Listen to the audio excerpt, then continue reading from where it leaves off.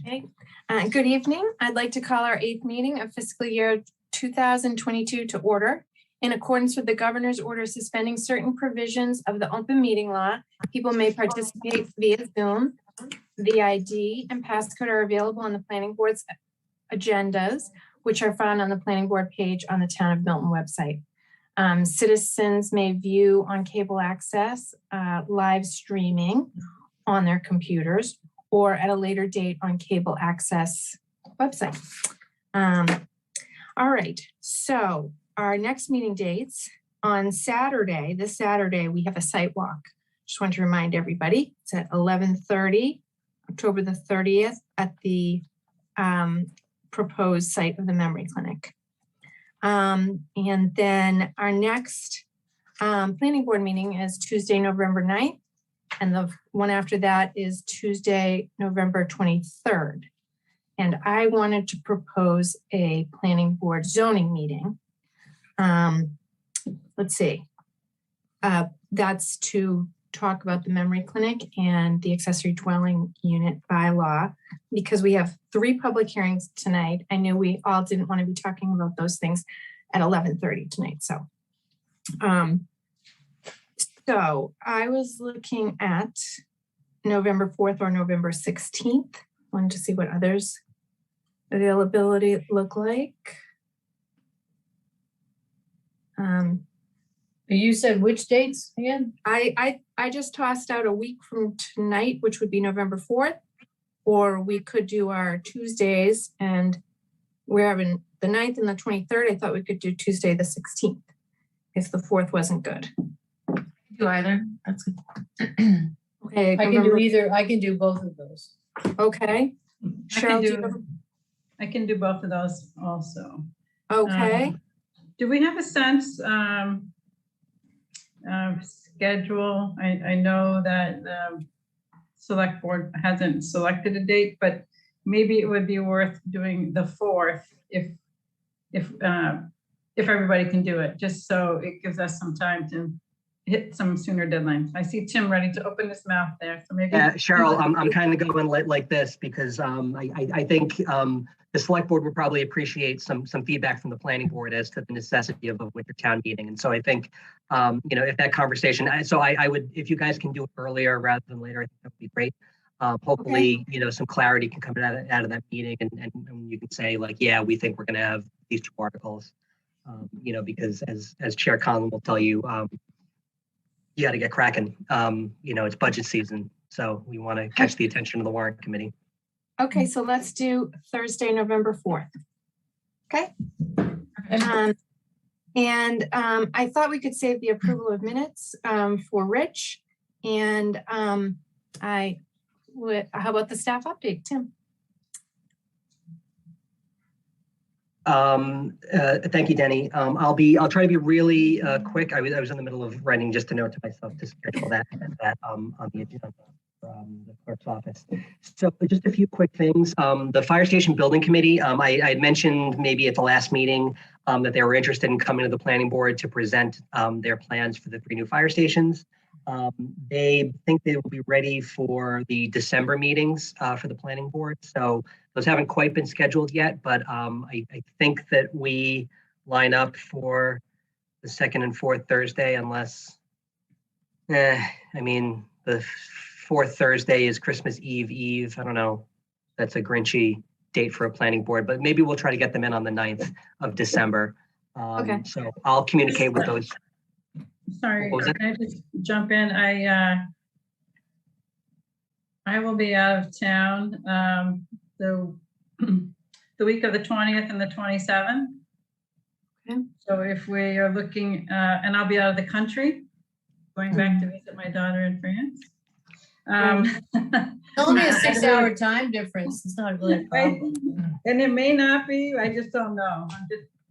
So would you prefer our meetings be December 2nd and December 16th for the month of December?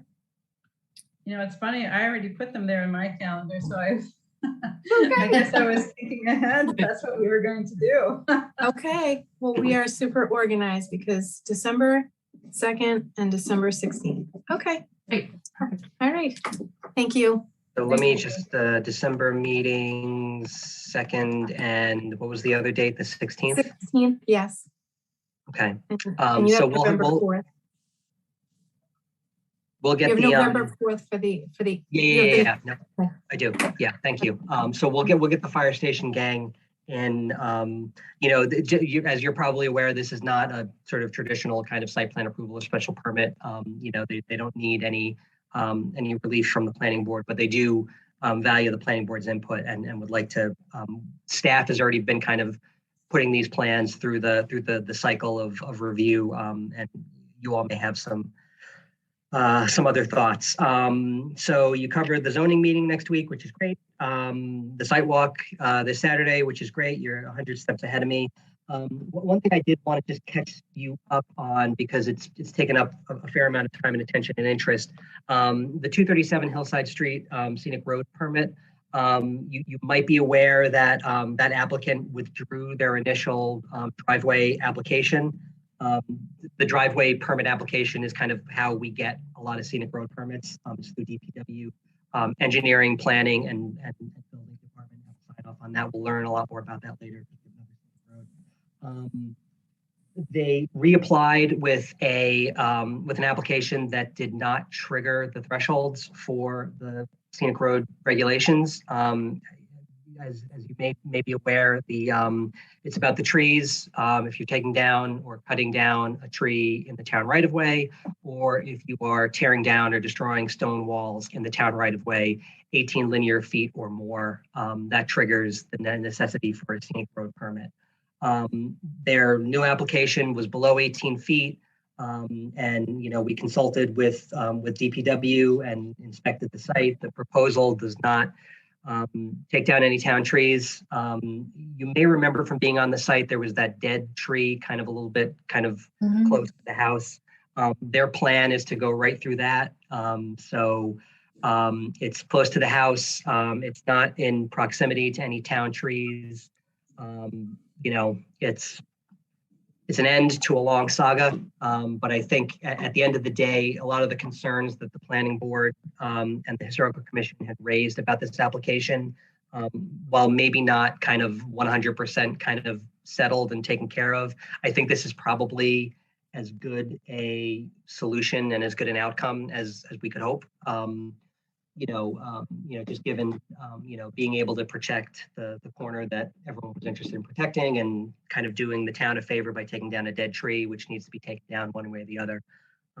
So that's that. That'll be, I think, the last we hear of that. So that was just a quick update on that. I've got some more stuff, but maybe for a lighter agenda, we could go over some other planning items. Okay, excellent. Well, thank you. Thank you for that brief update, because we have 3 public hearings tonight and we've had a lot of these run over. So I'm going to try to be extra concise tonight. Let's do citizen speak. And it's ideal if our citizens who would like to speak save their comments for things on our agenda at the time that they arise on our agenda. But is there anyone here tonight who would like to speak on anything that is not on our agenda? I don't know if MATV can help me. I'm not able to see on I don't see any hands, Denny. Oh, you don't? Okay, thank you. All right. All right, then I would love to hear from Ms. Katie Conlon. If Katie can join our panelists. Katie asked for a couple of minutes tonight to talk to us. Good evening. Good evening, all. Thank you very much, Madam Chair and members of the Planning Board. I will try to be very brief, and I'm here to report to you on the Select Board's discussion last evening regarding our vote on the concept plan for 440 Granite Avenue, which is next on your agenda. And I thought I would, in talking with the town planner this morning, I thought I would also just report to you that the Affordable Housing Trust, of which I'm serving as the board's member, but Julie Kramer is the chair. Julie is away and is not able to be here this evening. Last week, the Affordable Housing Trustees voted in favor of the revised proposal for 4 affordable units at the site, 440 Granite Avenue, which now includes 2 2-bedrooms and 2 1-bedroom units. the Affordable Housing Trustees had a lengthy discussion with the developer and his attorney, Marion McKettrick. And we were very happy to see that 4 units would put us over 10% of affordable units for this site, bring us a little bit, just a little bit under 12%, which is in line with what town meeting has advocated in recent years, and very much in line with other projects such as the Henry's project and the 36 Central Avenue project. One thing that we did was we encouraged the developer to consider making the ground level unit, which would be a live work unit, hopefully an artist studio, to make that a rental unit rather than a home ownership unit. And the developer seemed very amenable to considering that. Their plan, as I understand it, is they would own the commercial units on the ground floor, and this would be retained as part of the developer-owned units. So if they decide to go that route, and I'm not sure that that's definite, they could speak to that, but that was something that the Affordable Housing Trust strongly encouraged. So I reported that to the select board last evening. That had come up as a question. In one of our prior meetings, Mr. Zulus was very interested in seeing if we could increase beyond 3 the number of affordable units at this proposal. And during our discussion last night, the select board took a vote. It was 3-2. It was not unanimous, but the two who did not vote in favor of the concept plan did talk about wanting to give the neighbors a little more time. There's a meeting scheduled next week between the developer and the neighbors, and just wanted to let that process play itself out. In supporting the concept plan, the board's view, and I should just mention, we know what our role is and what it isn't. We're not the planning board. We're not the Board of Appeals. We're not going to decide variances, and we're not deciding site plan review, which is before you. But Marion McKettrick reminded us that when she served on the select board, the Hood fire happened, and that area needed to be redeveloped.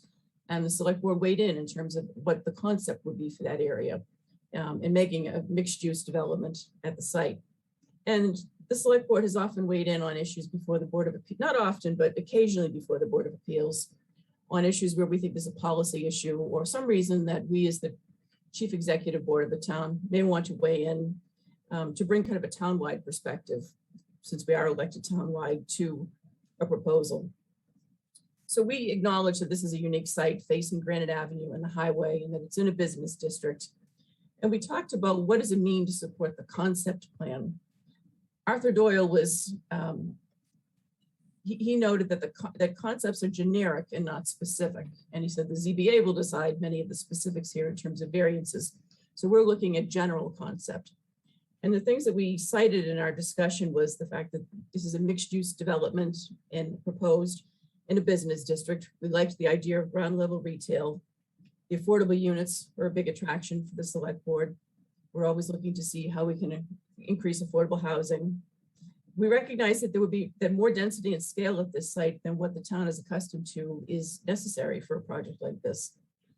One of our members talked about the tax revenue that the property would generate in the neighborhood of $300,000, which could be used to help assist the town budget.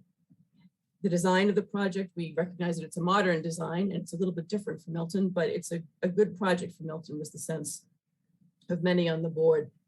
We also noted that it's consistent with the master plan, the housing production plan, and the study led by Judy Barrett and the East Milton Working Group.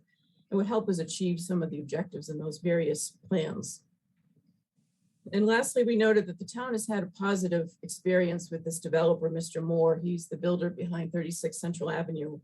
And that's a high quality development that there was opposition to it at the time it was proposed, but it's something that has really fit into the neighborhood well and has received a lot of praise for the style and the quality of that development. And many people have said over the years that it feels like it's always been there.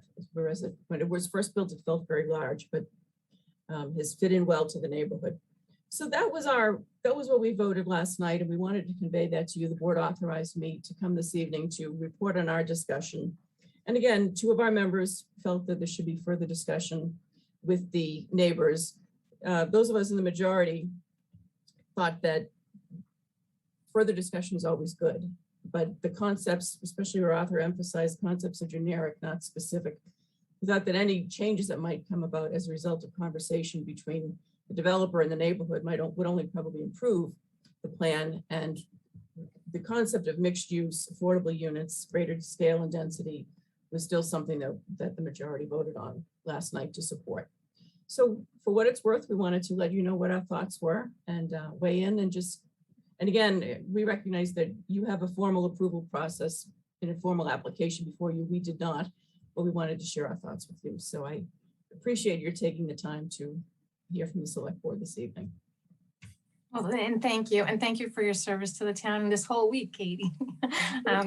We've seen a lot of you at town meeting and so forth, and you've been to one meeting after another, and we've all seen you. So thank you for coming out tonight and sharing your thoughts on that project. We have a public hearing tonight. We have 3 public hearings, and that will be our first one, our Granite Ave one. So thank you very much. And please feel free to move me back to attendee. Okay, excellent.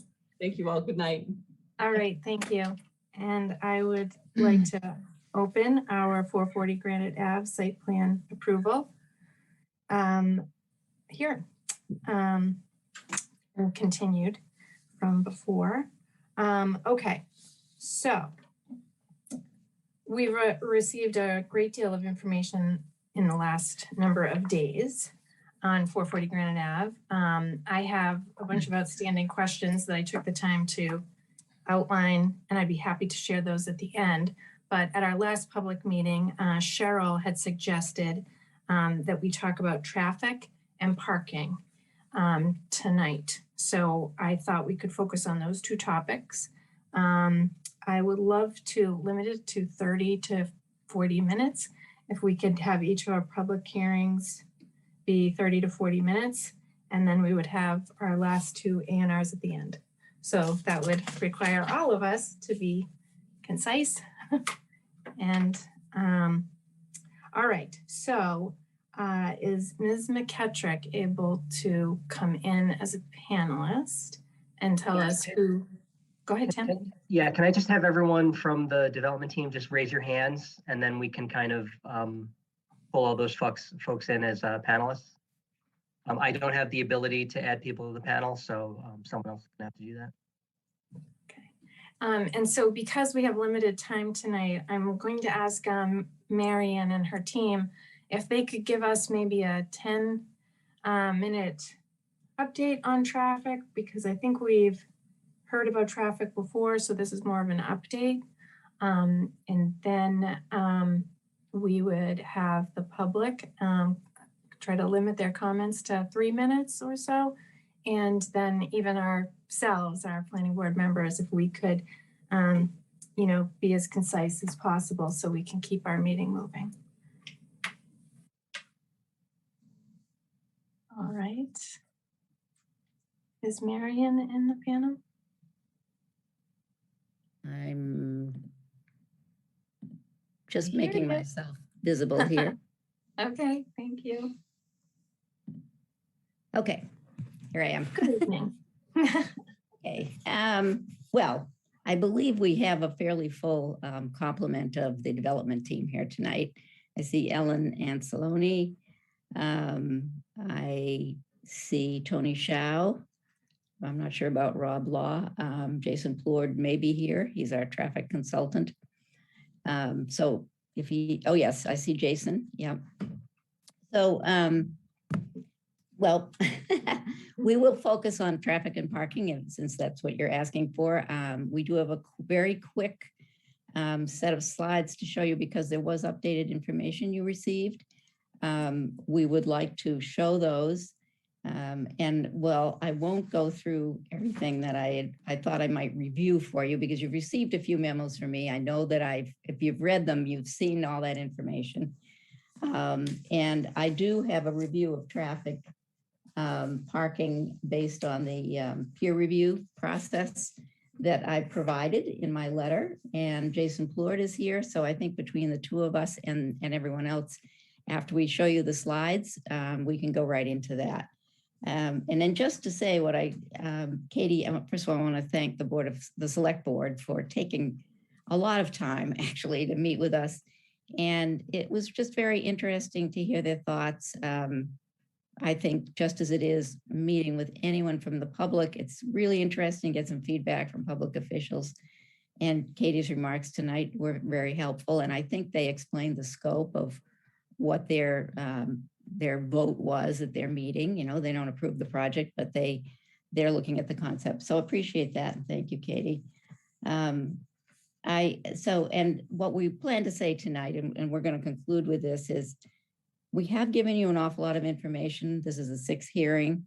We've concluded our 2 peer reviews and successfully answered all the questions in those peer reviews, and their conclusions have not changed, which means that we've presented the bulk of our information to you. And we feel at this point, once you're satisfied with additional public input, that we believe that you should be ready to close the public hearing. You probably want to take some time to deliberate future meetings. But we don't want to drag things out and keep repeating, and there is a tendency for that to happen. I'm already doing it each time I present to you and every time I write a letter to you. So, and your time is short tonight, and I'm before you on another hearing, so I'm very sensitive to that, and I appreciate the fact that you're looking at it. So we've proposed a mixed-use building in the business district with 2 ground floor spaces now rather than 3. That's a change. There will be 34 residential ownerships. 33 will be ownership, 1 will be rental, 4 will be affordable. 1 will be an artist studio and residence on the 1st floor. That's a new feature. And other than that, it's still a 5-story building against the expressway, but stepped way back towards the residential structures, only 20 feet high at a 65-foot setback from residential structures. We do feel this redeveloped site will contribute to an increase in property taxes very substantially. I'm working with a local developer. He has a proven record. He's been very good to work with, and I believe that community members and individuals will find as they meet with him individually that he will work very well with them and is continuing to listen to their concerns. And although this proposal is in the business district and it's higher on one side, it's also designed to be sensitive to its residential edge. So without further comments at this time, I'd like to share screens. Can you give us the ability to do that? And I think, who's going to do it? Rob Law or? Share my screen, thanks. Okay, and we'll go through these slides with you. It won't take too long.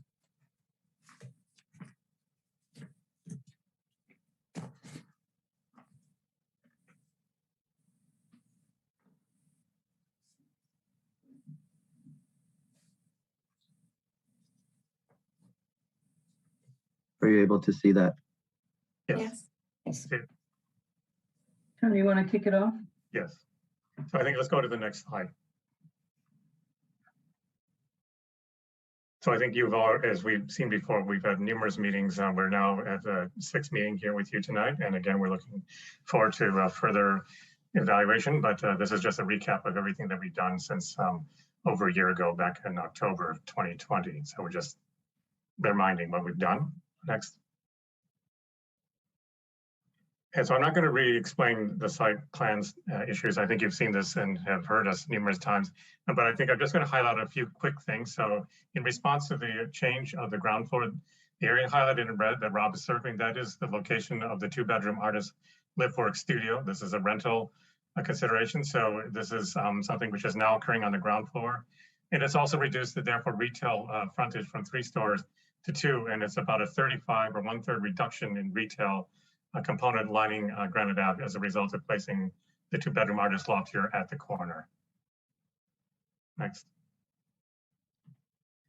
You're just simply identifying where the other affordable units occur. So another unit here, this is a 1-bedroom unit that is now shown on the 2nd level, circled in red. Next. On the 3rd level, this is an additional affordable unit. It's another 2-bedroom unit that's circled in red again. And then on the 4th floor, we have another 1-bedroom unit again circled here, therefore totaling 4 units, which increases from the original 3 proposed to now 4.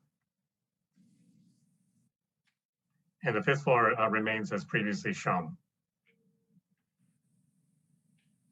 These are views that I think you have seen before. This is a view taken from across the Southeast Expressway looking back towards the project site. the corner view taken at Granite Avenue and intersection with Mechanic Street. The view along Mechanic Street, looking back towards the project, again with the massing, walking towards the Granite Ave and stepping down towards this side of the site. The ground floor activation showing a retail component at the intersection of the corner of Granite Ave and Mechanic Street. Further sketch showing the development of the sketch entryway for the residential component along Granite Avenue. The notation of how we propose to create the material usage along granite being the linear brick component, and then a component mixture of fiber cement panels along other edges of the building, break metal, custom colors, and frame that is precast as well, that you've seen before. This is showing a little bit more of the development around the ground level to create a high level of detail, as witnessed in the example on the right, so it creates more articulation at the ground level. And then reminding that we're coming back here towards the overall project view as it looks at the intersection of the corner. The other aspect that we were asked to elaborate a bit further was the shadow studies. So this shadow study here, this is taking an existing shadow at 9 a.m. on December, showing the location, and everything in purple represents the shadows that are currently cast across the front and along Granite Avenue and from the existing parcels. Hey, Tony, we should just make a point of that. We found an error in our shadow study. Oh, yes. So the shadow study, as a result of going back into the review of the setup, we had previously had some shadows, and there were some questions that was raised by some members of the public. So we did go back in and examine it and updated the shadow studies using the SketchUp as a standard tools, which actually geolocates the project and therefore corrects for latitude, longitude, north, south, east, and west. So now, as a result of it, these are accurate shadows as a result of basically analyzing and calculating the shadows. Again, apologize for the oversight before, but these now do represent correct shadows based on geolocations.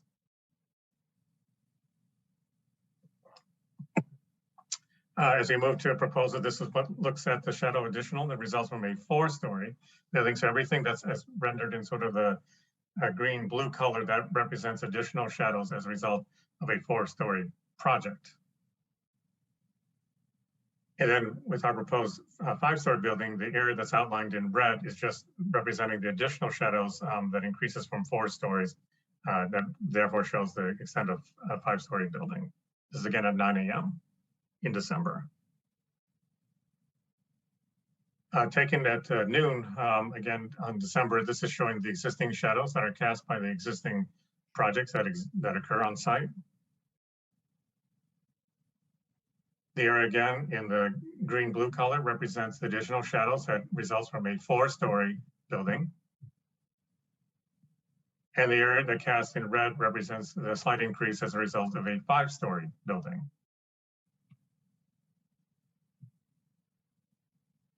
From the standpoint of, again, 3 o'clock in the afternoon, we know that at this point the shadows get quite long because this is late in the day during the height of the winter equinox. So this is showing existing shadows that are cast on the properties from the existing buildings and trees. The area in green again represents the additional shadows cast by the 4-story proposal, as shown here. And finally, the area in red represents the slight additional shadows going to a 5-story building in this particular proposal. So with that, I think that concludes the representation of the graphic material, much of which you have seen before. No, thank you. Thank you, Okay. Tony. Just FYI, we're at about 10 minutes and I was hoping we could get to traffic and Yep. parking. Next. Okay, can we limit that to 5? Yes, we Because- have Jason, and we will move through it quickly. Okay. I'd like to summarize the results of our traffic analysis and traffic peer review, which has taken quite a long time, and there's probably been at least 3 back and forths with the peer reviewer. So peer reviewer will ask for more information, better support. We provide the information, they come back with a response, and it either says, comment satisfied or they want more of a response. So we've gone through that process. We just finished it, the last question yesterday, and all comments have been responded to satisfactorily, and that study is finished, the peer review. So we first provided a traffic study using available studies of East Milton traffic, projections of traffic impact from this project design. And that study concluded that there will be no significant impact on traffic from this development. And the study's been peer reviewed and these conclusions have not changed. So the applicant has also offered, we've had no discussion further, but we've offered to make a contribution to the town's traffic fund. This has been discussed by the planning board a number of times that they'd like developers to do this. And this is to encourage additional study and promote plans to improve traffic safety throughout East Milton Square, including on Mechanic Street. So we've had discussions about that. It's something that has to be led by the town. Changes that might be implemented would all work if changes are just, determined to be beneficial and everybody supports them. So these are the issues that were addressed in peer review. There was an additional gap study result provided to show that there are sufficient gaps to process right turning traffic from Mechanic Street onto Granite Avenue northbound. Queuing may temporarily block access, but this is common at most curb cuts in the area. However, the data we provided does indicate that the number of available gaps exceeds the demand for gaps at this intersection.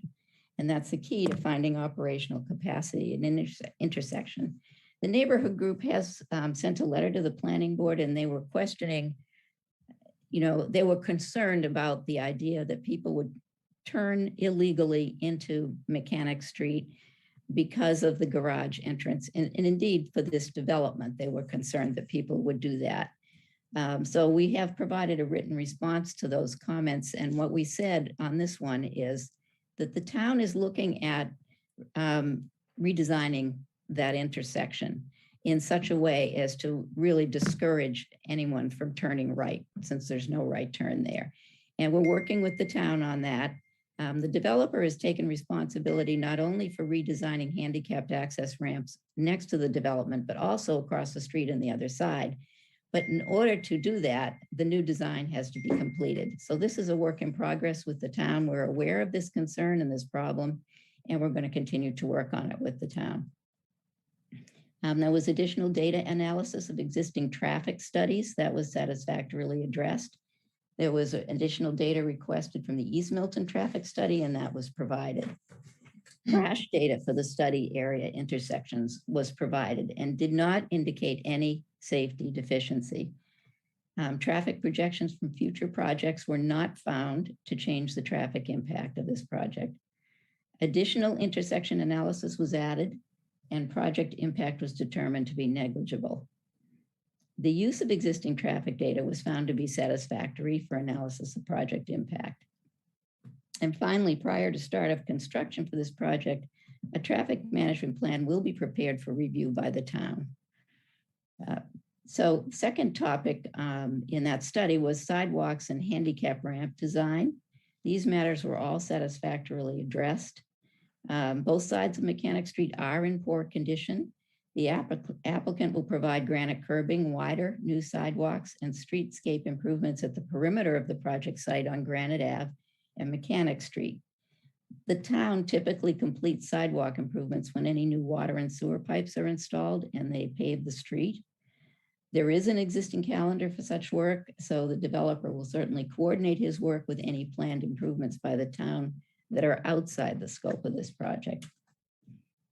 The developer will, as I mentioned, reconstruct the handicapped access ramp on the same side of the Granite Avenue intersection, but will also do so on the other side following redesign of that intersection by the town. Parking spaces.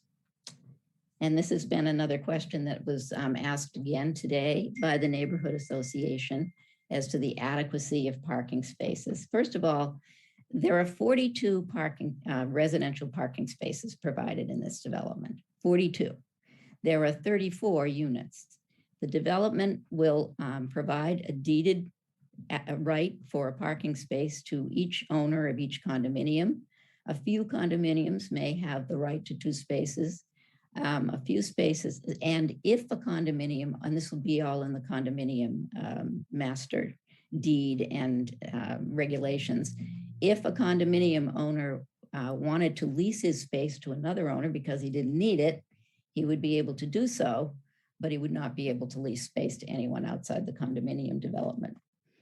The commercial parking spaces, as you know, we've provided 4 on-site spaces.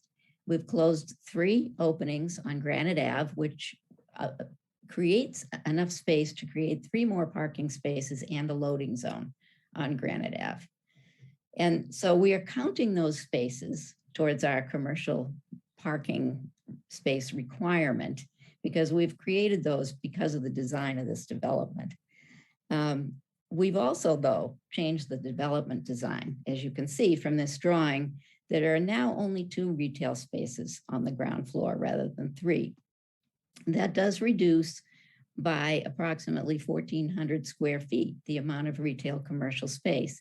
And so we do feel that with this design, we really come a lot closer to meeting the type of standard the town likes to meet. Not all our spaces are on site, and this parking design will require a variance from the Board of Appeals. So we'll be continuing to discuss it with the Board of Appeals if site plan is approved. And we'll certainly be continuing to discuss it with the public. We've also— Mary, we're almost at time, so if you can take another minute, that'd be great. Okay, I'm going to break off now because, well, let me just see. Jason Plord is here, and I want to know whether he wants to add anything to what I've just discussed. Actually, you did a great job. I think that the last remaining comment we received yesterday from Beta Group, Jeff Maxtudis, was about the frontage along Mechanic Street and the availability to be able to park along our site frontage. And based on a comparison of the existing and the proposed conditions, that we're going to actually have 11 more feet of availability for parking than what's out there today. So just wanted to kind of conclude on that last item. Great. Yes, that question had not been answered until now. My only last comment is there has been loading zone and adequacy of a loading zone plan as part of site plan review. We do have a different sort of plan here because the loading zone is on the street. It's not on the site, but there are a number of reasons for why this is better at this site. The first one is that we didn't want to create a loading zone facing Mechanic Street neighbors. And we have very little internal space on the site, obviously. This is a very tight site, it's triangular, it's kind of an odd shape.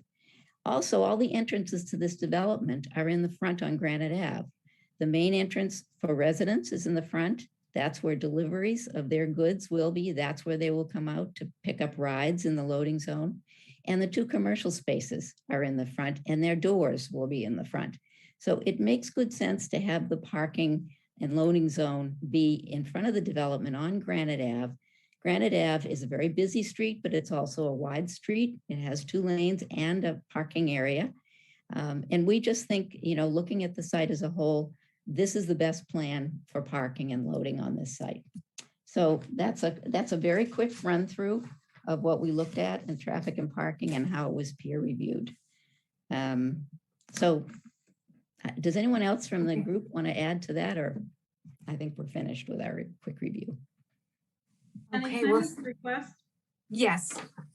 On the public comment side, we've dedicated a lot of time in our last meeting to public comment. And if we could request that those who want to speak tonight, if they spoke at that meeting and relayed their comments, if we could ask them not to repeat those comments tonight so that we can hear from folks who may not have provided comments in the past. I know for one, I took extensive notes at that last meeting and I understand the issues that were raised. So just so we can be efficient with all parties, that would be my request. Okay, but before we get to the public, I wanted to hear from the planning board members on if they had any thoughts on traffic safety and parking. And the stacking system, I don't know, we didn't really get, maybe we'll save that for next time. But anyway, traffic and parking. Get some parking. Ask. I'm sorry, okay. All right, did anyone want to speak to that on the planning board? I have some notes. I just think on the parking situation, I would point out that that there are more spaces now along the front of this building than there are at the current time. I do think that, there's been a lot of discussion about whether there's adequate parking. You could, if you wanted to, live in this place without even having to have a car. There's public transportation that's nearby. I can quite honestly say that there are days in my life where I don't take the car out of the driveway. And I assume that people in this dwelling in this building wouldn't have to use their car every day either. And so, obviously traffic is a continuing problem. It's a continuing problem all over town. And I just, I saw the comments from the Beta folks and the peer reviews and the VHB. And, as I said, traffic's an issue, but all of us are in cars. So we're all kind of responsible for that particular situation. And I don't see that, the addition of this particular project is going to make a significant difference to the fact that it's sort of a mess around here anyway. As I sat in traffic on Pleasant Street and Randolph Ave for a considerable time this afternoon, I said it's a problem all through town. But I did appreciate the comments and the discussion between the two, and I also appreciated the correction on the shadow studies. Thank Denny? you. Yes. I do have a question or comment. Okay, I want to make sure, is Kathleen done? Did Kathleen want to speak? Yes, I'm done. Thank you. Okay, Nope. thank you. Cheryl, Okay. please. I would just like to ask the developer to speak for a minute about the market analysis for the number of parking spaces. And the reason I'm asking for that is that there's, with the number of units on, the zoning that we did for Milton Village, we have a 1-to-1 on the residential. And if they find that they absolutely need this number of spots day one, but what if they don't need this number of spots as they sell the units? I'd like those grade level spots to be able to be converted to commercial, the staff at those two commercial spaces, so that the spaces that are on this currently at the top of this plan could become available to the public. So if we could just have either tonight or next at our next meeting a little bit of response to the market demand for the number of spots. Well, I'll start out, but I think there are others that may want to answer it. We have looked at the idea of taking the rear spaces, you see where it says handicap van there, and making those public parking spaces or commercial parking spaces actually. We haven't actually made that proposal yet, but what you can see from this design is that there are those spaces on the ground floor, and they could be entered and used by people who are coming to use the commercially businesses on this site. And either that or these could become, owner parking spaces, and the rear spaces could be for the public. But the point is, there would be the potential for there to be more public spaces than we have currently created. And it's open. This is an open design in the back. So we even had the engineer show us how we would lay out those spaces. And I don't remember the exact numbers. Somebody else may remember better, and I hope they'll step in here and address this. But we did talk about doing that. And I do think it's a feature of this design that there would be the possibility for that type of flexibility and use of that ground level parking. Does anybody else want to add to that? Did I correctly state that? Yeah, that's correct, Marion. All right, Cheryl, did you have any more points? No, I'll save the rest for deliberation. That was the question I had for the applicant. Thanks.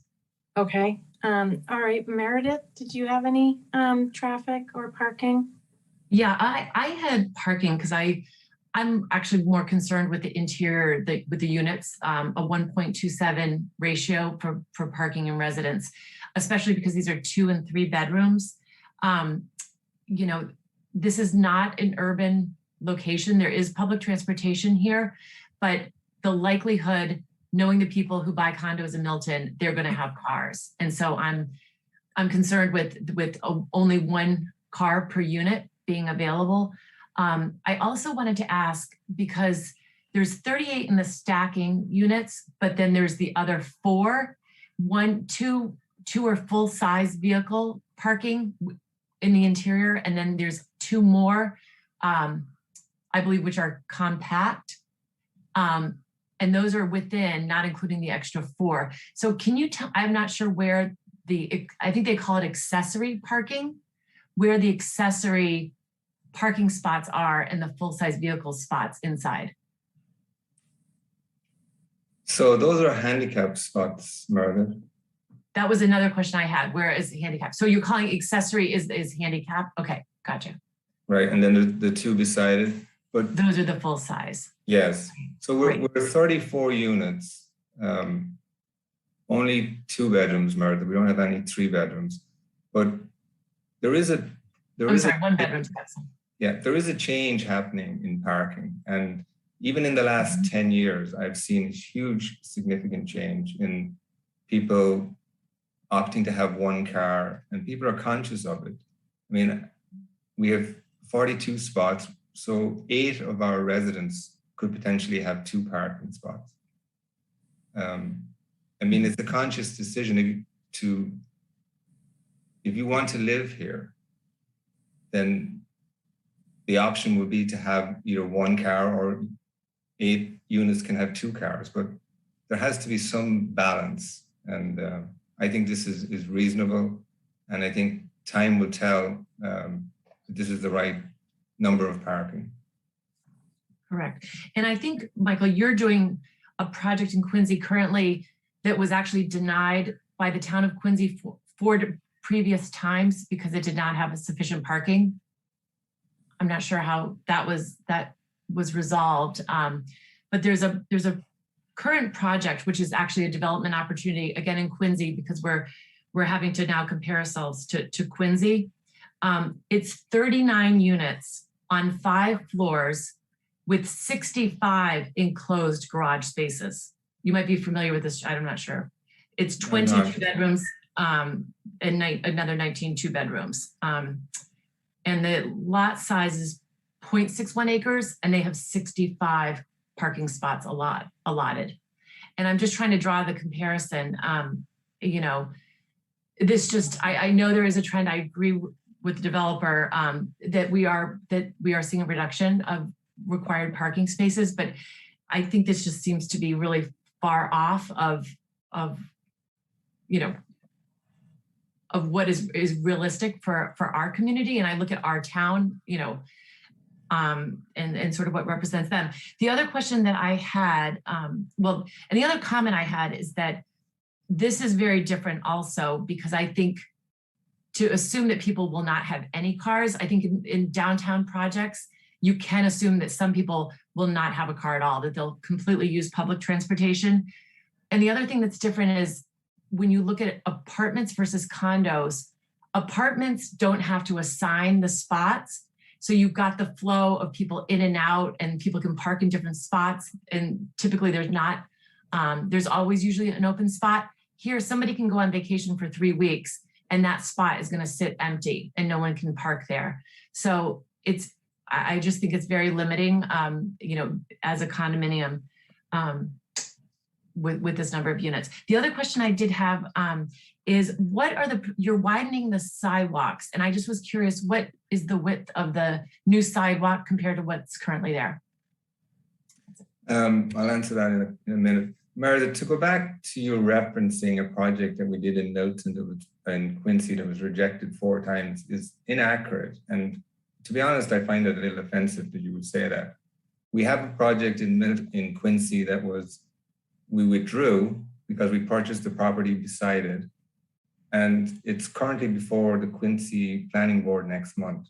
So I'm not saying your project was rejected. I was saying other projects that had tried to be put onto that site had been rejected. I think Not you said, you did say. Not your project. You're doing a project currently that I thought had been approved, but not that yours was rejected.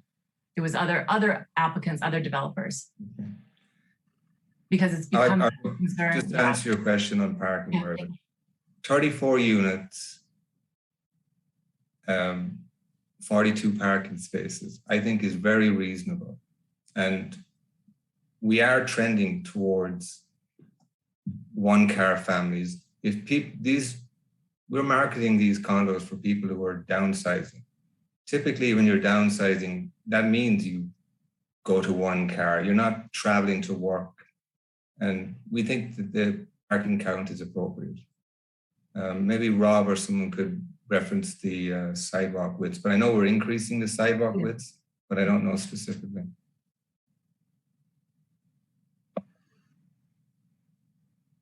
Do we have somebody who has the Yes. sidewalk with? Oh, thank you. Rob, you're muted. I believe we're enlarging them to about 10 to 11 feet in width. I don't have the existing sidewalk width off the top of my head. Okay. That's They're good. around, We they're can around certainly- 6 feet. Yeah, they're not wide. That's great. That's good. All right. Thank Okay. you. Well, thank you, Meredith. Are you good, Meredith? You got your questions in? Finished. Okay. Thank you. I tend to agree with Meredith that I believe in Milton that the condo owners will more often than not want to drive. And so I understand for 34 units, they have only one space, and then there's 8 to play with. So some people might be able to have 2 cars. But I think it's I think it's not realistic. You know, I'd have to look at all the bedrooms and everything, but I'll reassess that at another time. I understand. Can I provide a little context here? Sure. You know, the condos that we've approved in Milton, I'm thinking 88 Wharf, I'm thinking even at 36 Central, and maybe Michael can remind us of what the ratio at 36 Central is, because I know that the ratio at 88 Wharf is greater than 1, maybe greater than 1.5. I know there's a lot of parking there. People self-select in those situations. When parking is available, you bring your cars with you, and when parking is not available, you don't. You look elsewhere. I had provided the board with a memo back in July about the sort of general parking situation in East Milton. And one of the things I cited is there's just gobs and gobs of research on this in the planning literature. And you know, it's a consistent finding that the provision of parking is the driver of car ownership among residents. You know, there's a statistic in a 2015 paper to the Journal of the Transportation Research Board, and they say that, you know, their finding of a neighborhood in London was an increase in parking provision from 0.1 to 0.5 parking spaces per resident and employee is associated with an increase in commuter automobile mode share of roughly 30 percentage points. And all that means is that the more parking you provide, the more cars that come onto the site. You know, even in this region, MAPC has recently studied 200 multifamily buildings in the Boston inner core region, of which Milton is a part, and found that on average, 30% of on-site parking was going unused. And so, you know, I think, you know, there's a situation here where there's an inclination not to trust the developer, and the developer is just trying to build as little parking as he can so he can maximize the number of units. And what I would say is, you know, in a way that's good. We want housing, and housing is a higher and better use than parking. But also, you know, it's in this applicant's and all applicants' best interest to provide as much parking as they need and not a single spot more. You know, because that's space that you can't rent as commercial space or residential space or whatever. So without speaking for this particular developer, I know generally in the development community, a ton of thought and a ton of research goes into this stuff. You know, and as planners, you know, we look at this as well. And, you know, it's a situation where, you know, if you've only got space for 1 car and you have 3 cars or even 2, that's going to go into your decision-making process when you choose to look at a building like this. So just wanted to kind of add that bit of context to the conversation. Okay, thank you. I noticed that this plan does, and I know from talking to residents of 88 Wharf that there isn't any visitor parking, but at 88 Wharf there is some public parking and there's some places to go a little bit away from the building, but here there really isn't. So it's hard for visitor parking. The visitor parking would, I think, end up in the neighborhoods. And so that's a concern. Another issue at 88 Wharf is service parking. They don't have any service parking. So if they have the Verizon guy or, the plumber, the electrician, or, some handyman or whatever, they don't have any service parking. And that's been an issue over at 88 Wharf. Again, over at 88 Wharf, there are little places, nooks and crannies there where you can figure things out. It's much harder in East Milton, as we all know. So visitor parking, service parking. And then the other thing is, I do appreciate seeing the Uber and the Lyft spots in front. And I guess those 2 spots would also possibly be used for FedEx or UPS. So I think that's great. The one thing I don't see is when people move in, they have these big moving trucks, sometimes 18-wheelers if you move across the country. So would it be possible to, instead of 2, consider it 3? And then, I don't know how, but to have it timed so that, people move in on the weekends. Can I add to that? Yeah. Boston has permits that are required for a moving truck like that, and so that they can take curbside parking spaces. So that could be something that that could be suggested happen here. We have that policy here at Central Ave. If someone's moving, that you take 2 spots out front, or a police detail is required. So Milton does have that. So is 2 spaces enough, or would you need 3? I'm just thinking it might be, for me, it would be 2, but I know, some people bring a lot of furniture and stuff. So I just wanted to plan ahead so there's enough room there. The other thing I wanted to suggest is maybe making it a little bit closer to the front door. So if it is a big moving truck, the visibility is fine coming around the corner. But as I look at this, it might be just fine. I'd have to go on a site walk and see. But it was just something I thought you might want to think about, moving it closer to the front, maybe upping it to, instead of 2 spaces, make it 3 for moving trucks. But Denny, you wouldn't need that all the time. People don't move in every day. That's exactly what I said, Kathleen. I said you could suggest that would be on the weekends. I think the permit. I like the permit. Yeah. Yeah, because then it's targeted to the time that, people are going to move. It can be noticed. You know how when construction happens, they put a sign up on the parking space and say you can't park there a certain time period of which construction is going to be. So who oversees that? Would that happen with Joe Prondak, or who oversees it now, Mr. Moore? Building department. Building department. So it would be under Joe Prondak. So we have a system in place we could refer to. Yeah. Okay.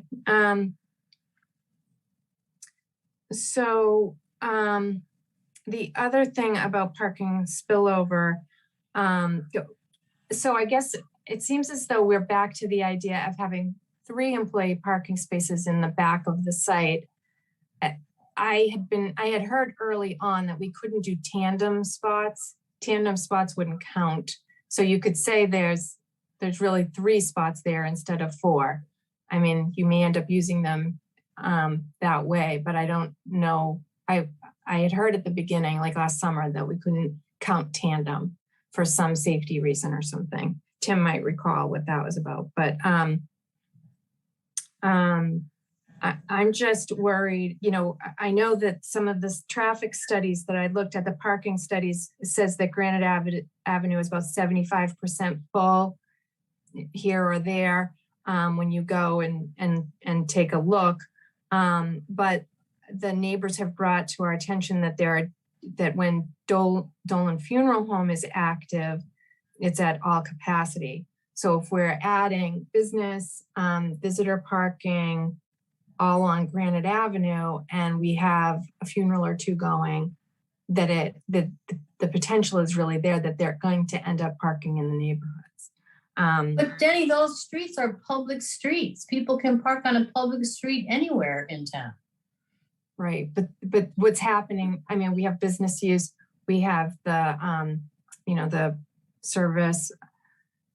We're really, this, I'm just saying the spillover is going into the neighborhoods and we have to look But at it that. goes into the neighborhoods now. I get people parking in front of my house off of Adams Street if there's something going on, but they're all Can we public turn ways. the temperature down, Kathleen? Can we just turn the temperature down a little bit? It's okay. I hear I'm you. not, You're making a good maybe point. I'm too far away from the microphone, but I'm just Okay. saying All right. is that those are public ways. People can park on public ways. That's what public ways are for. One thing I would just say quickly to the funeral, it does concern me that, in other places too, not just right here, that existing businesses may have, the power, if you will, to sort of say that we've already taken the street spots and therefore somebody else can't. And I am concerned about that. I'm concerned about that down at 88 Wharf too, actually, with that restaurant and the streets on Wharf Street. So I'm concerned about that here too. So I just want to put that out there, Denny. Okay. All right. Then on traffic, I understand that Granite Ave will absorb the traffic easily. I'm just concerned that the condo residents alone would be doubling the morning traffic on Mechanic, and the condo residents alone will triple the evening traffic on Mechanic.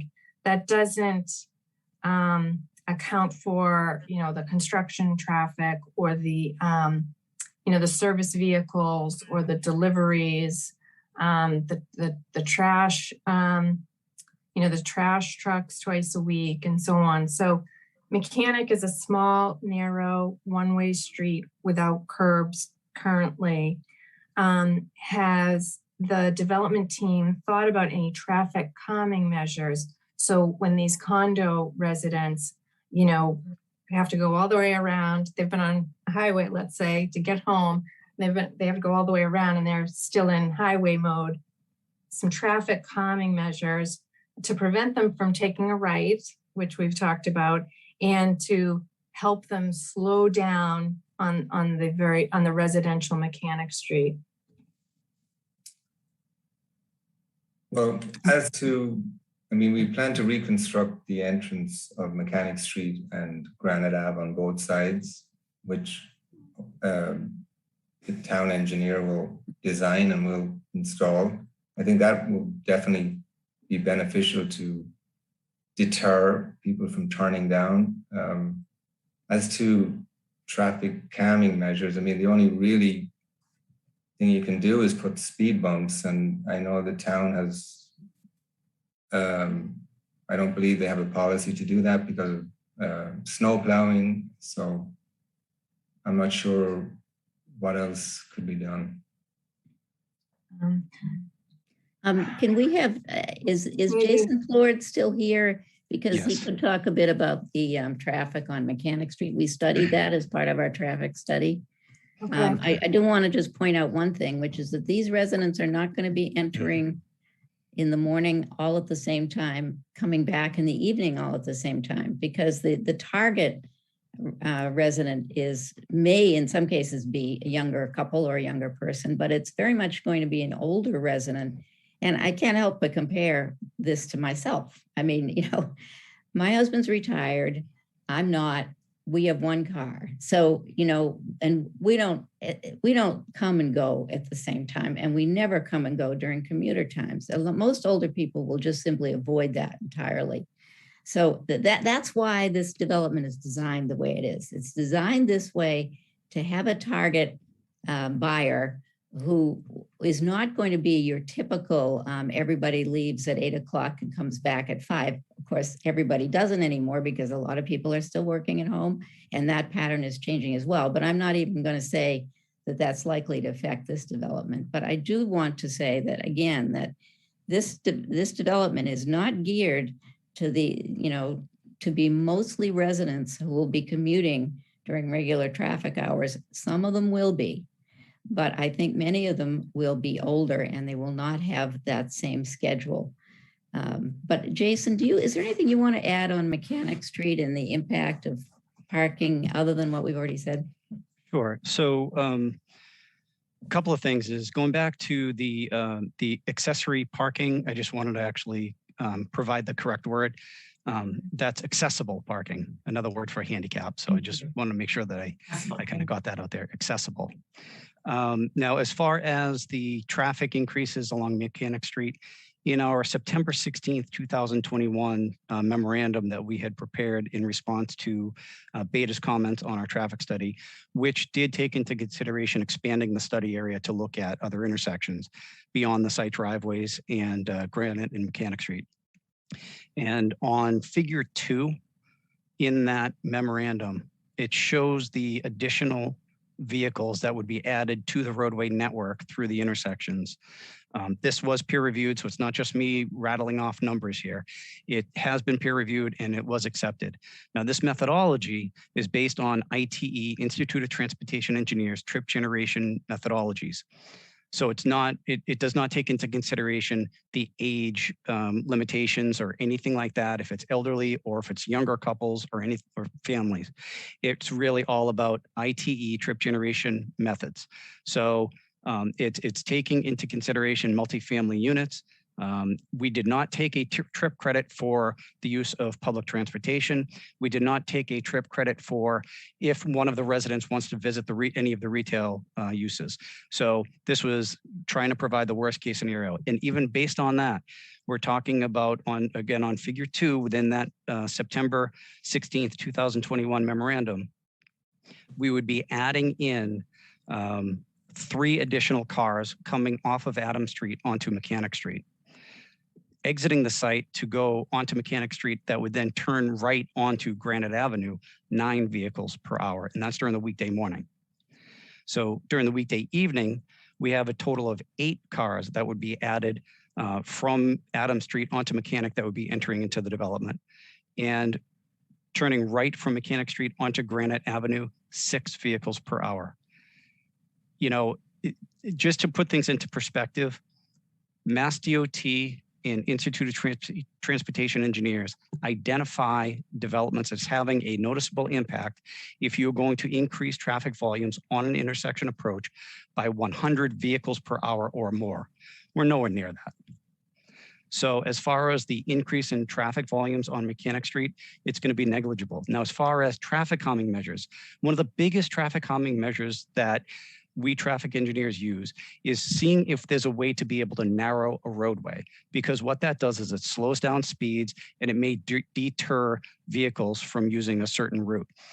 The problem is that eliminates on-street parking. And I don't think we want to do that out here because we already have on the other side of Mechanic Street, you already have the no parking signs out there. You want to still maintain available parking on our site frontage on Mechanic Street and allow cars to be able to come down Mechanic to be able to get to Granite Avenue. So I don't recommend in this situation reducing the roadway width on Mechanic Street, only because we want to still maintain and provide that ability for on-street parking. Okay, so would you recommend enforcement, maybe signage, and maybe shade tree placement? I don't know. I'd have to walk it. I haven't walked it in a while, but I didn't know if there was. You know, it's that's a great idea. Is trees, right? And I know that there are some trees that are provided out there, because instead of just being on the pavement, if you actually have almost like vertical sorts of devices like trees, it makes you feel like it's a narrower roadway, and I think that definitely is helpful. Okay. All right. Now, are you concerned with speeds or volume?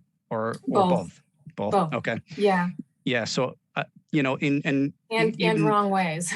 Wrong, yes, yes, sure. You know, the one way is it's, you know, I haven't seen and talked with the DPW about any kind of designs that they may have in mind.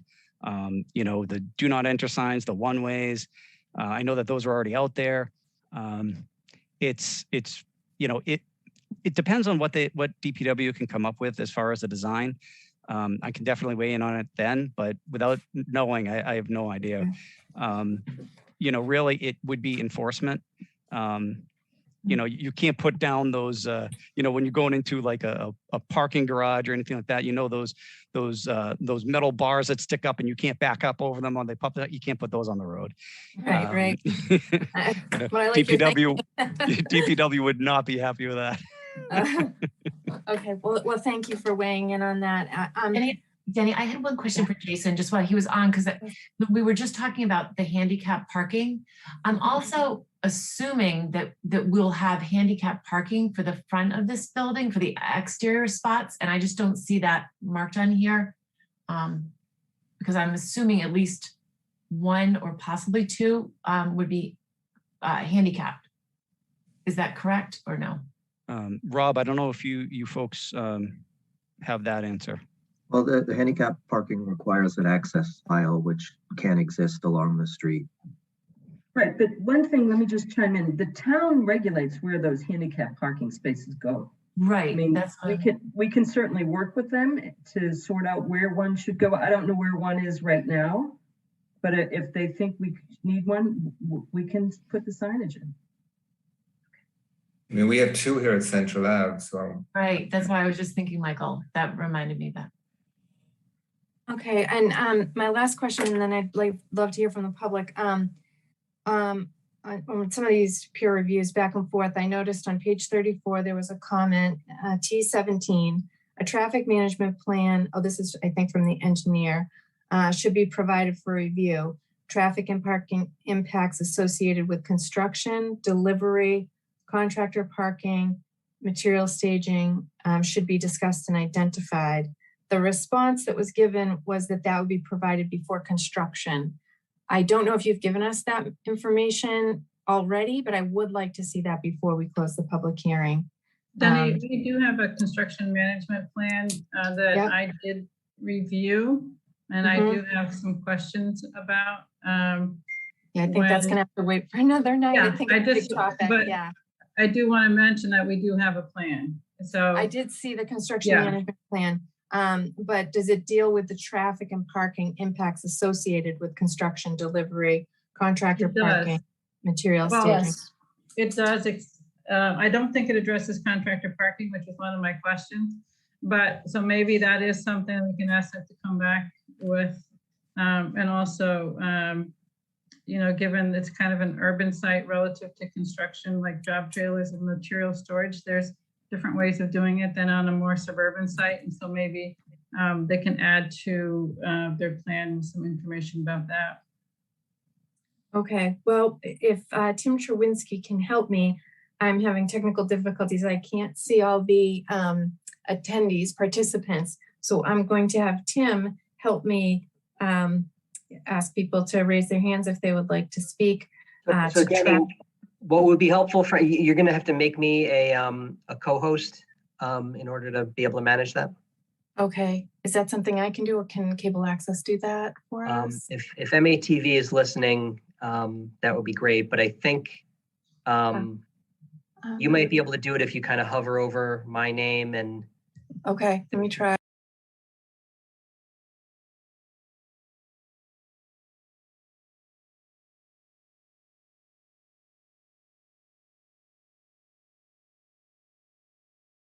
On traffic, I know there was a mention of the shadow study and parking. So if we could have the public try to keep their comments to, fortunately, 3 minutes, because we have 3 public hearings tonight, and to those 3 topics. So if folks do want to offer comments, just to hit the raise hand button. And then if you're on the phone, we do have some folks on the phone. God, remind me, is it *6 to raise your hand, or is that to unmute? I forget. Oh, no, I don't know. Yeah. Um, it should be And somewhere. I do want the public to know that you can take your time and write us a letter. I've been reading all of the letters and we've been posting them on our website. And you can send us emails on the planning board website. So we've got Jim Coyle with his hand up, so I'm gonna hit the allow to talk button, and then Jim, if you can try to keep it to 3 minutes, that'd be awesome. Jim, if you unmute, you'll be able to speak. Hello, Mr. Coyle. Good evening. Good evening. A lot of the East Milton Neighborhood Association members are not available tonight to many other commitments. So I'm speaking, we've kind of compiled our notes together. First of all, I want to thank Mr. Michael Moore for agreeing to meet with us once more time. There was a recent meeting, which was a start of a dialogue there. We're looking forward to the next one, and we have some, we've been looking at other projects in Milton and in Quincy, two of which Mr. Michael Moore has been at Central Avenue and another one in Quincy, which we kind of like. And we like some of the features that the city of Quincy requires for all new developments are in that Quincy project, for example. We'd like to see some of that added to this project here. I think most of the neighborhood consider this a village. We're in a small town of Milton here, and the overall site here is full. It's more like it's part of Boston and not in Milton. One of the things we brought up at the last meeting there, we introduced the concept of a microzone. I think one of the shortcomings of this whole process here, the planning board and the town planning department should be looking at the triangle of property between Adams, Granite, and Mechanic. Putting one block at the end here of a triangle, it's probably only about 2 acres altogether. This site here, I think, is less than half an acre. It's very tight. It's double the density of other properties, 36 Central, the Hendry's property, the 510 Willard Street in Quincy is another one, also by Michael Moore. All of those have about half the density of this project, and that's a problem to fit in the neighborhood. On safety here, the garage entrance location, that's troubling. Here right now, there's only a few feet to the sidewalk there when you pull in and out of that. The garage entrance itself looks like it's only 16 feet wide. We don't feel that's wide enough, and the safety needs to be looked at very carefully, just getting in and out of that garage. And the setbacks around the property here. There are other projects that I've seen where there's a landscaping buffer around the entire building for falling ice, all kinds of reasons that, and the sidewalk looks like it goes right up to the building for the most part here. I think there's something that should be looked at, how to control that. When not in Boston, we need to make it fit the neighborhood better. Parking, I think that's been talked about enough here. We share the same concern that parking is inadequate. I've been hearing from my neighbors here that Granite Avenue is full all the time, most of the time. And Mechanic Street, because of the lack of parking for the rest of Milton, that's not Michael Moore's problem, but Milton as a whole here lacks sufficient parking in what's already there. The Barrett report shows 2 parking garages or parking areas, one generally where Citizens Bank is and one where the gas station at the corner of Granite and Bassett is. I'd like to hear from this planning board and the planning department, how do you see this project fit into the whole plan there? We can't be looking at one spot at a time here, right? I think that's totally the wrong approach. I did get a couple of questions today. Is there any blasting expected to do the excavation for this site? And also, has an environmental site investigation been conducted at all? If you look at the older maps from 100 years ago, there used to be gas stations here. Most of this property was manufacturing industrial. It was not residential. There are no records before 1980 at all. I checked with the fire department, the fire safety department. They have no records of any cleanups being done for all the old businesses that were here. And the DEP does not have any either. I checked with them as well.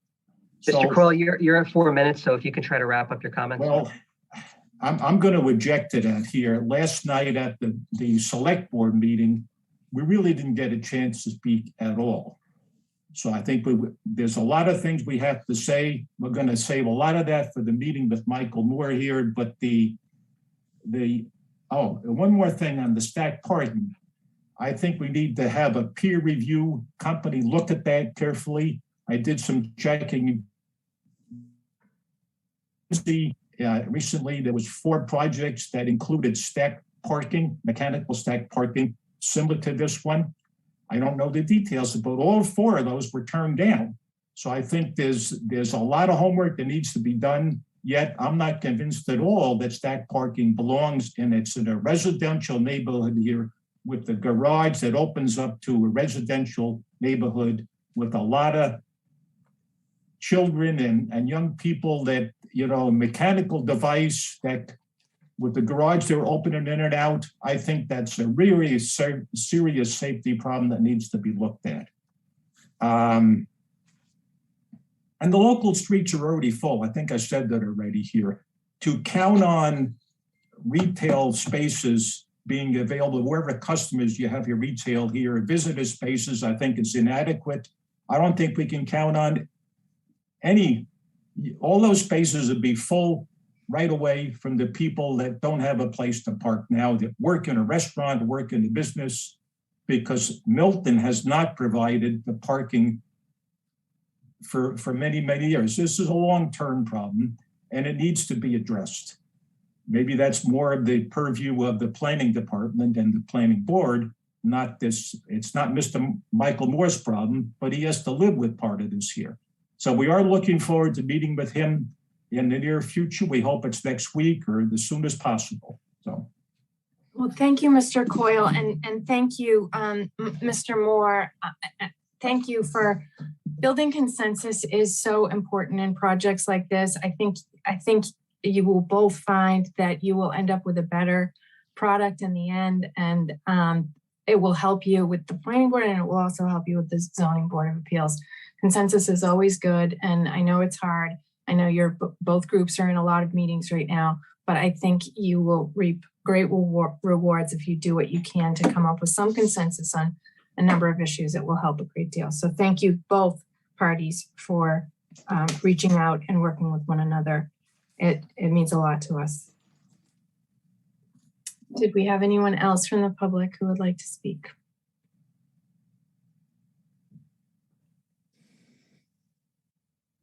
Do you see anyone, Tim? I can't really. I don't see anyone. We have Stephen Rhines raised his hand, so I am going to hit allow to talk for Mr. Rhines, and if you unmute yourself, you should be able to. How's that? Can you hear me? Good evening, Mr. Rhines. How are you tonight? Good evening. Thanks, Madam Chair, for allowing me for a few minutes here. Just want to say, I'm a member of the East Milton Neighborhood Board, and I also want to say thank you to Mr. Moore for taking some time to meet with myself, Andy, and John Keegan for breakfast. Last Friday, we had a nice conversation, and we are encouraged that the dialogue is happening and that he's agreed to meet with us in a short timeline. So thanks to that. Just a couple observations around the parking.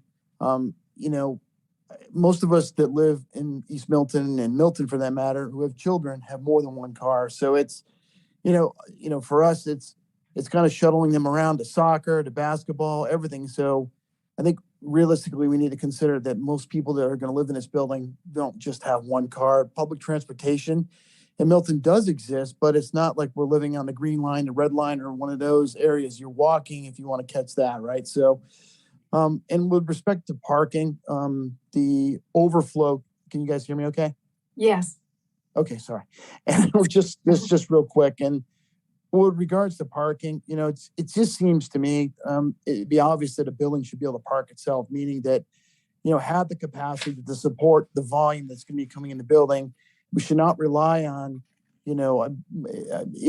overflow parking into our neighborhoods to offset. And it's going to happen, right? It's realistic. And I came down Bassett today, coming home from soccer practice on the other side of town, and Church Street was, both sides of the street were parked. And I had a hard time. And I have a Jeep just trying to turn around the corner to come down Church Place to get home. So I live not far from Madam O'Donnell. So it's a challenge for us. So, right. So I do understand where she's coming from, but I think we do need to really take a look at that and really take a look at the parking.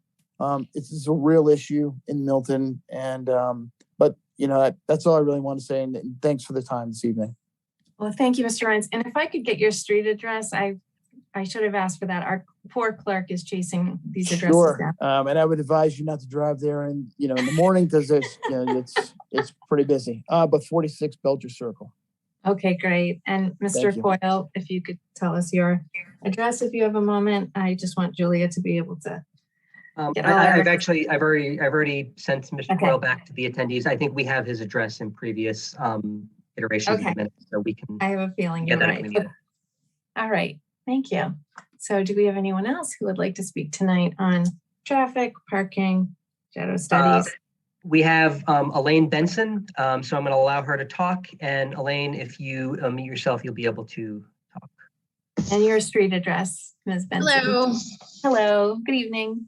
Good evening, 67 Granite Place. So I spoke at the last meeting in favor of this project and still enthusiastically in support of the proposal, especially with the additional 4 units now of affordable housing. As to not be repetitive, I'll only speak to parking. So the Metropolitan Area Planning Council did a study, a very detailed study measuring the actual supply of and demand for residential parking in Boston and 20 surrounding cities and towns. And what they found was chronic overbuilding of parking in residential developments.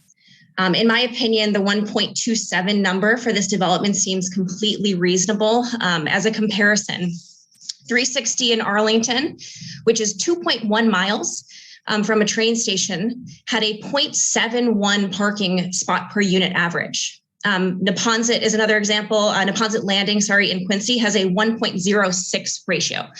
That's slightly closer to a train station, but not that much farther than, or not that much closer, than this would be here. So a couple questions that I do have is the parking unbundled from the rent so that car-free residents could avoid paying for an amenity that they don't need?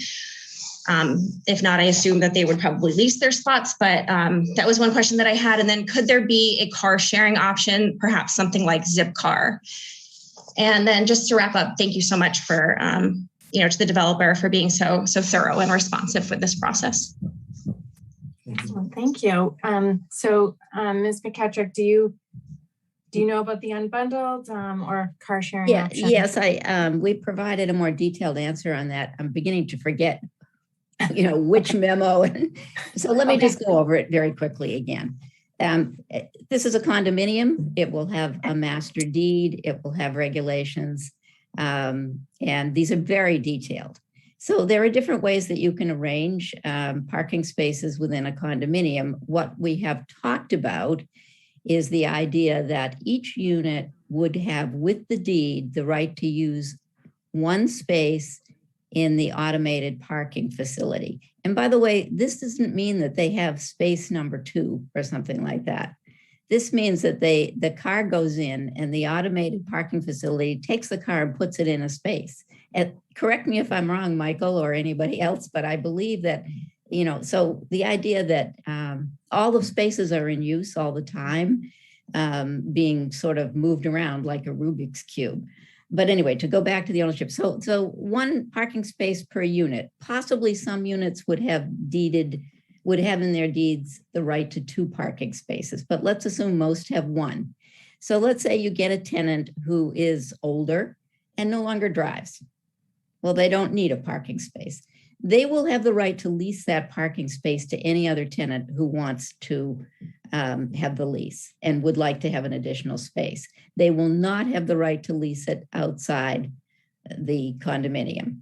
So all that would do, all that does is that gives an ability to a tenant to lease a space. And this idea is used in other condominiums. In fact, I discussed it with a friend who lives in the condominiums next to the new location for the Ritz Hotel in Boston, which is near Tremont Street. And I asked him how they handle it. He doesn't have a car anymore. He and his wife still drive, but they just don't want to have a car. And yeah, that's downtown Boston. That's different from East Milton. But that's the way they handle it. They have a right to a parking space. They may even have had the right to two, I'm not sure. But in any case, they can lease their parking spaces to other condominium owners, and that's what they do. So it works out to everyone's advantage. There are other ways that parking is handled in condominiums, and Michael Moore may want to correct me on this, but in any case, that's my understanding of the current thinking as to how the parking spaces would be allocated for residential unit owners and for the person who leases the first floor artist's condominium, artist's unit and studio. The car sharing idea, by the way, we haven't really talked about that, but conceivably you could use one of the ground floor spaces as a zip car space if we decided it made sense. You could also have zip car spaces on the street in East Milton, I guess. I'm not sure how those are regulated. I don't know if the town allows them, but it is an idea that's here. So it's certainly something worth talking about. Thank you. Thank you. All right. Let's see, do we have anyone else from the public or are we all set? I am not seeing anyone. So I wanted to get my quick list of outstanding questions out for the developer and for the planning board members to know what the remaining questions that I have. We will be having future meetings. We didn't get to stackable parking. I have a whole list of questions just on that and a couple of other things, but if I could just get out some outstanding questions that might take the developers team a little bit of time or not. They might be able to answer some of these off the top, but when is the ZBA going to start hearings on this project? Do we have any sense of that? Shall we answer these? Well, we filed our ZBA application in March. So in order of filing, we would be having a hearing right now, if we're fortunate enough. I have some hearings coming up for other clients who filed in April. ZBA is waiting for the planning board to decide whether it will give site plan approval contingent on approval by the ZBA of the zoning relief. I can't tell you, I wouldn't dare tell you exactly when they're going to schedule the hearing because they are very much overwhelmed by all of the 40B hearings that they have. But my impression is that they are going to try to schedule this once we say we're ready. And at that time, we will be filing, we filed all of the plans and everything that we filed with you. But there have been some modifications, there may be others. So whatever's approved as a site plan will be refiled as the site plan with the Board of Appeals. They'll be getting any material that we filed with you. Okay. Denny, can I just ask a quick question to Marion? Is that something that I had to laugh because that's actually breaking news to me about the ZBA. Do you have a letter from them saying that, or is that just kind of your understanding from conversations? No, that's not. No, we have given them 2 extensions already of time because, as you know, there are time limits for hearing these things. Mm-hmm. This is just from conversation with their clerk, who will communicate frequently with the chair of the ZBA. There's no formal commitment for a date, and I don't know when it will be. But I do know how they are scheduling their cases right now because I have many other cases that are waiting, and they're doing it in order of filing. So in order of filing, this case would be in the queue. It's ready, to be somehow scheduled, but because it's going to take more time than a lot of these other smaller Board of Appeals cases, they're going to have to try to figure out when they can do it. Yeah, I guess, to learn that they're waiting for the planning board, honestly, I can't speak for the planning board. I'll speak for myself. I would love for the Board of Appeals to have decided this already. It would answer a lot of questions and clear up a lot of things as it relates to the compliance or non-compliance of the project. And quite honestly, I feel that, the Board of Appeals decision is the gating issue for this project. And so I don't want to, that's all I'll say about that. I think we need to have a little bit of communication with the Board of Appeals, what their intentions are. Well, in a better world, 2 years ago, it might have happened in reverse order. Usually what happens, honestly, the cases that I've done, and I haven't done that many, it's been in parallel. You have your hearing, Board of Appeals has its, and somebody decides first, and whoever does puts conditions in their decision that the other board has to approve. So you can keep me informed as to any conversations you have. We'd be happy to cooperate, facilitate a decision about how to start that process. It's important, though, that we have a sense from the planning board we've learned a lot. Let me put it that way. We've had these hearings, we've heard your questions, we've tried to answer them. I know you have more, and I hope Okay. you All right, well, we still have tonight. 2 more public hearings, so I'm going to have to quickly get my questions out. Okay, good. So the opening into the garage, is that 16 feet wide, the opening into the garage? I need someone else to confirm that. Oh, Rod. okay. Well, I can leave that as a question, just that will come back to me. Yeah, It's we'll 16 to confirm 20. it's that or whatever it is. It's Yeah. 16 to 20 feet, Denny, which is sufficient for this, for the car's movement in and out. I'll Right, just and- point out that in my experience, for example, in the city of Boston, they are looking to reduce the widths of the curb cuts. That will affect, the safety coming in and out as well, because when you have wider widths, you have people who come in and out a bit faster because they can cut curves. And so I'm doing, for example, a 33-unit development in Lower Mills. That's the city has asked us to make our curb cut 10 feet. So just so you know, there's lots of different thinking about these things. And, wider curb cuts mean cars can come in and out without having to be quite as careful, so they can come in and out faster. Okay. How many feet from the sidewalk into the garage? You mean into the side of the entrance? Yeah. Well, I think the sidewalk ends at the side of the entrance like it always would. Okay. So, I mean, so but the someone else sidewalk, can correct me if I'm wrong. It's Is that approximately 8 10 feet, which is, the way we're entering the site is typical of anybody's driveway of any kind of commercial or residential. You have the sidewalk and it's interrupted by the drive. So it's not unusual. okay. All right. So it's probably it's probably just like the sidewalk with like 8 feet from the street. Okay. Sidewalk width. All right. And now the shadow study, Rich Beeler couldn't be here, and he told us this when we scheduled this meeting, that he might be stuck in New York. And unfortunately, there was an event happening related to his work. Now, I went back and looked at my notes today. He had asked for a study, a shadow study that demonstrated the difference between 4 and 5 stories, and also the difference between 3 and 4 stories, 3 and 4, 3 and 5. So I appreciate, thank you for getting back to us so quickly with the 4 and 5 story comparison. I just wanted to note that that was an outstanding request from a planning board member. I'm also interested in it too. And then I did hear from one of the abutters. She had some interest, and I can kind of understand why, some more information from October through to March 1st. I don't know if we could get some further detail, maybe. I don't know if you pick the 15th of each of those months. And then maybe, additional hour intervals, maybe every 2 hours from 8 a.m. to 6 p.m. I'm looking at this not only from the solar and the impact on the abutters, but I'm looking at the buffer, what plants would grow in the buffer areas. So I'm looking at it for a couple of different reasons, but that information would be helpful to have. Also, I should have asked for this earlier, but maybe because there's been so many updates, it's probably a fine time to ask.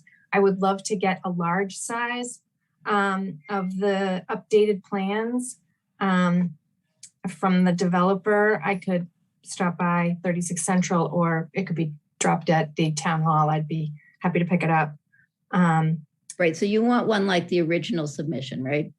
Yeah, but I All the, mean, any maybe pages that are updated, and it, you want one for the planning board, or, I mean, does everybody want that? A lot of people don't want the paper copies now, and some people do. Right. so. I would like a copy. Would any other, maybe I should ask for one for Rich as well, because he's not here. I don't know if Meredith, would you like an updated copy? Well, well, what, we'll provide enough copies for planning board members, and if more are needed, we'll let you know. The reason we wouldn't do too many is, there may be more changes, but as of right now, with the changes that have been made, we will get copies and we'll bring them to the planning office where you can pick them up. I really appreciate that. I was trying to read these little plans in the last 2 weeks, and I was going crazy. So I said, I just have to ask for the updated information. So has it been determined that it will not be LEED certified, or it will be LEED certified? We talked, well, maybe Michael Moore can address that. LEED certification is a range. So what we're doing is addressing the issues that LEED certification looks at. We're not trying to be designated as a LEED building, but I'm not really, I don't know that much about it. So can someone else give more information about that? Go ahead, Michael. No, go ahead. Please. So, Denny, what LEED is really a check the box process, right? In the city of Boston and many other towns, they require projects at least to be LEED certifiable. That means you just have to say that you've met all these things. And if you wanted to pay the extra money, or if you wanted to go through the submittal process, you can become LEED certified. Our client has chosen not to do that, but I will remind you of the list of sustainable things that he's doing on this project that is not done in Milton. I do not believe he's getting credit for what he's doing. There's no gas in this building. That is huge. We're doing solar panels on the roof. All of that just seems to be overlooked, but those are significant improvements to sustainability. And LEED is just a check the box. We're over and above that. Okay. Well, I'm sorry that I hadn't recognized that more earlier. I do appreciate that you're all electric. I do appreciate that you're trying to do creative things with the CDM green roofs and everything, and the solar power and so on. I appreciate any creative attempts anywhere. So I do hope you're getting recognition for that. Will the electrical wires be underground, or is that still an outstanding question? So we're working with Eversource. The intent is that we will be able to do it, but they're still working through, we have a work order number, they're still working on costs. We have to work with Verizon, we have to work with a whole bunch of other utilities, but the intent is that we can get this done. Okay. And I don't need this now, but I wanted to work with Marion on this, that, your team has said that the businesses will be low traffic density. And I'm wondering what legally enforceable language guarantees that. So, I see not having enough parking for the businesses as a safety issue in that area. Insufficient parking can lead to chaotic situations where safety is imperiled. So I'm interested to see that language that could be enforceable. So it's a work in progress, but I just wanted to put that out there. I've heard that concern, and I'm working on it. I also think we need to continue talking to area residents and getting a sense for what they might find as an attractive business use. But you're quite correct that if you have absolutely no condition, and it might even be more in a Board of Appeals decision, but you can always recommend. If you have no condition, then it's impossible to say that, 10 years from now, something won't happen. If you have a condition and 10 years from now, something is so drastically different that you should be able to do it, we would have to come back and get an amendment or a modification. But given the concern, it seems something that should be addressed by some sort of condition.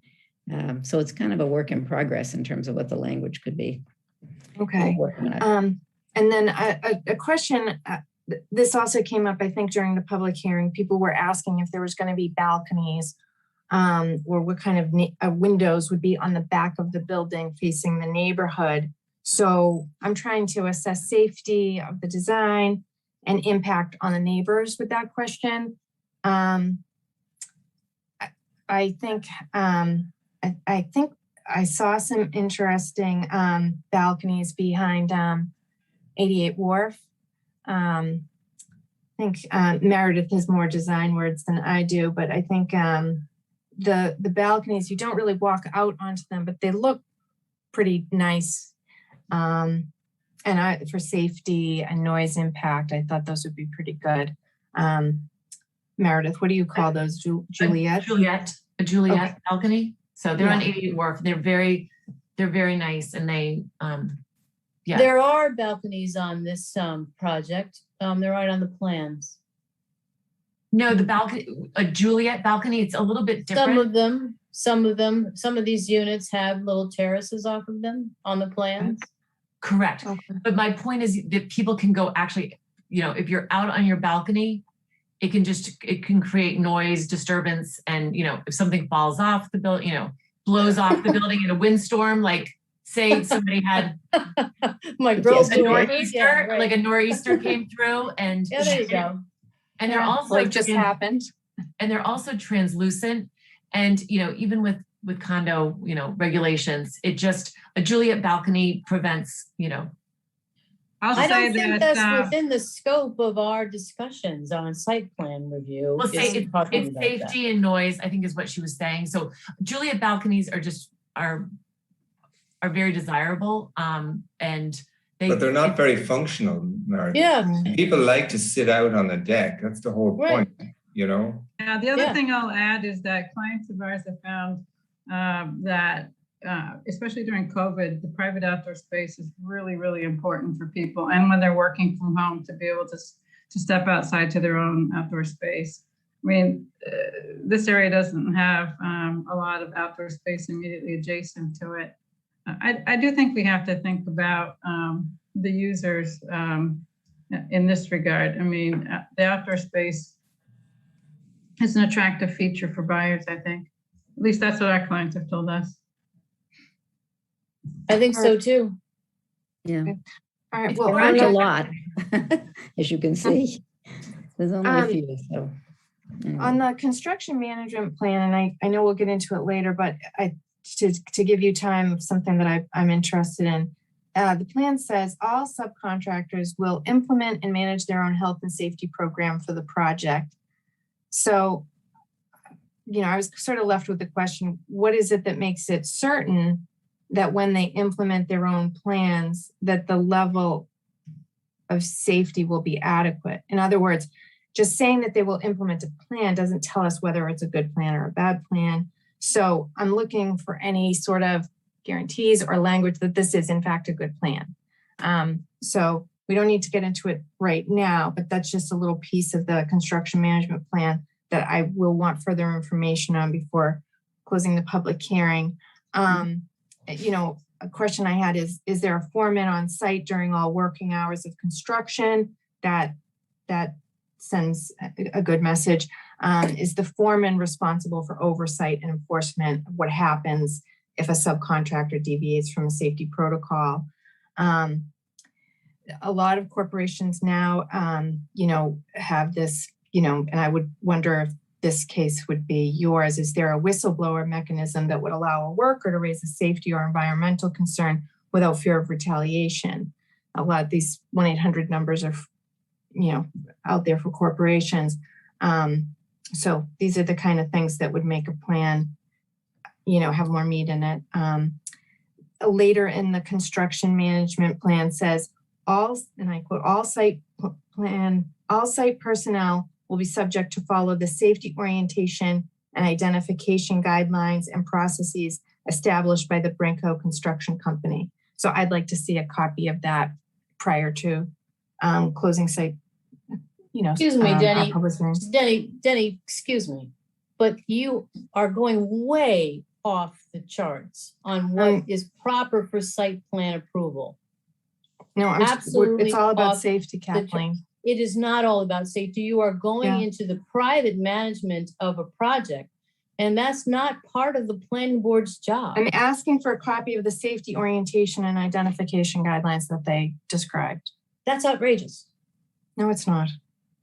It is Okay, I'm going to absolutely move on. outrageous. No, I'm going to move Well, on. I'm going to move to close the public hearing because as far as I'm concerned, we have heard absolutely everything from these folks. It's time for us to move on to deliberations.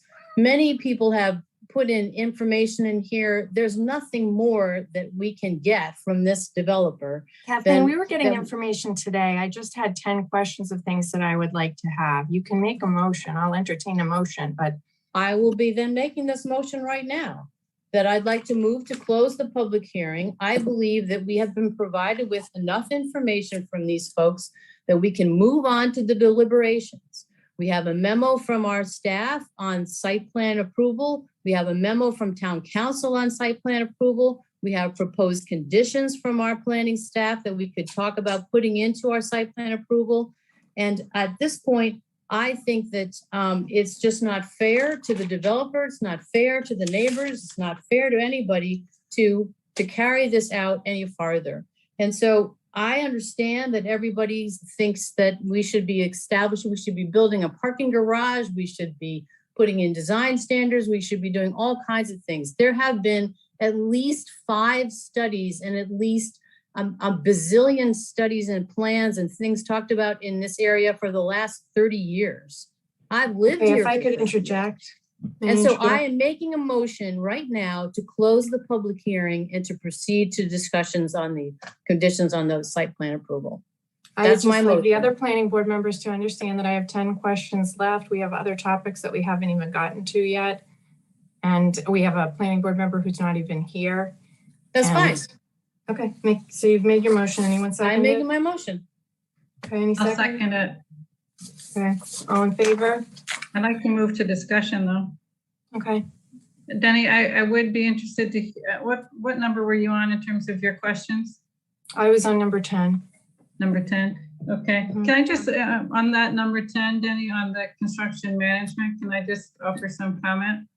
I reached out to our building commissioner after I read the construction management plan.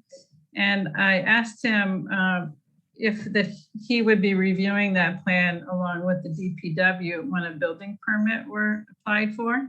And he said that absolutely, that his department and the engineering department and public works would be reviewing that plan very carefully, and they would have pre-construction meetings and so forth.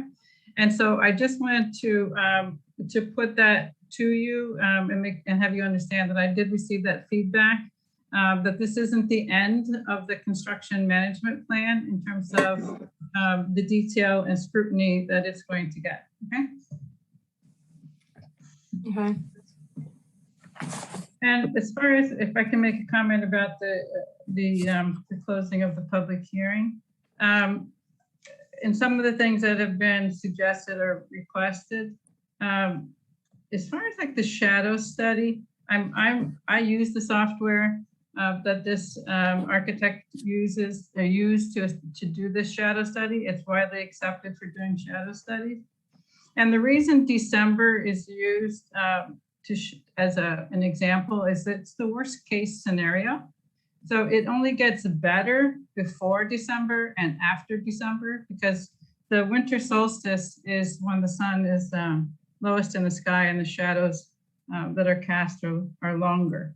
So I reviewed the shadow study that was submitted. They didn't show all of it here tonight. And I feel as if the information that's contained now has given us the information that we can evaluate, we can debate, or we can discuss. I don't think we need additional shadow study information. The stacker information, we were provided with additional information also. It's in our folder in which I've reviewed we all had opportunity to visit the installation. I'm just giving my reasons for supporting the closing of the public hearing. I want people to understand who might be listening, why I'm supporting closing the public hearing.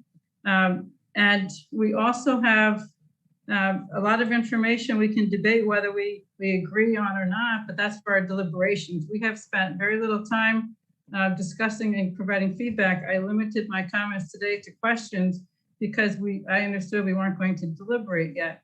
But I do believe that we're at a point that we should start our deliberations, and that's why I support the motion to close the public hearing. All in favor? I'm in favor. We need to do roll call. Okay. Right? Cheryl Tagayas, Yes? Meredith Hall, No. Jenny Swenson, no. So here we are, Kathleen. We just wasted the last 10 minutes. It's not a waste, Jenny. Okay, it's fine. It's fine. But it was just, And I don't mean, it's just, understand why. I don't okay, understand. well, let's move on to I'm going to finish my 10 questions. The public, we have 50 people here waiting for more topics. We have 2 more public hearings to get through. And it's just, and this is now my fault. Thank you very much. Yeah. Okay, so I also wanted to ask the developer, can you show us the safety access on the plan, the entry, and how a fire truck would have access at any time to any part of the site? These are the types of questions that I would like answers on before I close the public hearing, before we close the public hearing. Is there a building made with the materials that the developer is proposing I could go look at? I didn't know if they could give us an address or something. I would love to go look and see the materials that they're talking about. The sedum on the roof. I like the idea of green on the roof and appreciate the absorption of CO2 at this location. But my only disappointment is that the green will mostly be seen by those looking down. I didn't know if there was any way to do garden boxes around the edges, which could also be a nice buffer for the neighbors to look at. They'll be looking at green, maybe then sedum in the middle or something. But I just thought that evergreens would be green all year long, where sedum would be probably more seasonal. I'm not sure about that. But I didn't know if there was any flexibility on that. I think the neighbors and the abutters and the community walking by would appreciate to look at evergreens. The town engineer asked for a sewer capacity analysis, indicating that the sewer line is adequate to handle the additional flows from the commercial residential development. I didn't know if that's been submitted. That's something I would be interested in prior to closing the hearing, because if it's not adequate, it's a significant cost to the town. So that's something that I'm interested in. Danny, can I just chime in there? Yeah. That was actually, that comment, I have to apologize for this. I actually dealt with this with Marion earlier today. That comment letter from the town engineer was actually a misfile. So you can save that question for the 193 hearing, because that's what that applies to. You did just get additional correspondence from the town engineer today, basically establishing she has no more remaining questions or issues with the project. Okay, thank you. We have received the construction management plan, and I was hoping we could get town staff, engineering, building inspector, DPW feedback and input on the plan, especially anything safety related. Jenny, just want to interrupt you briefly there.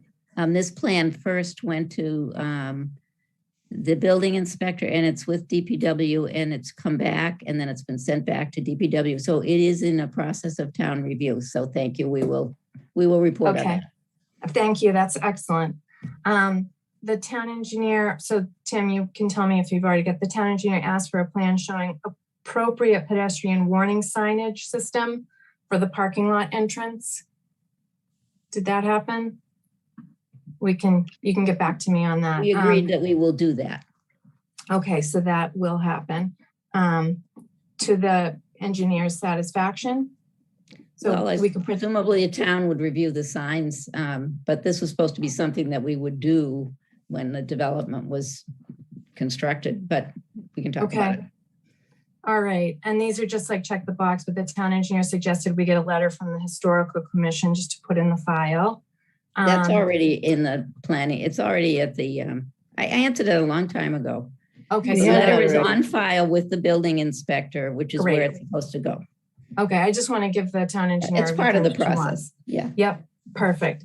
The town engineer said it was noted on page 24 of the application that the tree on neighboring parcel located at 420 Granite Ave may be removed due to excavation site clearance damaging the roots of the trees. So the planning board may consider requesting developer secure permission from the owner prior to approval. So that I would agree with the town engineer on that. I mean, the other planning board members can weigh in, but that's something that I would be interested in prior to closing. Prior to what? But these are just the things that I would like to just wrap up as we close up our public hearing. Let's see, on who, I think we already went over this. Okay. And then lastly, the fire safety. The letter from the Milton Fire Chief ends with confirming that there is a ladder truck that can reach 5 stories, and then they will fight a fire in this building or any building in town to the best of their ability. But he also says that based on NFPA 1710 standards, we do not have enough firefighters for this type of site. And quoting directly from the fire chief's letter, the urban fire department should have 28 firefighters on scene for an initial response to a medium hazard building incident. We have 11 firefighters on duty as a minimum staffing. As you can see, we're understaffed. Milton Fire is a suburban fire department that was built to fight fires in residential 1- and 2-story homes. Buildings that are 4 and 5 stories high require a lot of manpower to effectively mitigate any type of emergency incident. Quite frankly, these buildings are putting the life safety above the adequate reach of the fire department. So it's a direct quote from our fire chief. So I would like the town staff to add this letter from our town fire chief into the public file online. Safety of our residents is probably the biggest component of site plan approval. So I believe it already is online. Yeah, it should be. Good. Okay. And so That's what I I saw. would appreciate any comments, not now, but in the future, on the fire safety and revenue implications of what was described in the letter. Can we ask you, Excuse me, Denny, that's completely inappropriate for us to be considering.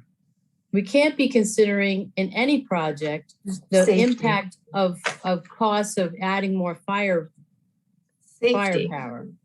Safety. I mean, the cannot do 40Bs that. are all Revenue has been a 5-story topic. buildings.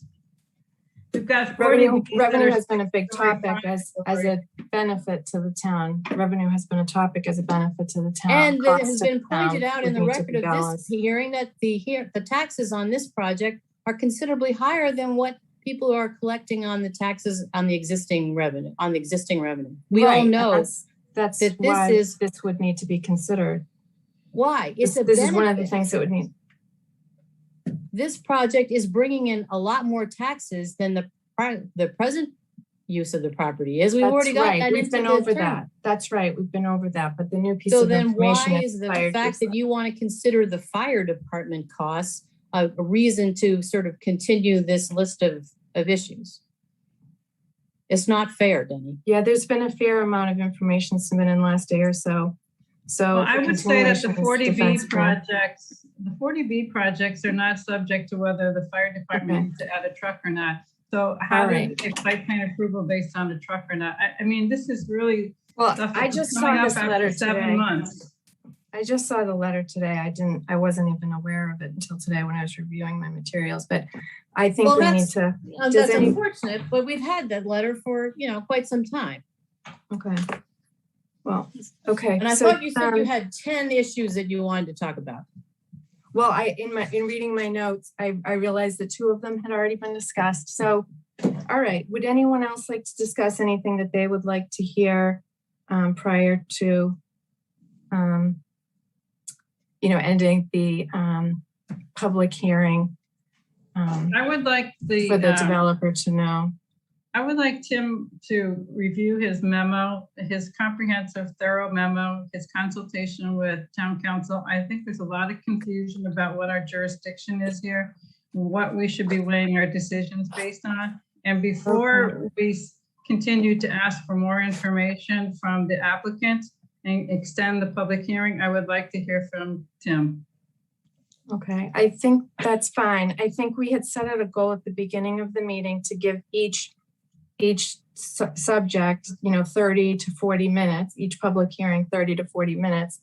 I'll let Tim speak to that, but we've exceeded our 40 minutes, but we did cover a lot of ground. So I think these things do take a long time, each one of them, but we still have 2 public hearings to go. So. Thanks, Denny, and Cheryl. Thanks for. So I do want to be brief, and what I will say is rather than kind of rehashing a lot of stuff, that memo did come in in the last couple days. Please read it. It's posted online. For anyone who wants to read it, it's a recommendation from the planning staff, and I think it goes into a little bit of detail on kind of how we recommend the planning board kind of conceive of this project in the realm of site plan approval. We'll also have a legal opinion from town council about, what are the parameters of site plan approval. And the reason I requested town council to draft that is because site plan approval varies from town to town. It is a creature of local bylaw as opposed to state statute. And so we're kind of on our own when it comes to how we interpret our own site plan approval. There's no real precedent in other towns because every town does it differently. So I would advise, reading those 2 documents, and the best advice that I can give the planning board is because anyone that wants to dispute a decision by the planning board on a site plan approval, the first place that they have to look is the bylaw. And that is, the zoning bylaw in Section 8D, site plan approval. And there are 1, 2, 3, 4, 5, 6 general conditions for approval. So when you're looking at these materials and you're making notes and you're asking questions and you're evaluating, the material that you've got, any questions that you have, any conditions that you think you may or may not be appropriate for site plan approval, you should be couching them in the general conditions for approval that are in 8D3. Which means is the question that I'm asking relevant to one of these conditions for approval? Is the document or information that I'm requesting relevant to one of these general conditions for approval? Are the conditions we want to put on the site plan approval, which planning boards are allowed to put reasonable conditions on their site plan approval. That's why the process is there. Are these conditions germane to the general conditions for approval? And if you have confidence in the answer to that question, then you're going to end up with a good decision that's defensible and appropriate.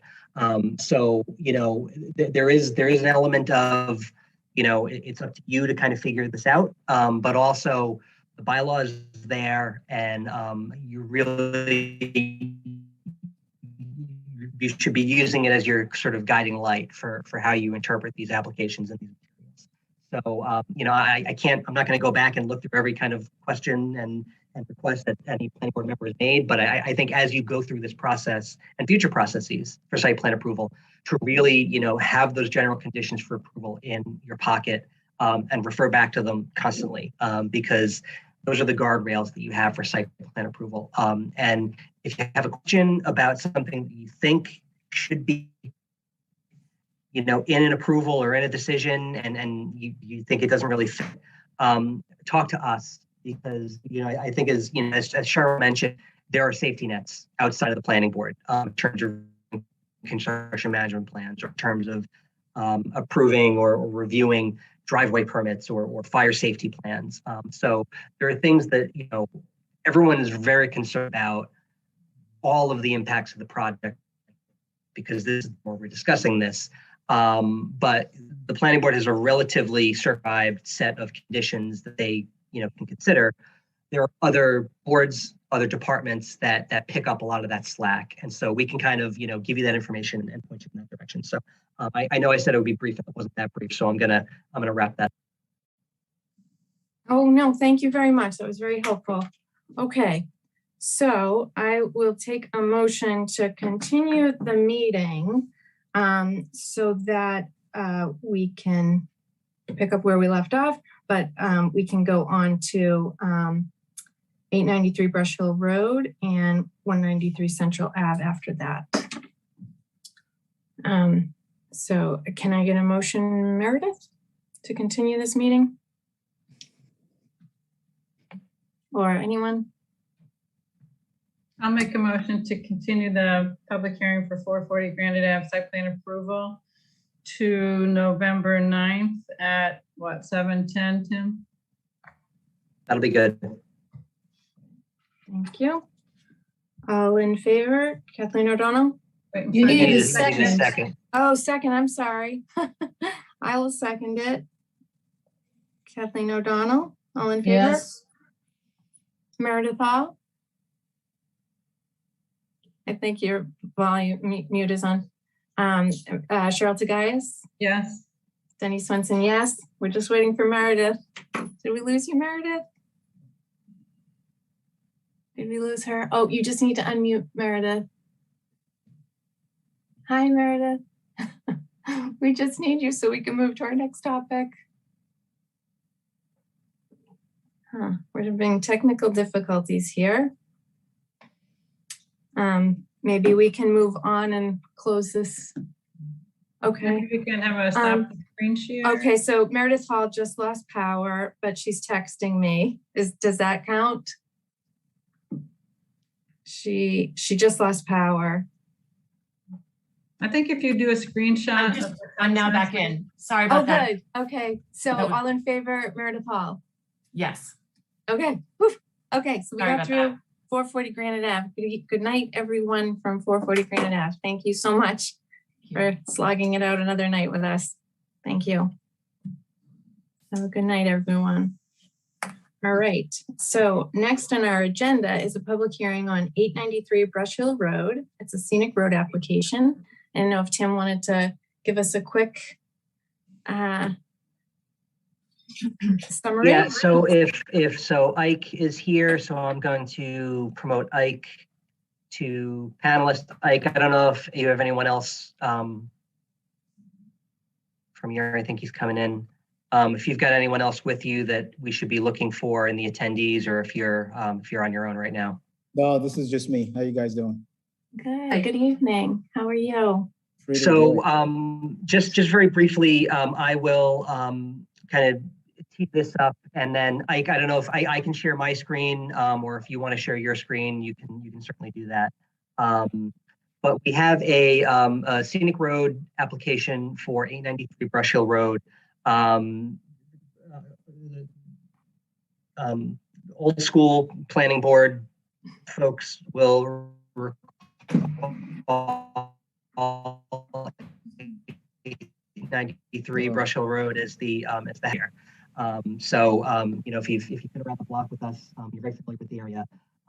It's a new house being constructed on that site, and what they're proposing to do is to basically, there's a semicircular drive in the front that basically goes from one corner of the lot to the other. You'll see it on the landscape design shortly, and there's also a plot plan that Ike has.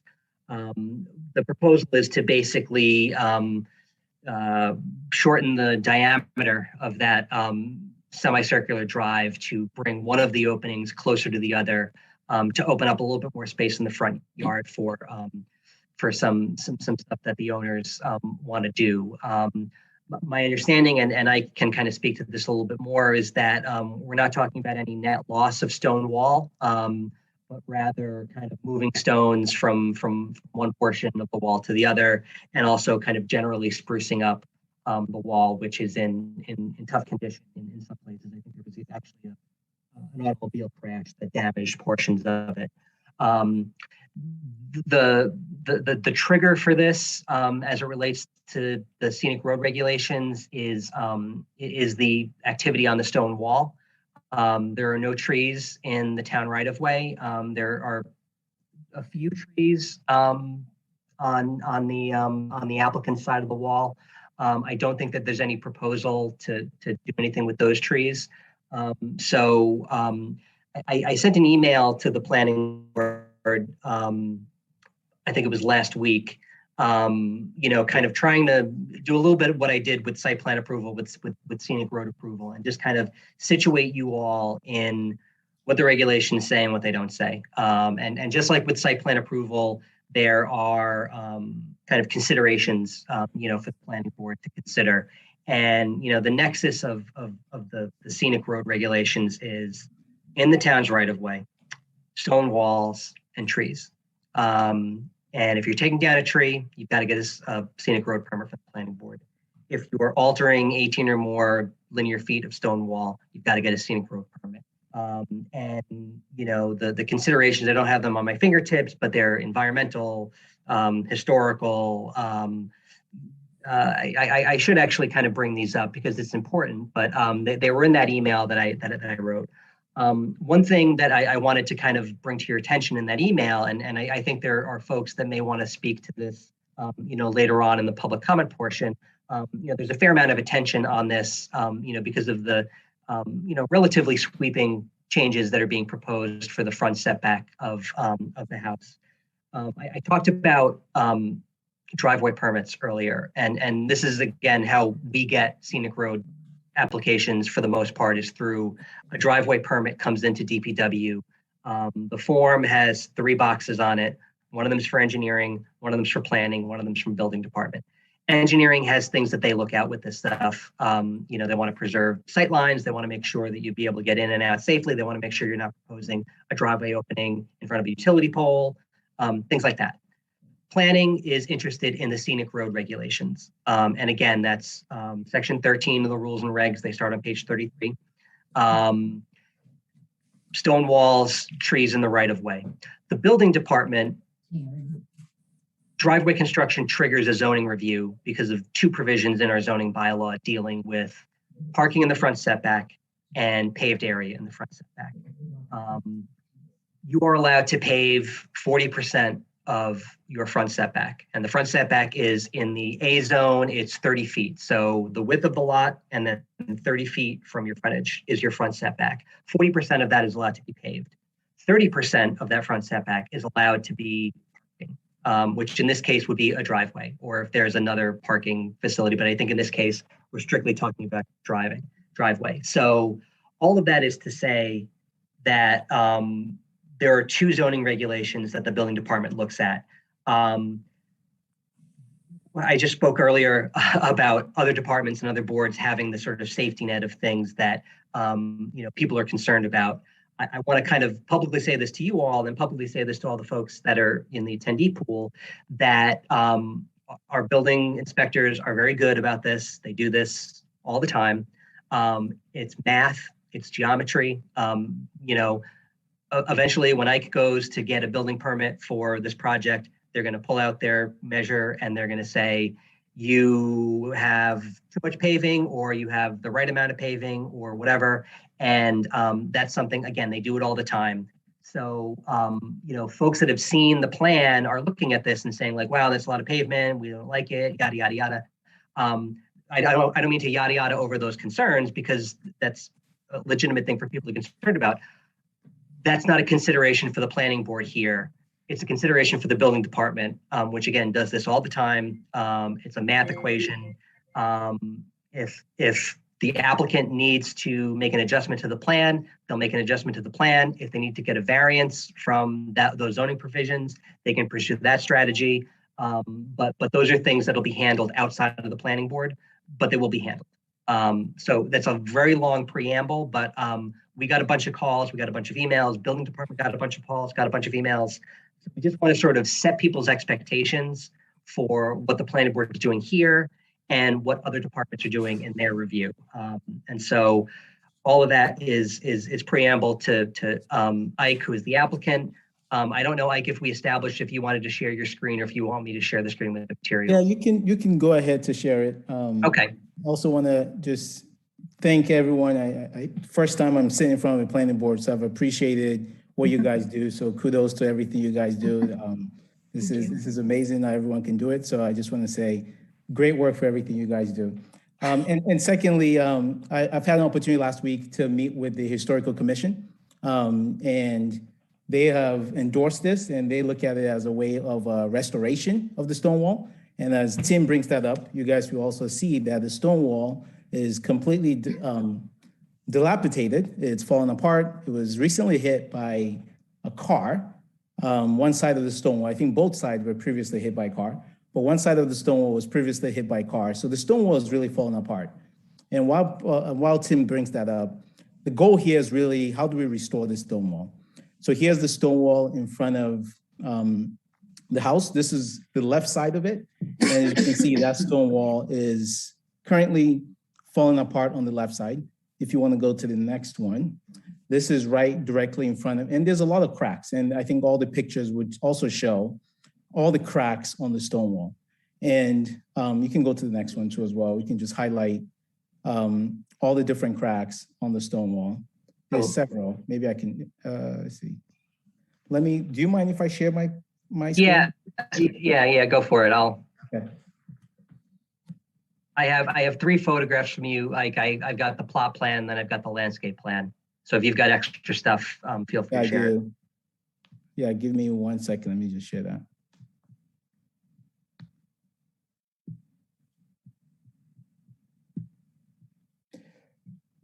So can you guys see that? So here's the stone wall. This is on the left side of the house. And this side, I think, was also previously hit by a car. And here's the long side of the front of the house. Sorry, I'm going the wrong way.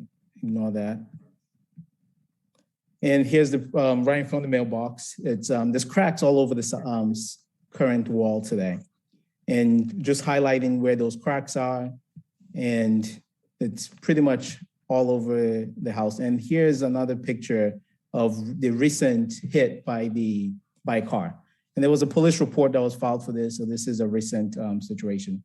So our goal here is really, how do we restore the stone wall? How do we really bring back we love the scenic view. We love the street. We love the neighborhood. How do we restore this stone wall to almost its original state?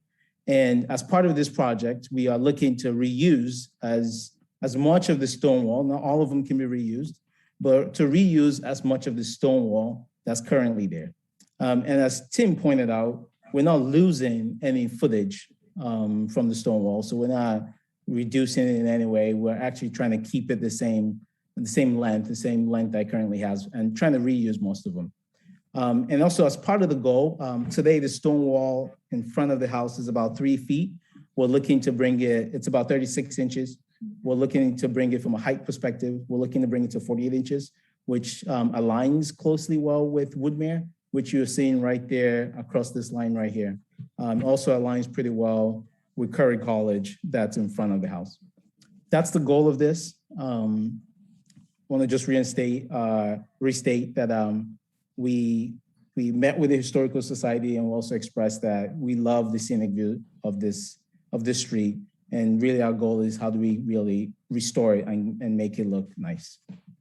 So Ike, do you mind bringing up, Sure. you had sent me the plot plan and then also the landscape plan. Yes, let me bring that up. I think the plot plan is just handy to kind of show, this is what it looks like today. The semicircular drive, kind of goes again from corner to corner. You can see, and then the orange line is the property line, which kind of goes right through the middle of the stone wall. So that's kind of, it's always good to have a surveyed plan that shows you, like, okay, the stone wall is in play. There's nothing in front of the stone wall, as far as I know. And Ike, you can correct me if I'm wrong. So kind of, you can kind of see anything behind the stone wall is on the applicant's property. I think they're. Thanks, team. Just to add one thing here. So, and why we're trying to move it. So today, this was a previous home that was a ranch style home. So we've rebuilt it, we've changed the landscape of it, and we've changed the design of the house and added in a new garage. And as part of that, previously, the entrance of the driveway was here, going directly into the garage. With this current setup, it's a little awkward. where the garage is right here. So our goal is just really how do we move it closer so it becomes a easier flow for us as we go into the garage. And so right now there's an entrance on this side and there's an entrance on this side. And I'll share currently our plan. Our plan is now to really move the entrance to the front of the driveway. So this is to the garage, to the front of the garage. So move in the wall, which was previously on this side, down to this side, and keep in this entrance here. And now you can just come into the house from either way, and you can easily get into the garage. So that's the reason we're actually moving or modifying. Two reasons: one, restoring the stone wall because it's falling apart, and then two, moving the entrance as you get into the house.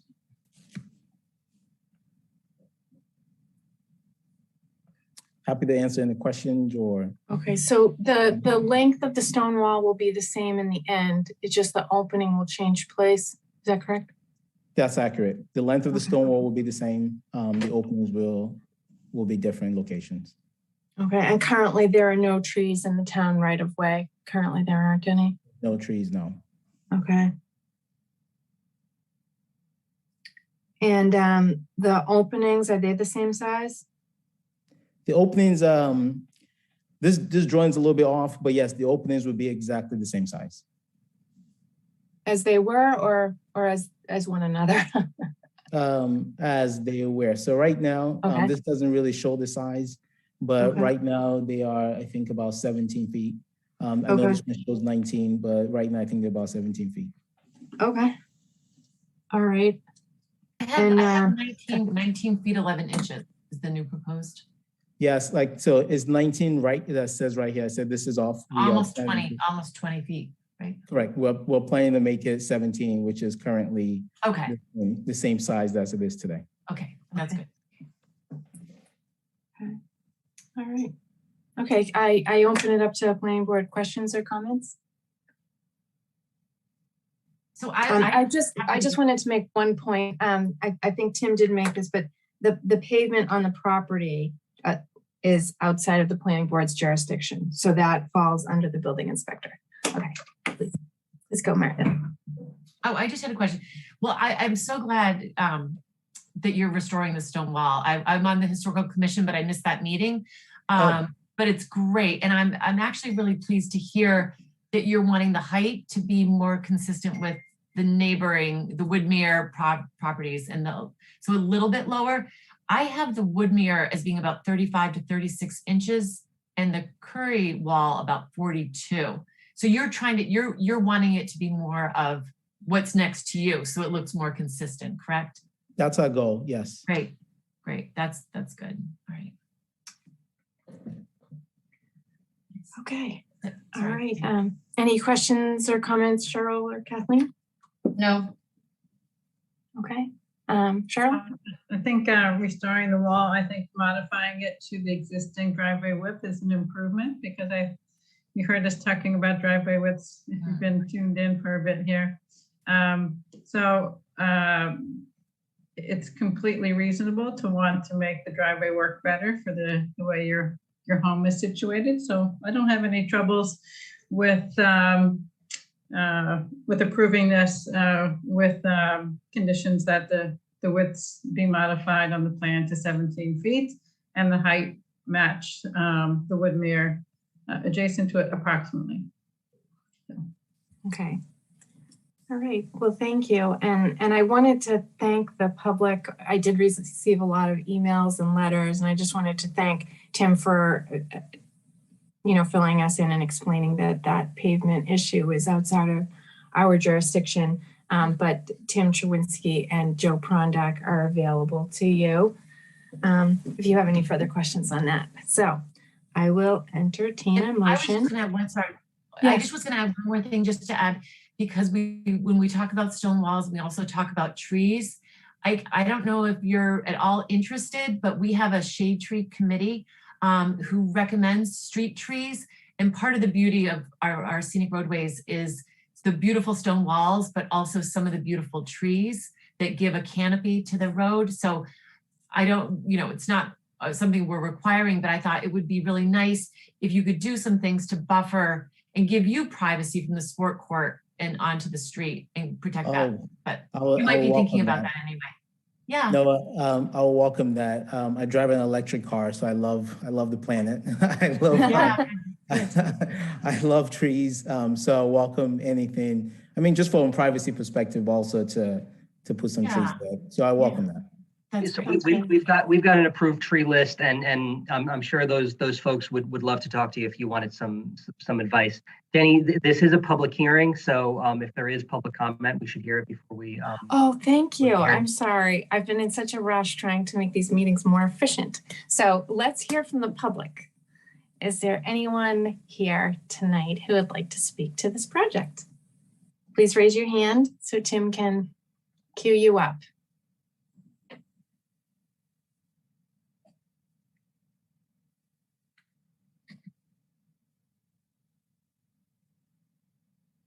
Sorry, so we have Lynn Nguyen and Troy Mixon. So I'm going to hit allow to talk, and you should be able to unmute yourself and speak up. Hey, folks, can you hear me? Mm-hmm. Yes, yes, please. Okay, welcome. Thanks for everything. We appreciate all the work you do. I just wanted to make a quick comment because you've clarified a couple of things. Lynn and I have been here for 4 years. We're the original owners at 50 Woodmere. We're directly to the right of the property.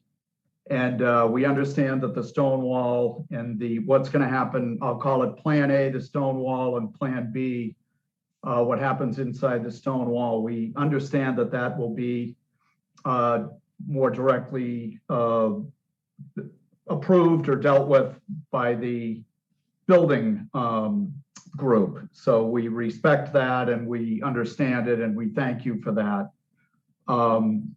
We just there are a number of us that wanted to be on this call tonight just to show that there are significant concerns on what will happen with Plan B. And some of Plan B can only happen if the wall gets to be moved. So that's the only comment I wanted to make. There are a number of us here. We have concerns about water and the so-called scenic look and the tree look that I've heard twice so far tonight. So that's it. Appreciate your letting me speak tonight, and I'll hand it back to you. Oh, thank you. And thank you for participating. Is there anyone else here tonight that would like to speak on this matter?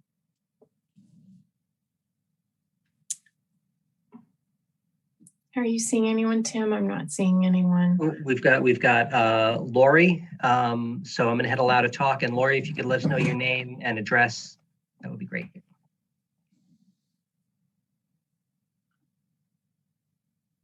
You might need to unmute, Lori. You may need to unmute. Welcome, Lori. We're just waiting for you to unmute, and then we're happy to hear from you about 893 Brush Hill Road Scenic Road application. Okay, while we wait for Lori to unmute, I'm just going to check. I don't see anyone else, so. We have another. Oh, it looks like Lori might have unmuted, so. Let's go, Lori. Good evening, Lori. Could you tell us your name and address?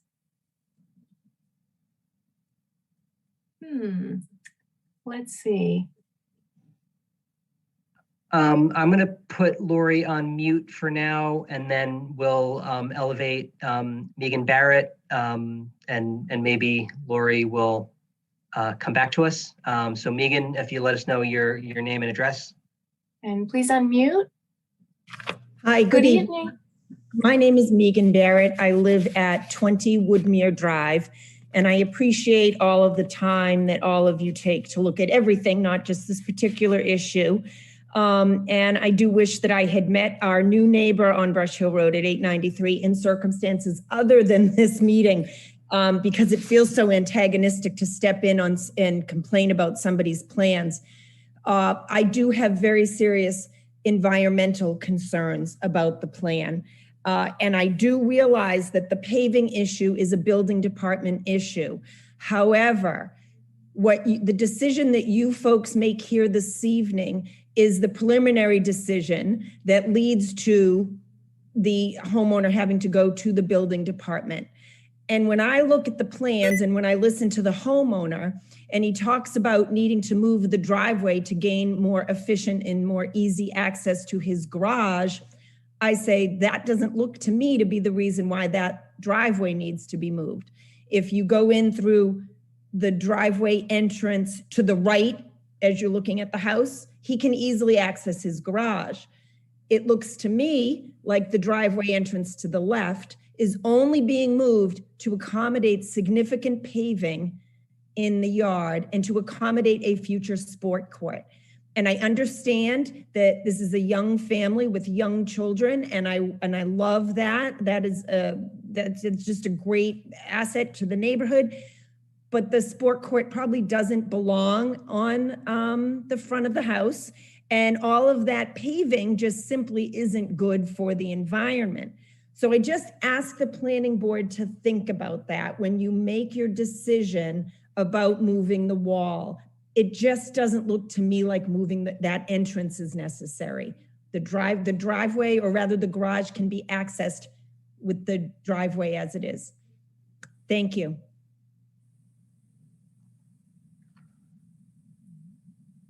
So it looks like Lori is back. So I'm going to hit allow to talk on Lori. And Lori, if you can unmute and tell us your name and address.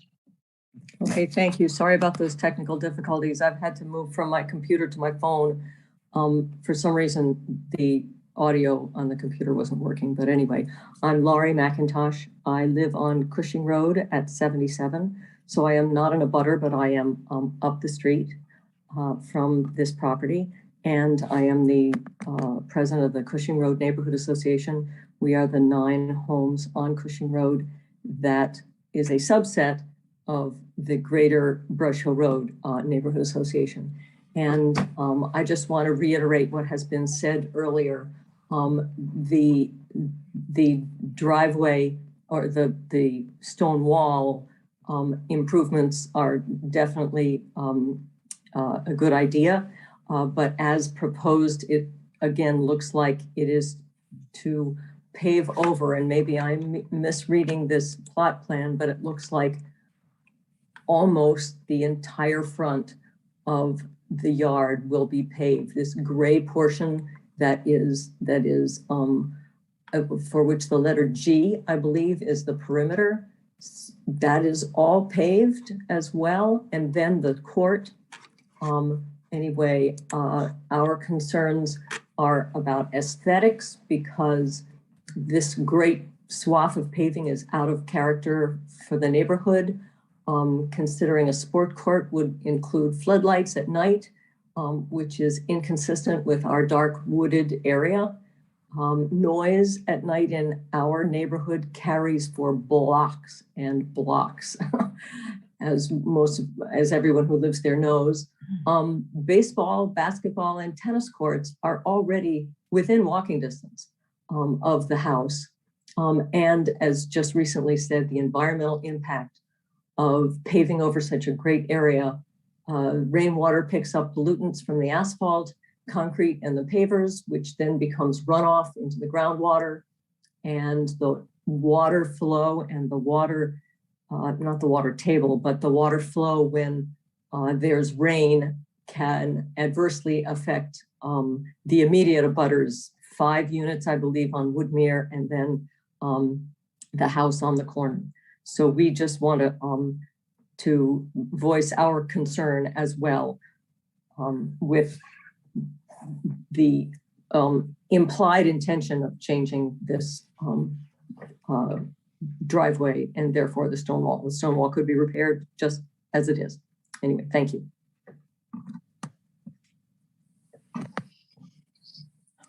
So thank you, Lori. We have Rob Levash, who I'm going to hit allow to talk. And Rob, if you can let us know your address. Yeah, Rob Levash, 585 Brush Hill Road. I had spoken to Ike this week about his application for the scenic by road. I reviewed the bylaws. I echo what Tim said earlier. The jurisdiction of this board is to comment on the stone wall. My wife and I, we have a young family, 2 little girls. We walk this road every single day. The current wall, as Ike has shown, is in complete disrepair. The duties of this board really is Ike is trying to improve and beautify this road, but with this change for the stone wall. I understand some of the comments about the paving, but that's not the jurisdiction of this board. You know, there is the bylaw that, you know, 40% of the front setback, you know, really needs to be looked at. That will be handled by the building department. And so that's a separate matter completely. And I just want to say I completely support Ike, welcome him into the neighborhood. He's a great guy, and I support his family and his children. And to just to address the sports court as well, you know, there really isn't accessible sport courts around this neighborhood. I lived in East Milton for 12 years. It was really nice to go back and forth to Andrews Park and have playgrounds and stuff around the area. So I'm sure Ike and his children will enjoy that sports court at a reasonable size. So that's my comments for tonight. Thank you, Mr. Lavash. Thank you for participating. Jenny, can I just kind of clarify a couple things that I've heard in the comments? Yes. So, you know, and there's, I don't want to make it to sound like, you know, again, that the concerns about the paving are not valid. I think that there's a reason why we have a requirement of how much of your front setback you can pave. Reasonable people can disagree about whether 40% is too much or too little, but that's why we have the regulation. And again, I don't want to kind of, you know, rain on Ike's parade here, but you know, just eyeballing it, it looks like that's more than 40%. So there's going to be an issue further down the line that this application is going to have to address, either through a redesign or through a variance process. You know, once you've got a dimensioned kind of plan for the actual physical stuff. So I just want to kind of reassure people that, you know, we're still in the middle of a review, a multi-departmental review of this project. You know, the planning board's got a slice of it. In my opinion, the planning board slice of it is, you know, satisfied by the materials that we've gotten. You know, the other thing is that we talk about, and I mean to bring this up a lot when we do scenic road applications, because, you know, scenic roads are enabled by state statute. Scenic road has a meaning in the parlance of scenic road permits. And I kind of like refer to it as capital S, capital R. And I think when people walk down Brush Hill Road, they're thinking lowercase s, lowercase r. It's beautiful. The houses are beautiful. The trees are beautiful. The walls are beautiful. Everything is very nice. That's not what scenic road permits are about. You know, scenic road permits kind of acknowledge that there are kind of structural and environmental aspects that contribute to the scenic nature. And so that's why we talk about trees and stone walls.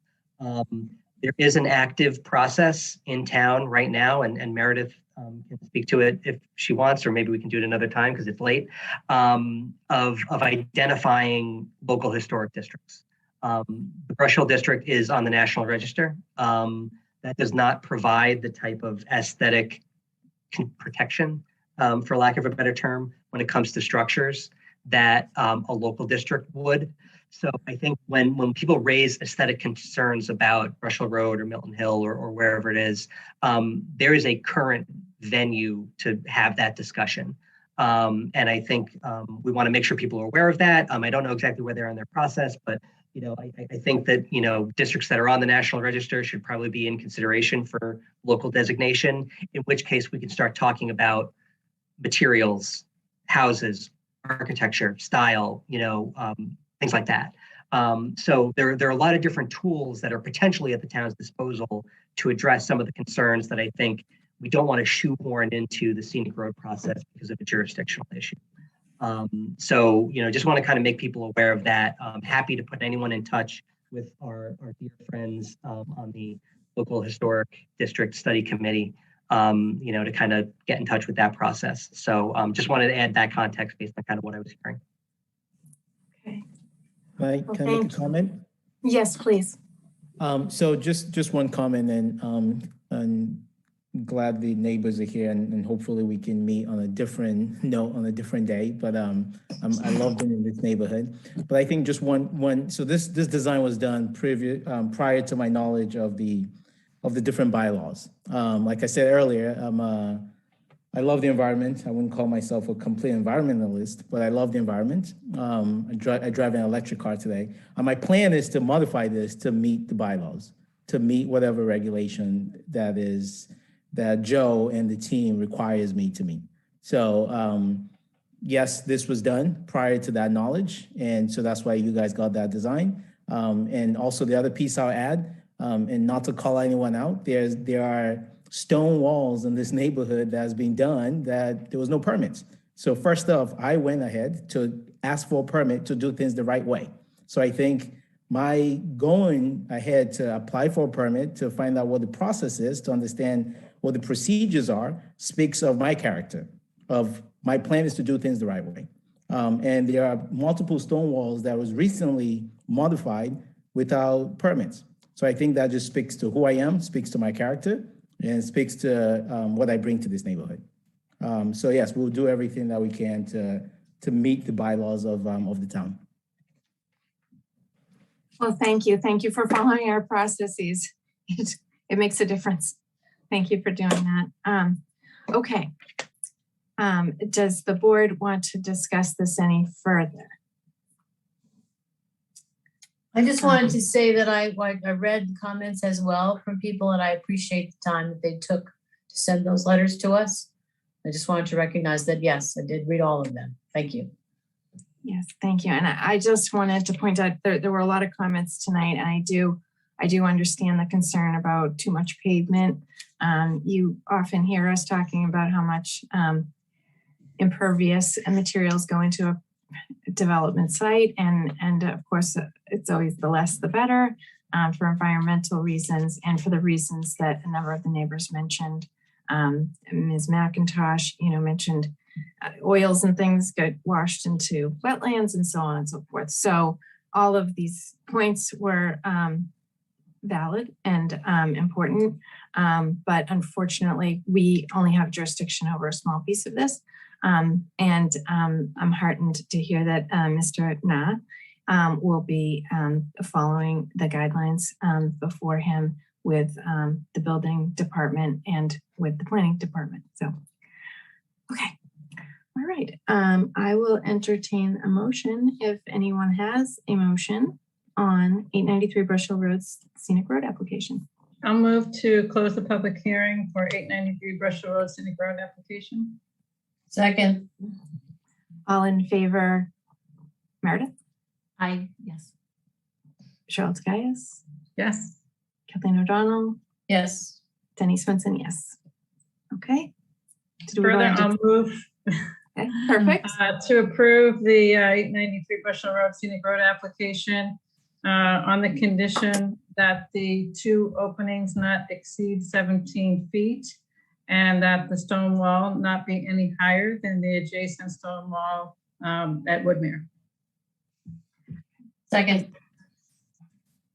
Okay, all in favor, Meredith Hall? Yes. Charlotte Gaius? Yes. Kathleen O'Donnell? Yes. Penny Swenson, yes. Thank you. And thank you to all the citizens who participated tonight. Thank you. And just like for your information, I'll have a letter acknowledging the decision tonight. That's going to go to the building commissioner along with the sign off on your driveway permit application. So that's just how this is the process. Thank you. And that shade tree list is online if you want to just Google shade tree in Milton, and then the list is right there. Thank you. It's so nice to meet you. Welcome to Milton. Thank you. Nice meeting you guys. Nice meeting you. Okay, I'll see you out there. Okay. All right. We have one more public hearing, and then we have two A&Rs. So let's get through this public hearing for 193 Central Avenue, amended site plan approval, continued from October 14th. Do we have Mary in there? She is. Good evening again. Oh, I've been here all along. If there's anyone else from the 193 team in the attendees that wants to be a panelist to discuss this, just raise your hand. We'll get you in. Marion, I don't know. So.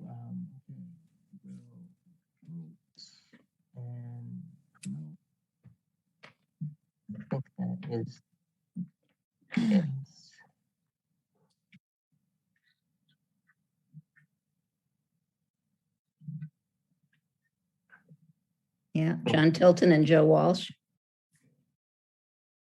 All right, I think that looked like that was it.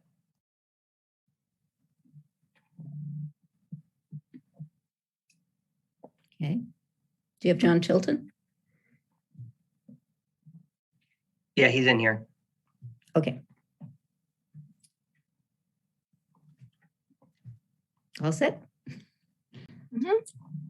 Okay, please.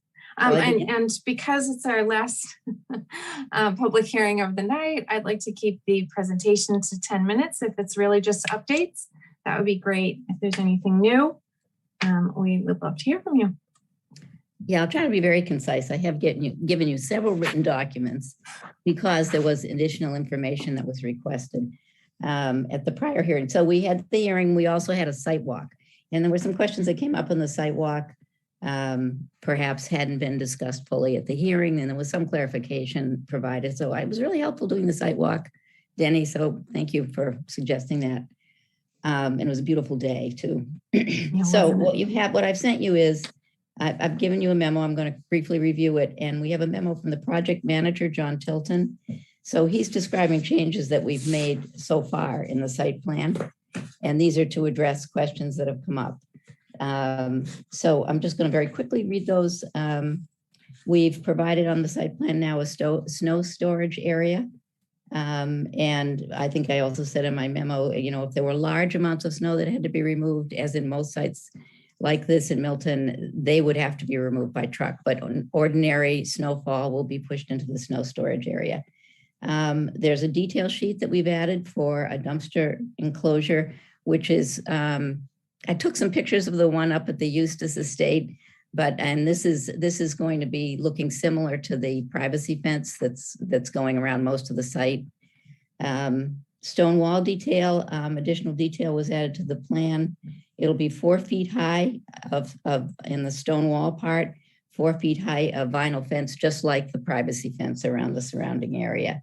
The lawn slopes up to the wall from Columbine Street, Columbine, to approximately between 2 and 3 feet.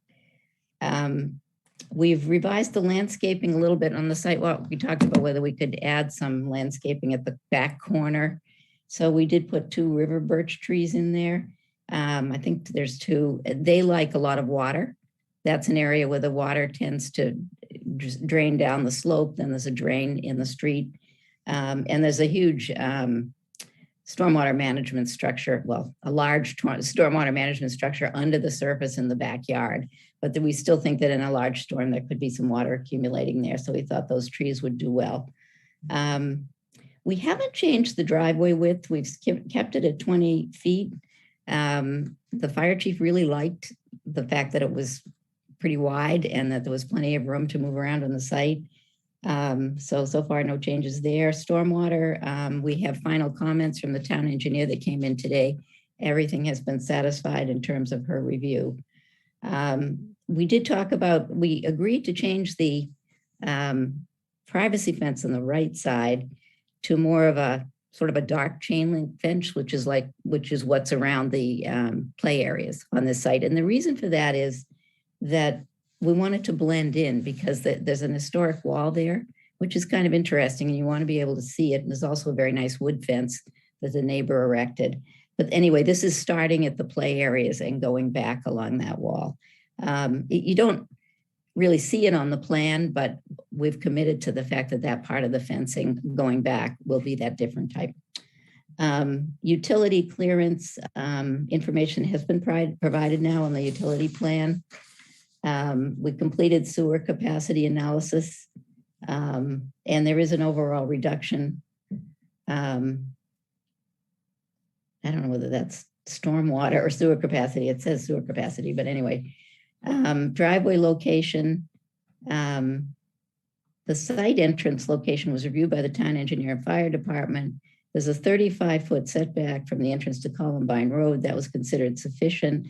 I know that one planning board member has asked us about whether we can move that over. Also, and then if that causes an effect on parking spaces, that's not something I addressed in this memo. And then finally, at the right side of the site, as you face it, with your back to Columbine Road, we added a sidewalk there before you actually walk onto the driveway. That was something we discussed at the site walk. And the idea is that we want this site to be walkable. There's a nice center entrance sidewalk, but it seemed desirable to try to include that right side one so that people don't have to walk across the driveway exit in order to walk onto the site. So we hope you like that. If you don't like it, we can take it out, but we added that to the plan. And just again on moving the driveway entrance over, there's currently 5 feet of distance. We talked about this in the site walk, we weren't sure, between the telephone pole and the side of the entrance. So, as far as we know, that's sufficient. If it needed to be moved for some reason, it could be, but, and as I said, there's 35 feet between the driveway entrance side and Columbine Road. I did address a few other things in my memo. Principally, I gave you a whole separate memorandum on lighting. Some discussion about the intensity of lighting within the parking area at the public hearing. So we had the lighting consultant consulted with Cheryl Tagayas, who had agreed to talk to him about that. And he's produced some a little bit different plans. And he also has produced a specification for a little different pole lighting fixture. So the question for you at this hearing is, do you like that lighting fixture better? It is a little bit more expensive. This is a school, they have huge expenses that they're facing. However, if you like it better, the photometrics I gave you are for the new lighting fixture. And we'd like to know what your response is and, how you, what you would really like us to do. So we did provide that alternative. I also had questions. I think Meredith asked these. We hope to get a sample of the fiber cement shake siding, but we simply could not get it. It has to be ordered. They don't keep it on hand. So instead, I had the applicant and the manufacturer provide more information about the difference between fiber cement shake siding, which is what we're proposing here, and cedar shake siding. And fiber cement siding is a combination of wood fiber, sand, clay, and cement. And there's a little bit of wood in it. It's certainly not what you call a natural product. It's very durable. This particular type is quite new. The style, I sent you later today, I sent you, I think, a photo of what's called the something edge. The type of shingles, the style of the shingle is going to be the same style that was on the Huzik building. It's called staggered edge. So even though it's fiber cement shakes, it's going to look like the wood cedar siding or shakes that were on the old building. However, here's the difference.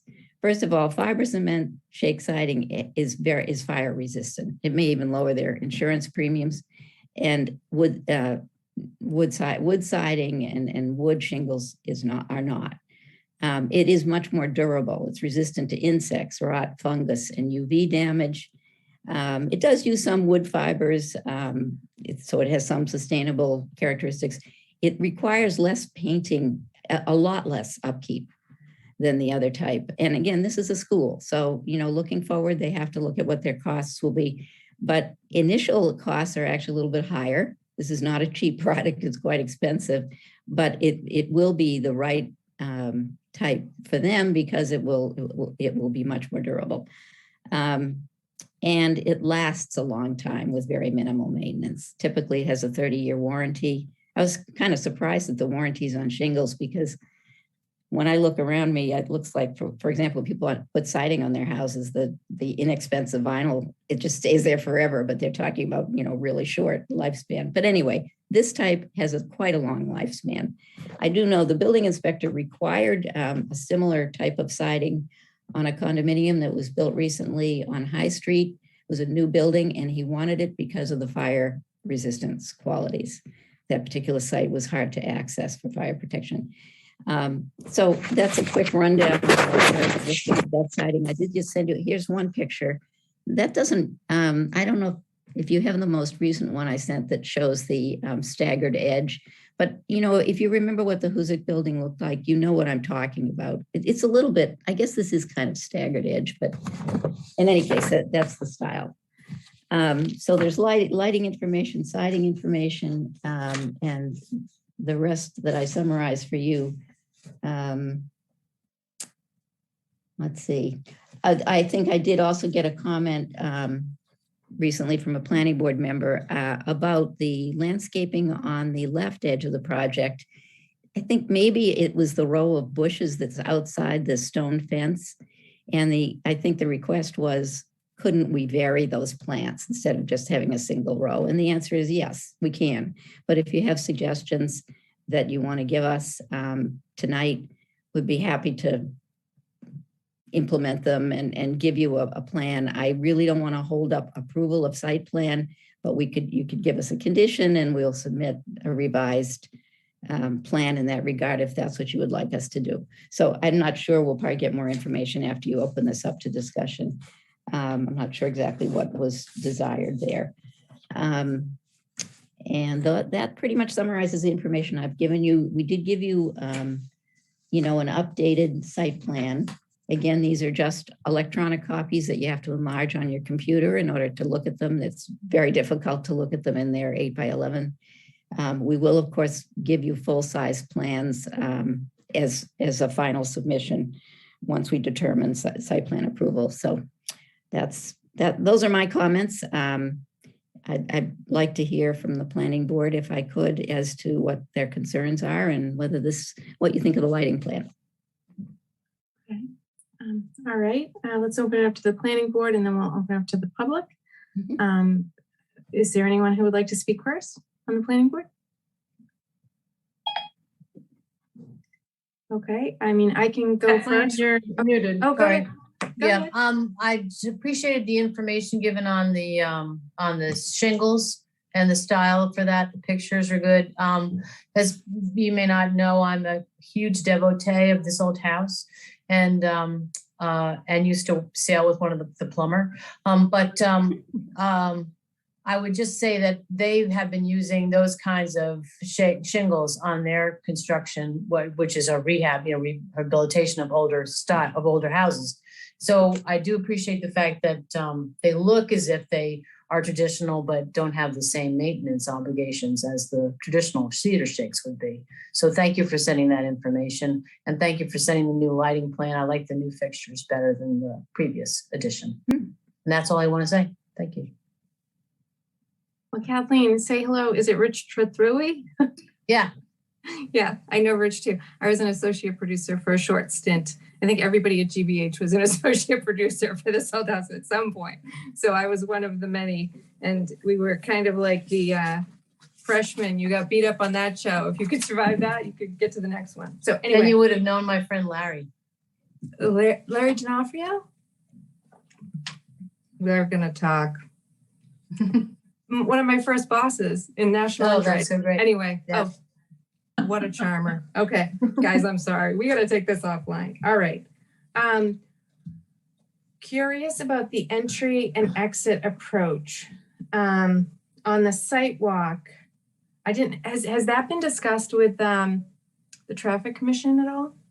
Annie, can we have that site plan brought up as a screen share while you're talking to it? So I'm going to talk to it as well. Yeah, please do. I don't know if Tim or Marianne can put that up.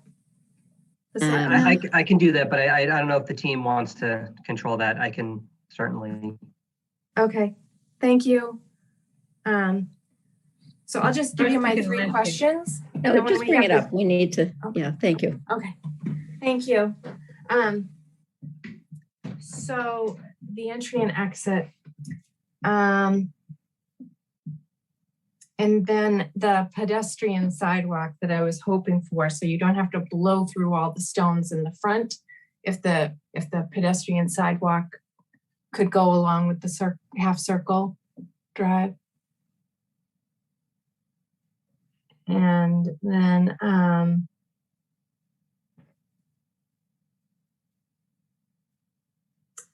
a different question that you don't even need to plan for. I was wondering if the neighbors got the answer to the questions that they had sent us. They had sent us a letter and something like 20 some odd neighbors had signed it. And we were so busy at our last meeting. I was just wondering, were you able to sort of get all those questions? Did you do a response letter or anything, or have any follow up with the neighbors? I think I reviewed it and everything, and I thought. Yes, I know you did, covered a Marion. lot There's a the last letter. meeting. I think I You covered a sent lot us- of it. I did forget one thing though, Yeah. when we were on the site walk, and I think this might have been mentioned, I'm not sure. The Atwoods, who live in the, as you look at the plan here, they're on the left. They were asking us if we could put the fence on the retaining wall that's along the back there. And we were all saying, well, we don't know if it's on the site or is it off the site?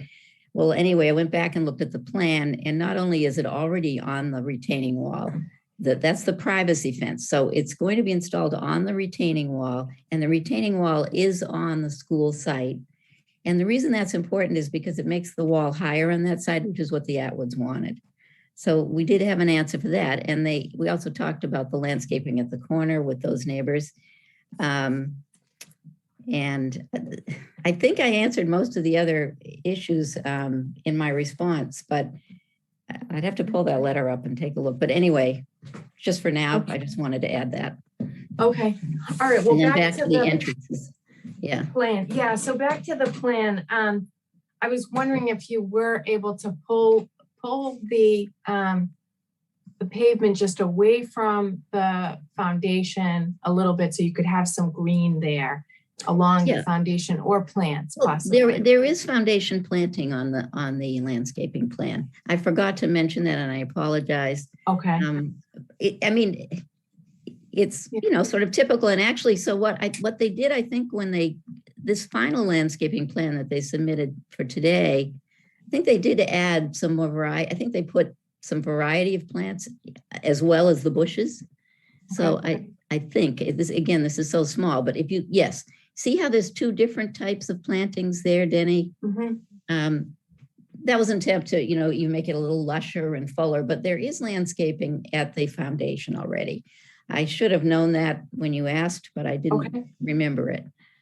All right. And what about the sidewalk along the half circle driveway? So pedestrians don't have to cross traffic. They can just kind of walk inside the circle, drop the kid. If you look at the top, I need to pull down the plan so we see the top. Okay. We added a sidewalk. See the grid there? That's a sidewalk going in on that side.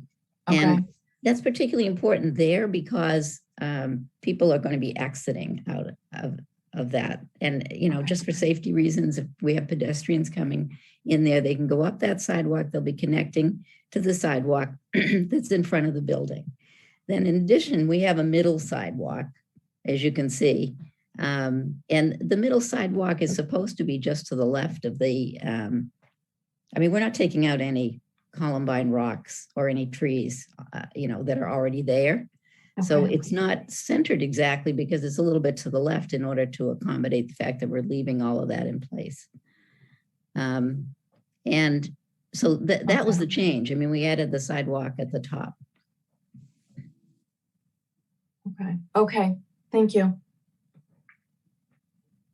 Cheryl, please go ahead. Oh, okay. Yeah. Sorry. Sorry. The fiber cement. I was going to comment on that at our last meeting. I support the use of fiber cement. It's definitely an appropriate material for a commercial use where longevity maintenance, fire, looking at combustible materials. We unfortunately know how quickly combustible materials can get out of control in terms of a fire. And so, in terms of the quality of the product, there are different manufacturers of the product, but it's definitely just used all the time. It's just a really common material that that can look quite good.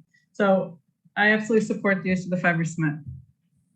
On the lighting, thanks, Marianne, for putting the I guess the lighting designer consultant in touch with me. We had a good conversation. I talked with him about the fact that there were on the prior plan places where there was as much as 4 or 5 foot candles, and he said that he needed it to be that high because he needed to hit the average. And I said, and we talked about what parameters he was given and so forth. And I said, but can't you add fixtures and get your average or your hot spot down, and so you get a more even lighting instead of high and low?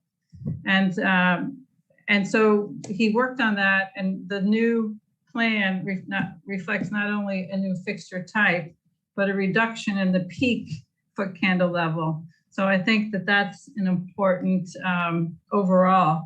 But the really important thing are the controls, because the controls allow for changes at any point in time. So if they find that they want that it's too bright, as the hours, that they've got it scheduled at, they can fine tune that. They can fine tune it by fixture. So that's, I think, should really be helpful to the neighbors to know that that is something that can be done with this lighting system.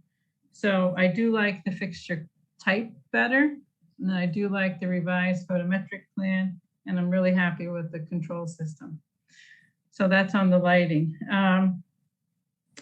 On the landscape and the parking, I did get in touch with Tim today because the plans didn't show a reduction in the parking, as we had, a couple of us had suggested, and Marion's comments hadn't addressed it. And the reason that I suggested it before, so yeah, Tim, if you scroll down back to where you were on that landscape plan to that Columbine Road intersection and just kind of zoom in a little bit there on the landscape plan rather than the drainage or grading plan. Well, we can come back to the grading plan, but the grading on it, Cheryl, sorry. Okay. The grading plan is driving some things that I talked about last time, and retaining walls and berms and fences and so forth. And we don't really see them here on the landscape plan, but we see the result of that grading is that, the walls and the fences, and now even the snow storage in that area. So if we zoom in on that snow storage down by Columbine, I just feel like both ends of the parking lot are tight. We're trying to put too much into that length of frontage. And I see it here with how close the snow storage is to, and we have a fence that has to jog out. So we have a fence on top of the stone wall. And then the stone wall ends and we have a fence turn perpendicular and come down and then turn out pretty close to Columbine Road. And so, to the intersection with Central Ave. So that, and the new materials don't help me a lot in terms of what that whole public face looks like. I'm the one who commented on the row of, Tim, can you scroll down a little more so we can see the plant list?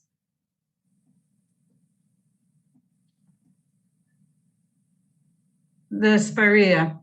There's just a line of spirea along the edge there, and then it slopes up and we have stone wall and we have a fence. Now, that can be a much nicer landscape transition to Columbine Road, I believe. And so that still remains an issue for me, and not reducing the parking lot by, 2 spaces, which would only be 1 less than what you had approved previously, which seemed to have worked for you the first time around. And so it would just ease this corner up, and it potentially could ease up the corner if you scroll back up to the top now, Tim, where the sidewalk is jammed against the dumpster enclosure. I mean, if taking 2 spots out is really like 9 feet. It's not a huge amount in terms of how much additional space you have, because you're talking about 1 spot on either side, but it does help. So I guess I'm disappointed that you didn't look at that, and that you didn't have a landscape architect or consult with a landscape architect about really getting a nicer, more, I guess, varied landscape plan, I would say. Like, I understand like boxwood, you have 2 rows of boxwoods on the Central Ave side. So it's going to be a line of these boxwoods and then the trees. How does that relate to the more natural landscape of the rocks and the existing trees? And these are the things that people will see the most. The rest will kind of blend back, but what they see when they walk and drive by will be right there at the face. And I know, it's a tight time frame. I'm sensitive to the fact that this applicant suffered the fire and has had a delay and needs to move forward. But I'm also disappointed that these fairly minor requests haven't been considered. Can I just respond a little bit? And I really want to ask for a response from the engineer and from Sunny, the owner, but I just want to explain on the parking spaces. It's sometimes with a lot of different issues, and they're all legitimate, of course. I mean, they're all good issues, Cheryl. It's hard to understand, what you're really looking for. So I thought that I get what you're saying. I don't know why you would move the entrance down on the exit side, but I can see what you're arguing. I mean, I can see that you're arguing for more space on the other side because it's tight and so forth. You almost immediately get into the Columbine rocks and so forth on this exit side. And you're also talking about a lot. I mean, it could be more than 2 spaces. So here's the thing on the spaces. As I said at the previous hearing, I say it to the whole planning board and to everybody who's listening.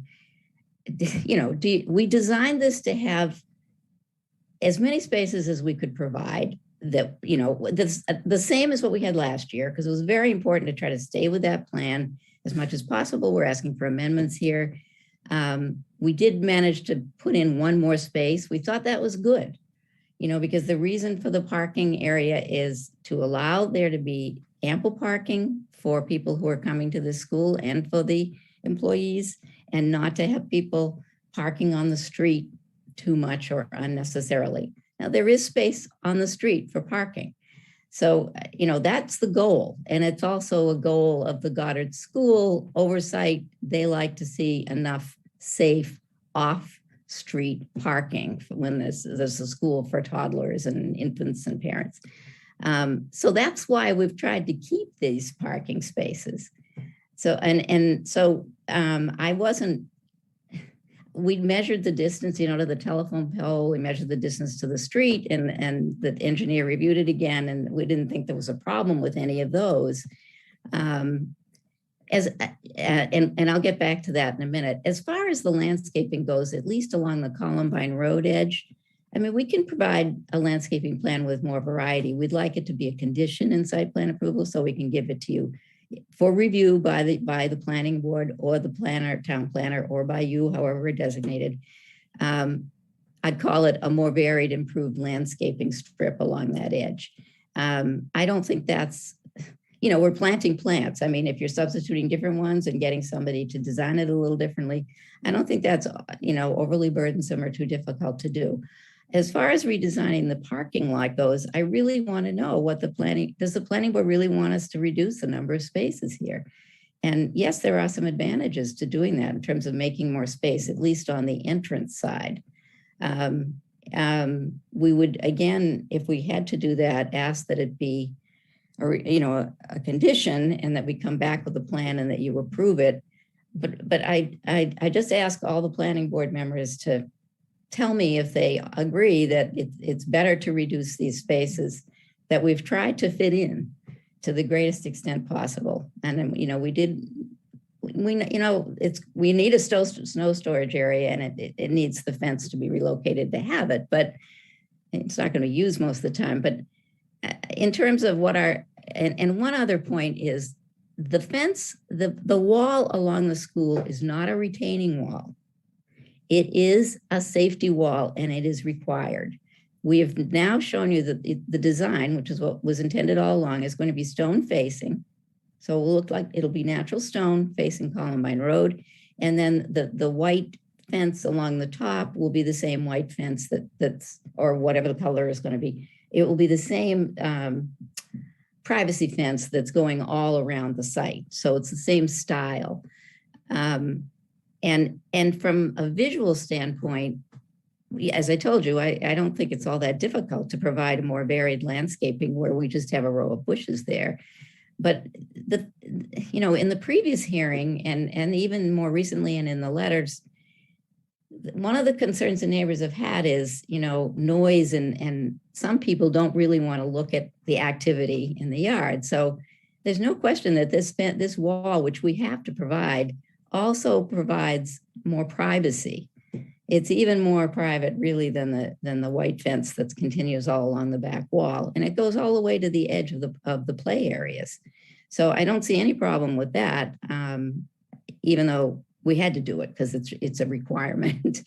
And it happens to be, it's only 4 feet high, but it happens to be located where it should be. It's far enough away. It's not too close to the neighbors and that kind of thing. So I will ask the applicant and the owner to respond on the driveway dimensions. I'd be just interested to know if other planning board members agree or have different thoughts on that. Whatever. I'm a little bit sort of not sure what to do. So Cheryl, we were aware of your concern, and we thought that we didn't need to do it. I guess that would be my answer to you. That's why we didn't reduce those spaces, because actually we don't really want to. I think it's better to have them. But if you feel that we have to do it, then Marion, thank you. Figure it out. May I speak for 2 minutes and please respond to Cheryl? Before responding, Cheryl, I just want to acknowledge and thank all the members who did the site walk. It was a pleasure meeting all of you and getting your feedback.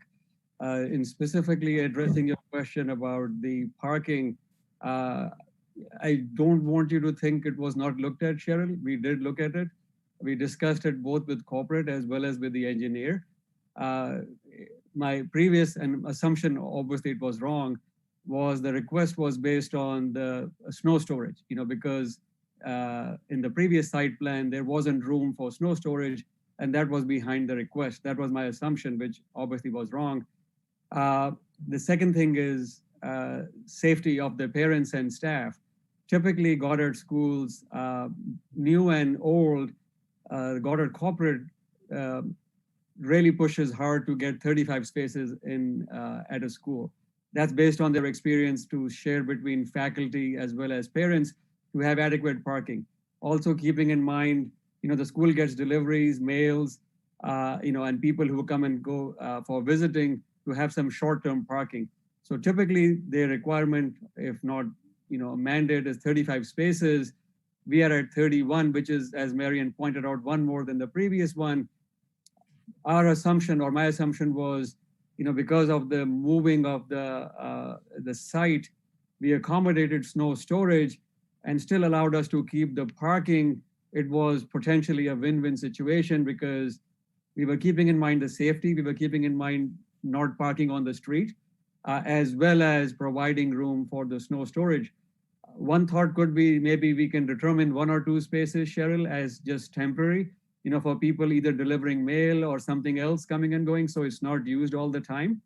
That could be one way to address your concerns around maybe parking, but also give us that extra space or 2 just to prevent people from parking on the street. So that's my only comment.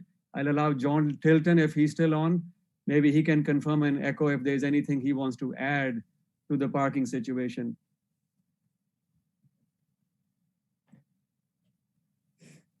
Thanks, Sonny. Now, I think you explained it well.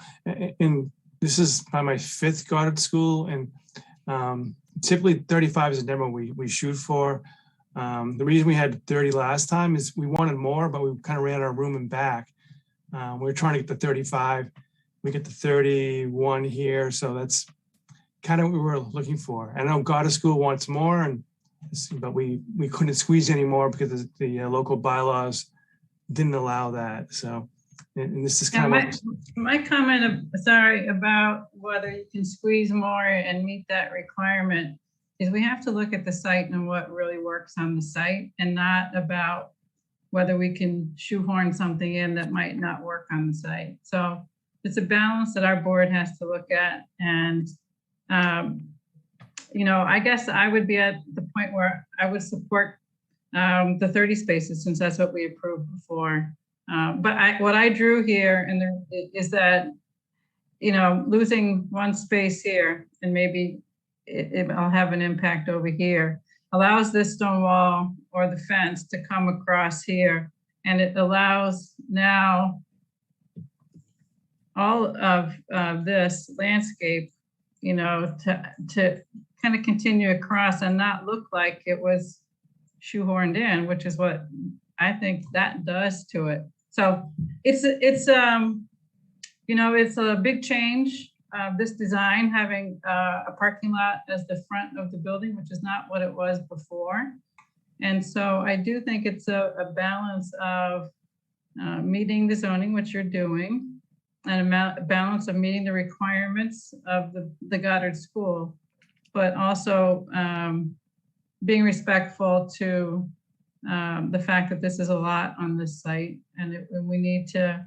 This is a very little bit of what I would call accommodation for what else is being really looked at here. So, so that's. If I could add something on the sidewalk, I noticed that corner was really busy with a mailbox and like a whole bunch of stuff right there, and giving it just a little bit of breathing room. And then Cheryl, you might recall better than I can. I didn't know what the impact would be to the headlights onto the Ross Denny property. At the time, I thought it might improve it if that was moved slightly, but I'm not positive. Maybe the public would know. You know what I'm saying? People were exiting. This is an entrance. This is the entrance. Okay, because, okay. Well, unless the planning board changes it. We've changed it because if it's an exit, then there is the property directly across the street. You know, it's a wide street and all that, but unfortunately this school closes at 6 o'clock at night. It's not open on the weekends, but if cars exit there late in the day, there'd be some headlights straight across. So and that's true, as you know, would be affecting the Denny's, I guess, a little bit too. So that's why it's this way, unless you think that's the wrong design. That hasn't been by the traffic committee, has it? The entrance and exit options? No. The traffic, well, I think I pointed out in the first hearing that one feature of this design is that if it appeared to be necessary to change either after 6 months of operation or on some recommendation, I mean, it's simply a matter of redesignate. In other words, you decide these are exactly the same in size, you can change them. And so, you know, if the traffic commission recommended a change, then we would be able to do that. I mean, we were trying to accommodate the concern of the neighbor and you know, setting it up this way. I'm not talking about the distance now and moving the entrance. I'm talking about just the direction. But if safety concerns override that, probably safety is paramount. And of course, if the traffic commission recommended it, or the police recommended it, we would be able to make the change. So it's just something that we can do if it turns out that it's recommended. Yeah, it's kind of interesting because if people are coming from, let's say, Elliott Street, and they're going to pass the first drive and go into the second, and then they could have somebody who's exiting at the same time. So you have kind of like a cross traffic kind of pattern that would be totally different if you came in from that side and you took your first drive in and came out there. So I'd be curious what the experts on safety say about that. Because of that, you know, depending upon how many people are coming at any one time, how much queuing you're going to have there for a turn in. So if that would be interesting. But mine was really here more in this comment had to do with how crowded the corner is and the fact that you know, there are neighbors across the street who this is what they're going to it's a big change to them, where they had like a landscape and then a drop off at the building entrance and it was set back, and you know, is quite a bit different. So, but it's really more about, trying to do small things that could have a nice visual impact. And as far as the landscape plan, and having that be something that follows, I don't have a problem having it follow, but I would have it also look at the Central Ave portion too. You have 2 rows of boxwoods, is really sympathetic to the existing kind of trees and rocks that are there. But I mean, those are my views, and the other board members, you can see what you think about that. Okay, Meredith, did you want to talk before or after we hear from the public? I can be real quick. I Okay. agree with Cheryl. If you just pulled out that one parking spot, it would be much more desirable. This is a real area of a lot of pedestrians walking. To have that be more green space and pull your pull the fence back. So it's more, consistent along there and have more green space. I also thought on the site walk, we talked about doing a dark green fence instead of white. And the only reason why I'm even talking about color is it sort of blends in with the trees and it sort of disappears. And I think that would be the goal. Correct me if I'm wrong, but I thought we were talking about it, maybe a dark green. Is that fence? Yeah. It's a wood fence. That's that wood type of fence along. Yeah, we'd have to ask. I think that's the kind of input you should be giving us. Actually, when I first, last year, Sonny Verma told me he wanted to do a green fence. And I said, oh, a green fence. So, it just goes to show what I know about design. But anyway, so I don't know, Sonny, what are your thoughts now? Do you have a... So real quick, yes, thank you very much for that reminder. Just wanted to correct Marion. There will be no white fence in the whole building. It's going to be, either looking like wood or, as Meredith pointed out, the green fence in the back for blending in. So that's just a quick correction. There is no white fence in the whole school. Yes, it looks like wood composite, but there are different colors. So that was a great suggestion. I think my only comment there was we'll confirm with the supplier to make sure that is available in the bottle green or the green color that you suggested in the back. So it blends in with the chain link black fence. So yes, that was a great suggestion. Thank you. Thank you, Sonny. And the only other thing that I just had is because I'm very much open to, and I understand the fiber cement shingles, but there are so many different manufacturers. I would like for us just to have a final look at what is going on in the building, that it is what we're expecting it to be, that it's not shiny, that it's not, that it doesn't draw attention. This was such an iconic building in Milton and everybody's so excited to see this rebuilt. I don't want people saying, oh, wow, if we missed something. And I want us to be really careful with this. So I would still be interested in not holding up any vote, but that we do have, some condition on, the landscaping on the side and just a final sign off on the exterior materials. We don't even know what color. I'm sure it's not going to be turquoise, but Well, it's going to be gray. I've stated that it will be gray, but I understand what you're saying. And there's so many different shades. The color. Yeah. We would just like to make sure it's what the it neighbors. It would take at least a couple of weeks. And that's fine. I completely understand. So that's, Okay. Thank you. So couldn't we have that as a condition to our approval that they'll submit that, after the fact? Because I don't want to hold up. Yes, I agree. Yep, I don't For that. either. And they might not even like the first sample they get. They might get the sample and say, oh, this is not what we thought, and switch it up. So that would be great. Thank you. Okay.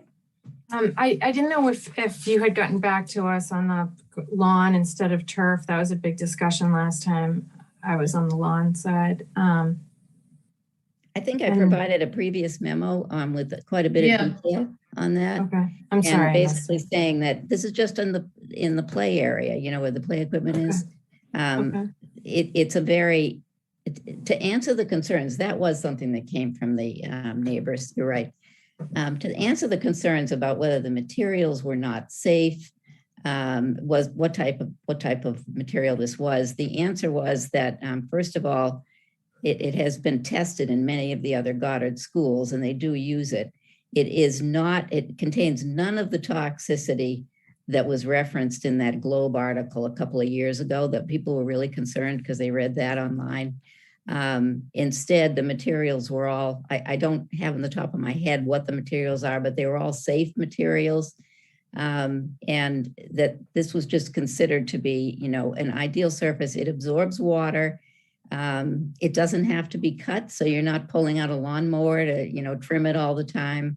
I mean, so, there's a certain environmental side to it, even though it's artificial grass. You don't have to do the type of treatment and trimming and everything you would with grass. But the primary and most important point was that it is a perfectly safe material. It is for playgrounds. It is not, for a football field, or I don't know where else you would use it, but and this was appropriate for a young children's play area. So, we haven't changed that feature of the plan. We just explained why it's safe and it's a good surface. Right. I did to have notes from the last meeting, and I liked some of Meredith's ideas about the architectural windows, the lanterns on each side of the door, the shutters on the first floor, and setting up the dumpster similar to the way they used to sustain theirs. I just thought all of those things would just make such a difference for the neighborhood, because like Meredith had said earlier, this was one of those buildings that really did fit into the neighborhood. It had its historic, charm to it. And I'm just, those kind of things that just give a sense of character and say Old New England residential, because it is in a neighborhood. Didn't know if you had given those. So we do have some answers on those, and I sent them back. Okay. The windows, the quality of the windows will be Anderson type quality. They're not historic. I know there's a type of window that replicates historic windows, but this building is not a replication of the Huzik building. I've said from the very beginning, that's not going to be possible. This is a school. I mean, it would be nice, but some things are just not possible. However, the windows will be high quality, very nice, and they are designed to look like certain features that were in the Huzik windows. So some of the windows have that rounded top. These are different kinds of designs than you would ordinarily see in a school, a new generic kind of school design. As far as the shutters go, we took that back to the architect, and he said he didn't think shutters were appropriate.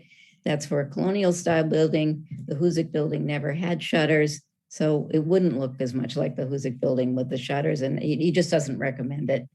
Another quick point from yes. Joe. He mentioned the shutters are typically used on single windows, and all of the windows are double or triple windows. Oh, okay. Okay. I just want to add that. That's why he did not advise. And Joe is on the call, by the way. Okay, sorry. To chime in. Right. On the dumpster and the the lantern. dumpster, yeah. I mean, that's exactly what they're putting around it. Okay, I mean, great. all it is, I went up and took a picture of what's at the Eustis Estate. Okay. It's, panels. There's actually spaces between them. I don't know if that's desirable or not, but that's the way they did it. It's a very simple enclosure. And yes, it encloses it and you can't see it. And it has a nice fixture closing it. And I believe we provided a specification on one of the sheets in the site plan now for what that's going to look like.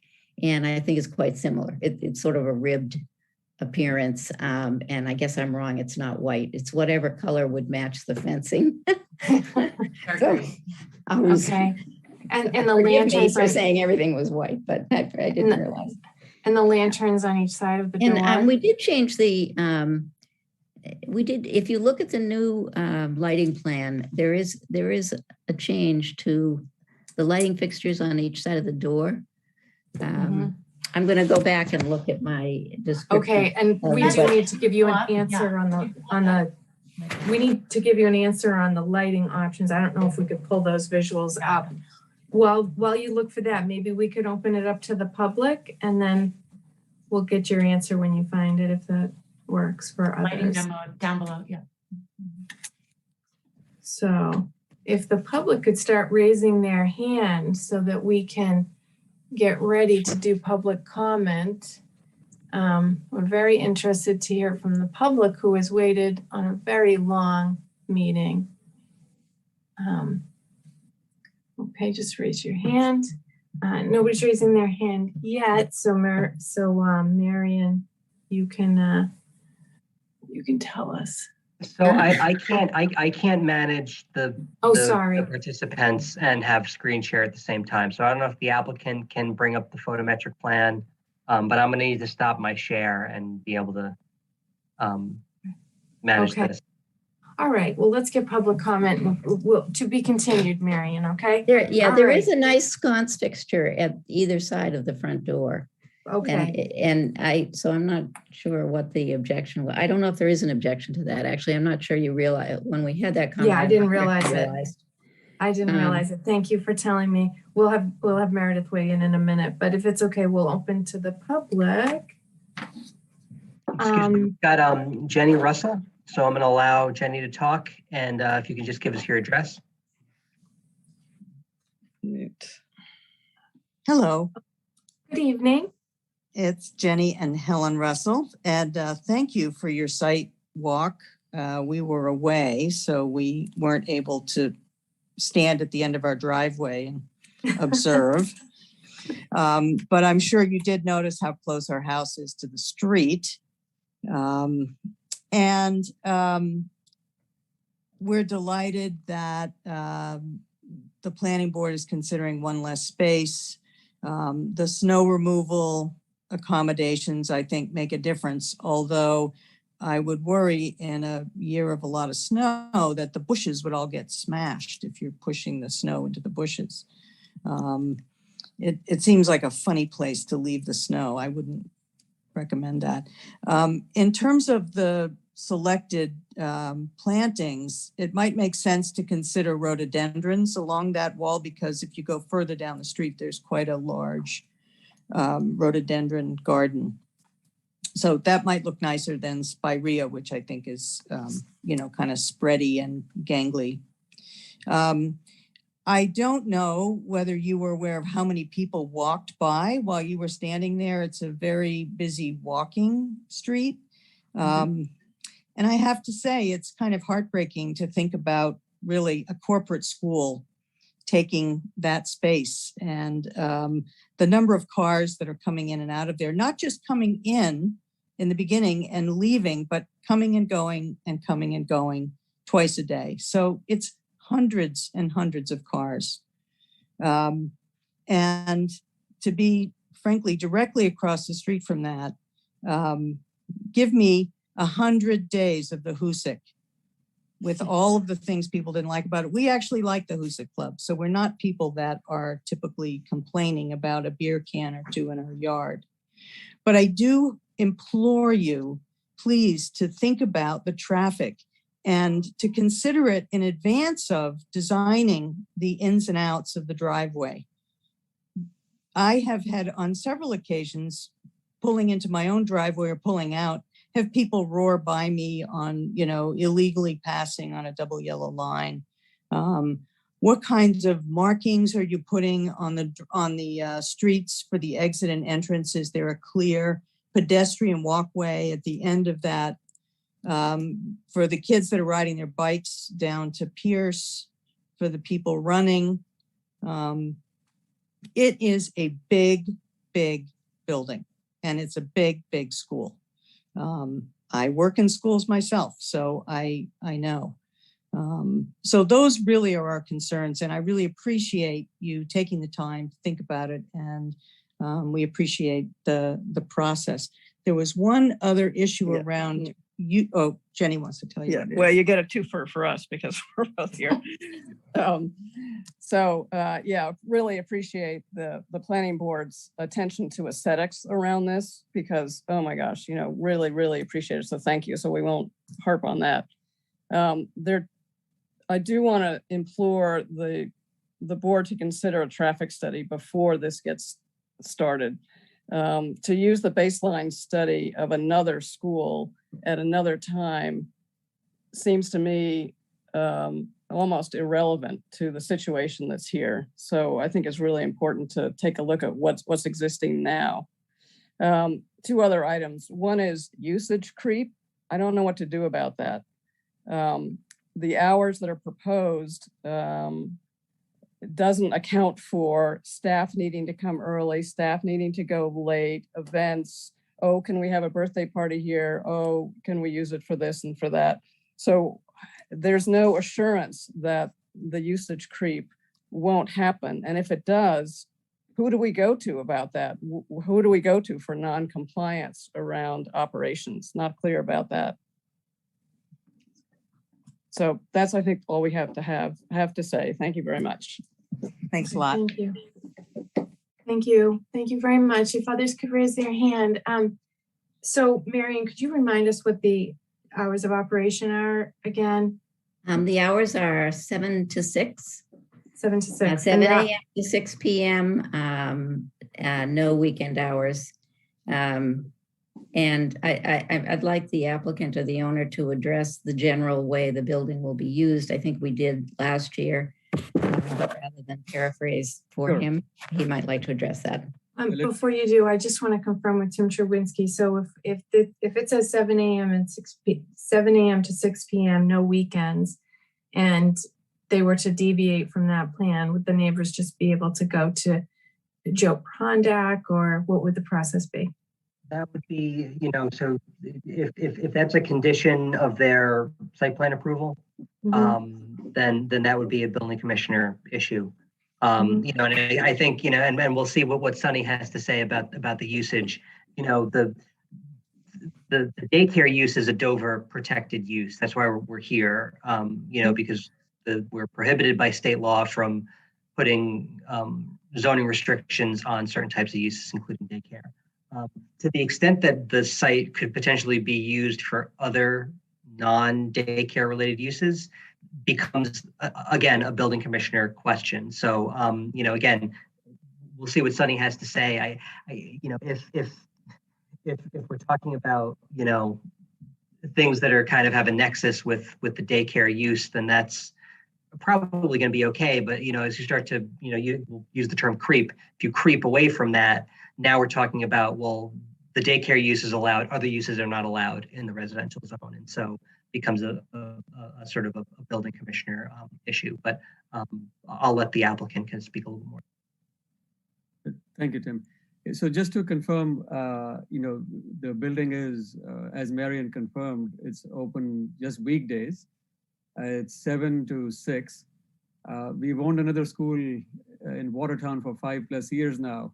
Honestly, that was the attraction and charm for us because that gave us work-life balance so that we would have weekends off and to ourselves rather than be working. As also in the application, you will see there will be occasional, I guess you can call them celebrations or graduation or, some other school-related activities, but those are very limited, maybe a few a year. We do not plan or have no intention of any scope creep. It's basically just for school use on weekdays.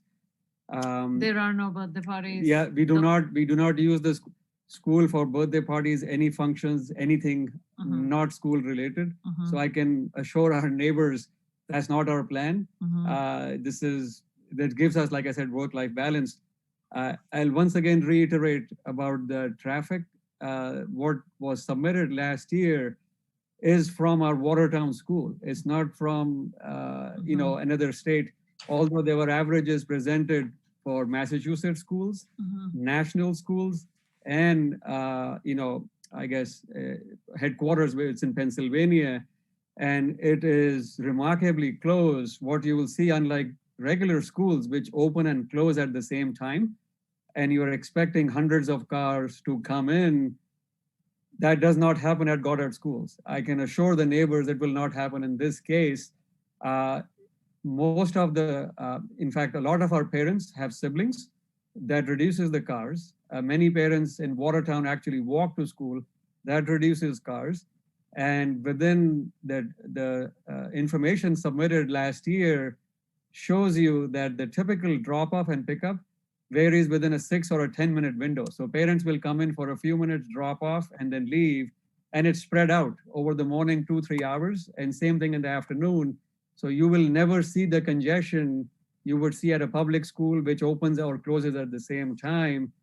And I can alleviate your concerns. It's first-hand experiencing that for 5 years. All right. Well, thank you so much for the assurances. I've just realized we're nearing 11 o'clock at night. I just want to make sure that the public has had the opportunity to be heard and ask any further questions that they have. Do we have anyone else from the public? Please raise your hands.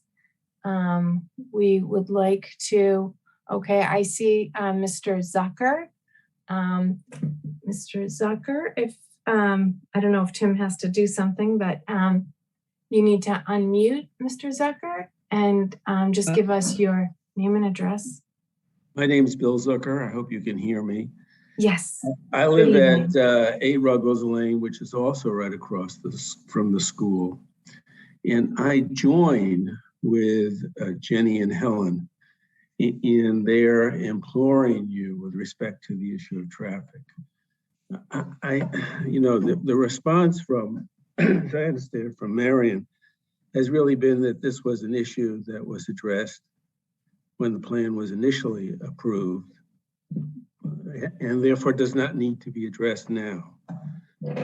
But it does need to be addressed now, because what is being built now is completely different from what was originally going to be built when the plan was originally approved. And I think I'm speaking right now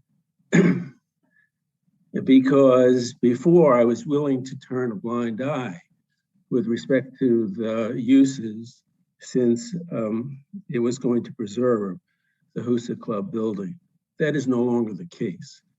I think you have to look very carefully at what this is going to do on a street, which is used basically by school children at this time of day, excuse me, to get to school, and in which there is enormous traffic. I don't think that can be ignored. I have concern over the issue of the location or the amount of space that's allocated for snow removal storage, because it's inadequate, frankly. And the concern is that these are sidewalks that the town plows so that the school children can in fact get to school.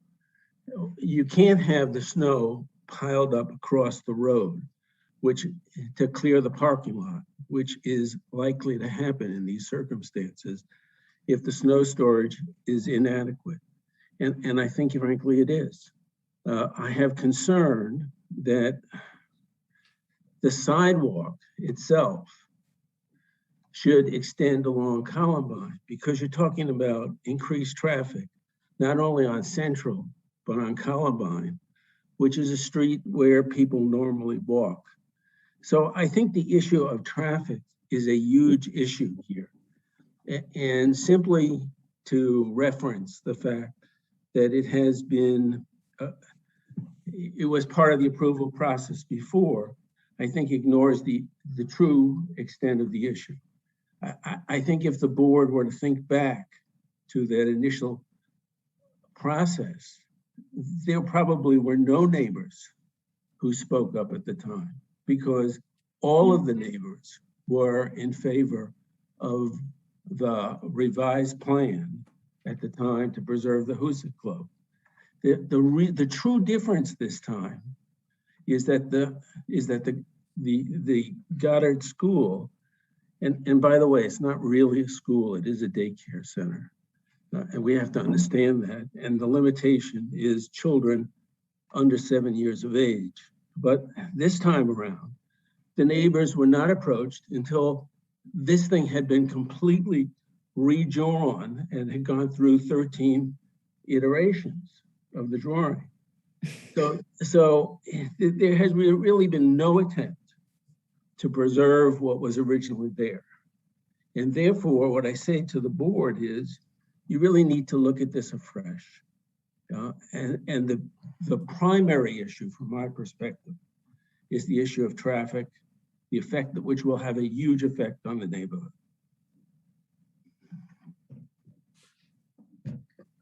Thank you. Thank you, Mr. Zucker, for your comments and for staying with us so late into the night to share them with us. This is the second of a very long public hearing on this. All right. Snow storage. We just looked at that visual. I'd be happy to look at it again with the board. Well, it's hard. Let's see if there's anybody else from the public who would like to speak, and then we'll look at those visuals again with taking his comments into consideration. All right. Oops, we have Mr. Denny. Mr. Denny, would you like to unmute? Hello. Hello, Mr. Denny. Good evening. Beverly's here with me. Oh, good. You guys know Beverly. That one, I know. He's been paying up much better attention than I have, and I'm so grateful that you've taken the time to take our request seriously. And I appreciate your continued advocacy for the reduction in the size of the parking lot. As you know, I think there's ample amount of spots if there's an opportunity to reduce the spots that are closer to Columbine for families to get in and out. And I thank you for your continued advocacy around that reduction. I'm happy there's a school that's being built across the street from my home. I wish they were there 10 years ago when I couldn't find a childcare seat. So anything we can do to make it work and fit the neighborhood would be lovely. And thank you all for what you do, and have a good night. Oh, thank you, Ms. Denny. Thank you. Thank you, Mr. Denny. Okay. All right. Do we have anyone else from the public who wants to speak? All right. Okay. So could we bring up the visual again so we can take a quick peek at that snow storage? And I wanted to look at his suggestion about the sidewalk increase onto Columbine. I'm not quite sure I follow. Okay. So Cheryl, if you continued the fence there, would you lose that snow storage? So can we go to, no, Denny, we just move in. Okay. Tim, can you go to the existing condition survey? I'm trying to understand what that line actually represents. Is that the property line where it has the curve to it and there's an existing fence there now? Because as the speaker said, there's no sidewalk, but so let me just draw since I just kind of curious about this. So you see these lines, so this is a catch basin, right? And then I don't believe there's curb here though. And then this line, would this be the property line where the current fence is? Oh, this is the drive that had been coming in. And No, then I don't think that's not the property line is the dark this one. line. Yeah. All right, so if you go to the proposed plan then, Tim. There, now you see where that line, so this is, sorry, let me try and draw again. So all of this is in the public, this is all public land, right? Right. So now, Tim, if you can go to the grading plan. Sorry, this is the problem with not being able to drive, right? Plans and flip them open, you know, it's hard to scroll to them, but you really, the information is really contained in multiple places. It's not all in one place. Yeah. And you do have to flip around.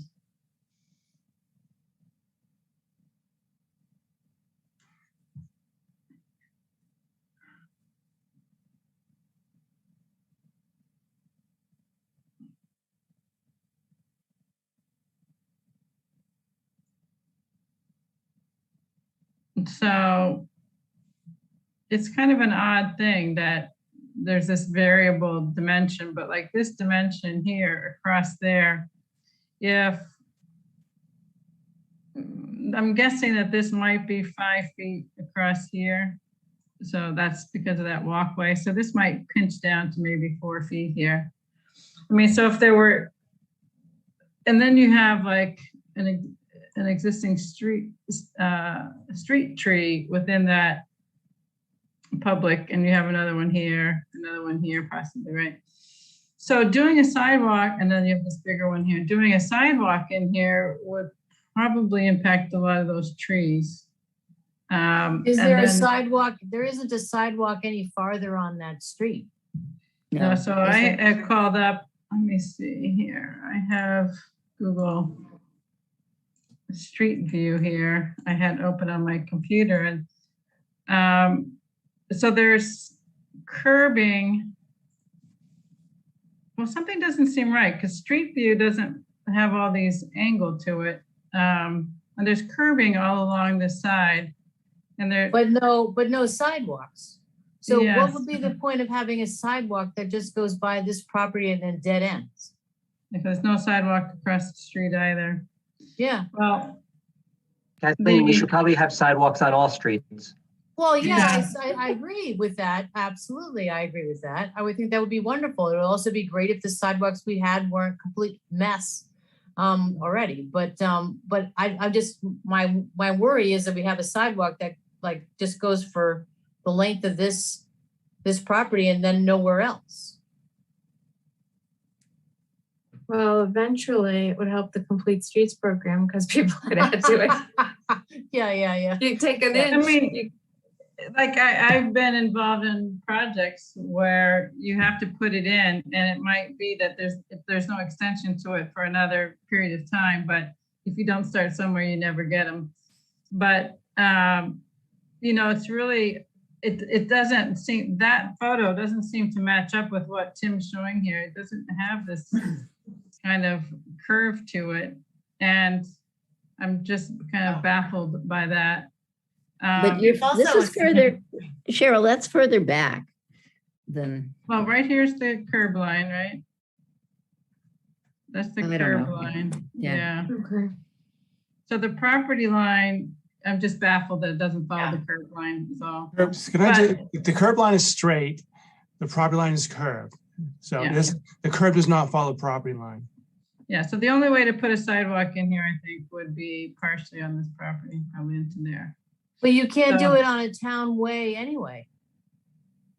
You'd have to get permission from the town. You can't put the sidewalk. Oh, sure, but I mean, that happens all the time, that municipalities require you to put in a sidewalk for them. I mean, there is a sidewalk next to the building there, but already. But that's for, you know, entering the site. All right, let's see. So Denny, this is what, you know, if we looked at this before, elevation 55 and elevation nearly 48 here.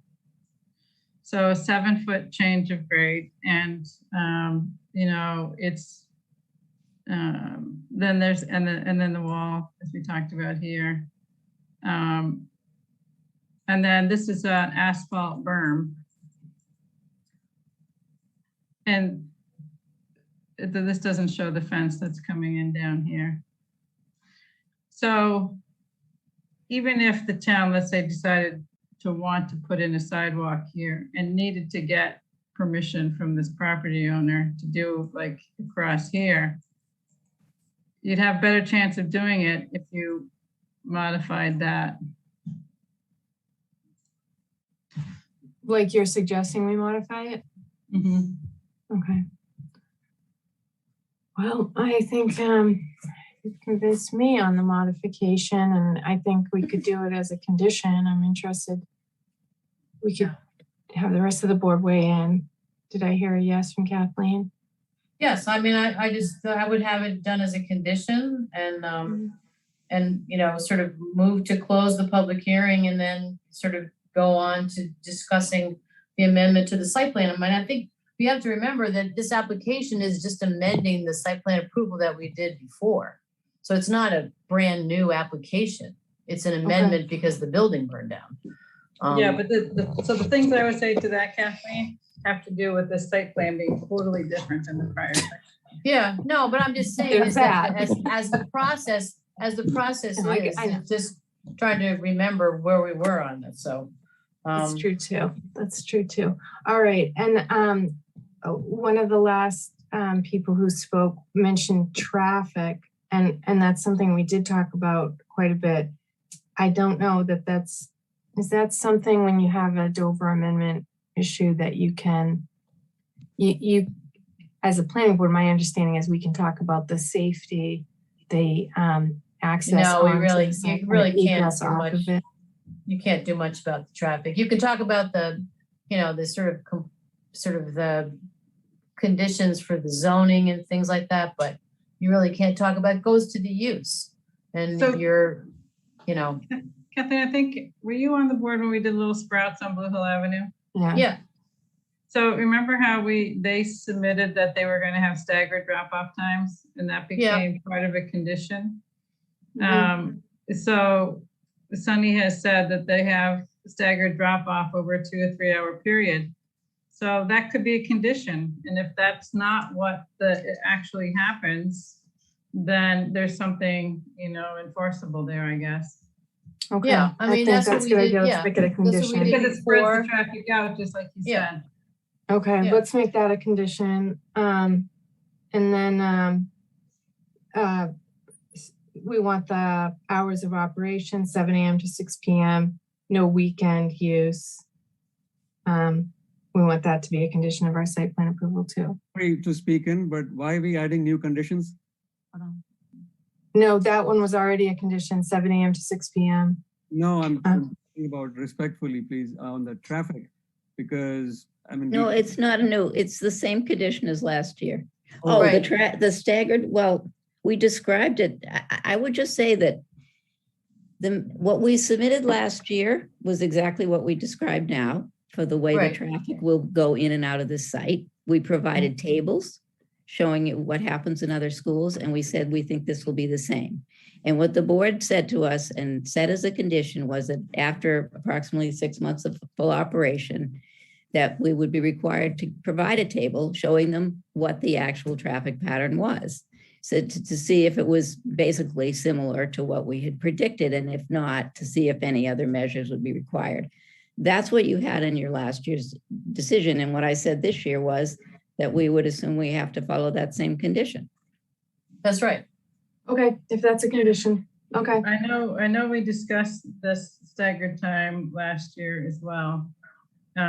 So, it's an important consideration, because if it's presented to us as a staggered time, but there's nothing in the application that's holds it to that, then it's not meaningful in a sense. We've made a decision based on a certain piece of information, and if it doesn't work out to work that way, and then there's no recourse, then then it makes me question, how valid the decision was based on something that can change, So. Well, I think that my idea would be that most of the conditions, if not all of them, that were in the first with the site approval would, for the most part, if they apply to a new building, the operational ones, the hours, this parking, all that sort of stuff would go forward, and we'd have those same kinds of conditions in the new one. Well, to me though, it's a different parking arrangement, so it's a different pickup and drop off arrangement. It does have the potential to have a different traffic arrangement. No, what I'm saying is that you would have that same sort of thing, that we would say, you would look at this, and if in 6 months, if the situation turns out to be a lot worse than they had anticipated or something like that, then we have a right to relook at it, as we did. So we have a right to then at that time impose a new condition that says that they have to live up to the staggered hour drop off that they said that they would do during the application. I'm just asking, do we have that right? I would think so, yes. That's our condition. I'd like to have that confirmed. Yeah.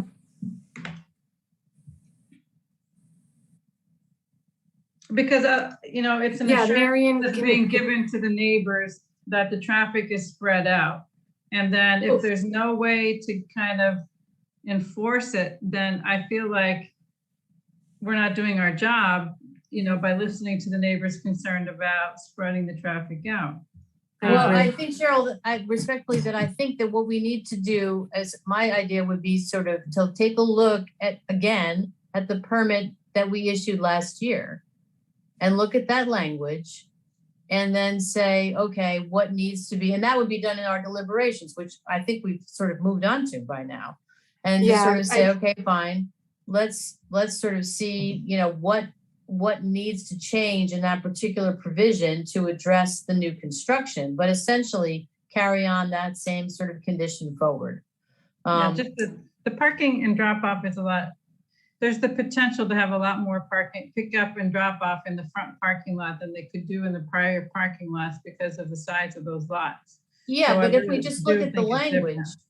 if we just look at the I'm language. fine looking at the language, but I do think we should keep ourselves the option of modifying the language because of the new site plan, that's all. Okay. Okay, I hate to say it, but I see two hands raised and then we have to move to close the public hearing. I wish I had done it, Kathleen said, but I don't want to leave these two people hanging. We have Mr. Tilton and Mr. Tilton, did you have a further comment for us? You are muted, Mr. Tilton. Okay, No, maybe. I don't. It was regards to the property line. I'm almost set. Thank you. Oh, okay. Okay, thank you very much. Okay, and there was one more. Danny? Mr. Zucker, yes. Hi there. Hello. Hi, this is Simi, Sunny's wife. I would just like to add, Cheryl, I know you are concerned with you know, with the timings, with concerned with drop-offs and pickups. I'd like to add, unlike any other center, one of the biggest difference with Goddard schools is, because I am 100% at the Watertown location, we don't mandate, like we are open 7 to 6. We don't mandate parents to drop at a specific time, because most of the centers across Massachusetts, you know, they have parents pick the slot. So they have to drop by 8 a.m., pick up by 5 p.m. or, you know, pick their 9 hours. You know, since we are open for those 11 hours, they can pick up anytime and drop off anytime. Hence, you know, they are not time bound that they have to pick up at that hour and drop off by that hour, which, you know, causes, so the traffic is kind of spread out throughout the time. Nobody's kind of pressured to come at a different time or, you know, at the same time and pick up at the same time. So I don't know if that helps you understand why our traffic is so spread out during the day. So Thank just you. throw that out there. Okay, Oh, thank you. Thank you so much. Okay, let me see if we have this one last. Okay, Mr. Zucker, did you have any last thing to say to us tonight? You're our last speaker of the night. Mr. Zucker, are you still awake? I'm still awake, thank you. So I was going to ask you, because of my concern with respect to the snow, that it be a condition that they can't plow the snow off of their lot, so that they have to make provision basically for snow storage on their lot. Because if they were to do that, as I said before, it can block the sidewalk, but it can also frankly block my driveway. So I do have that concern.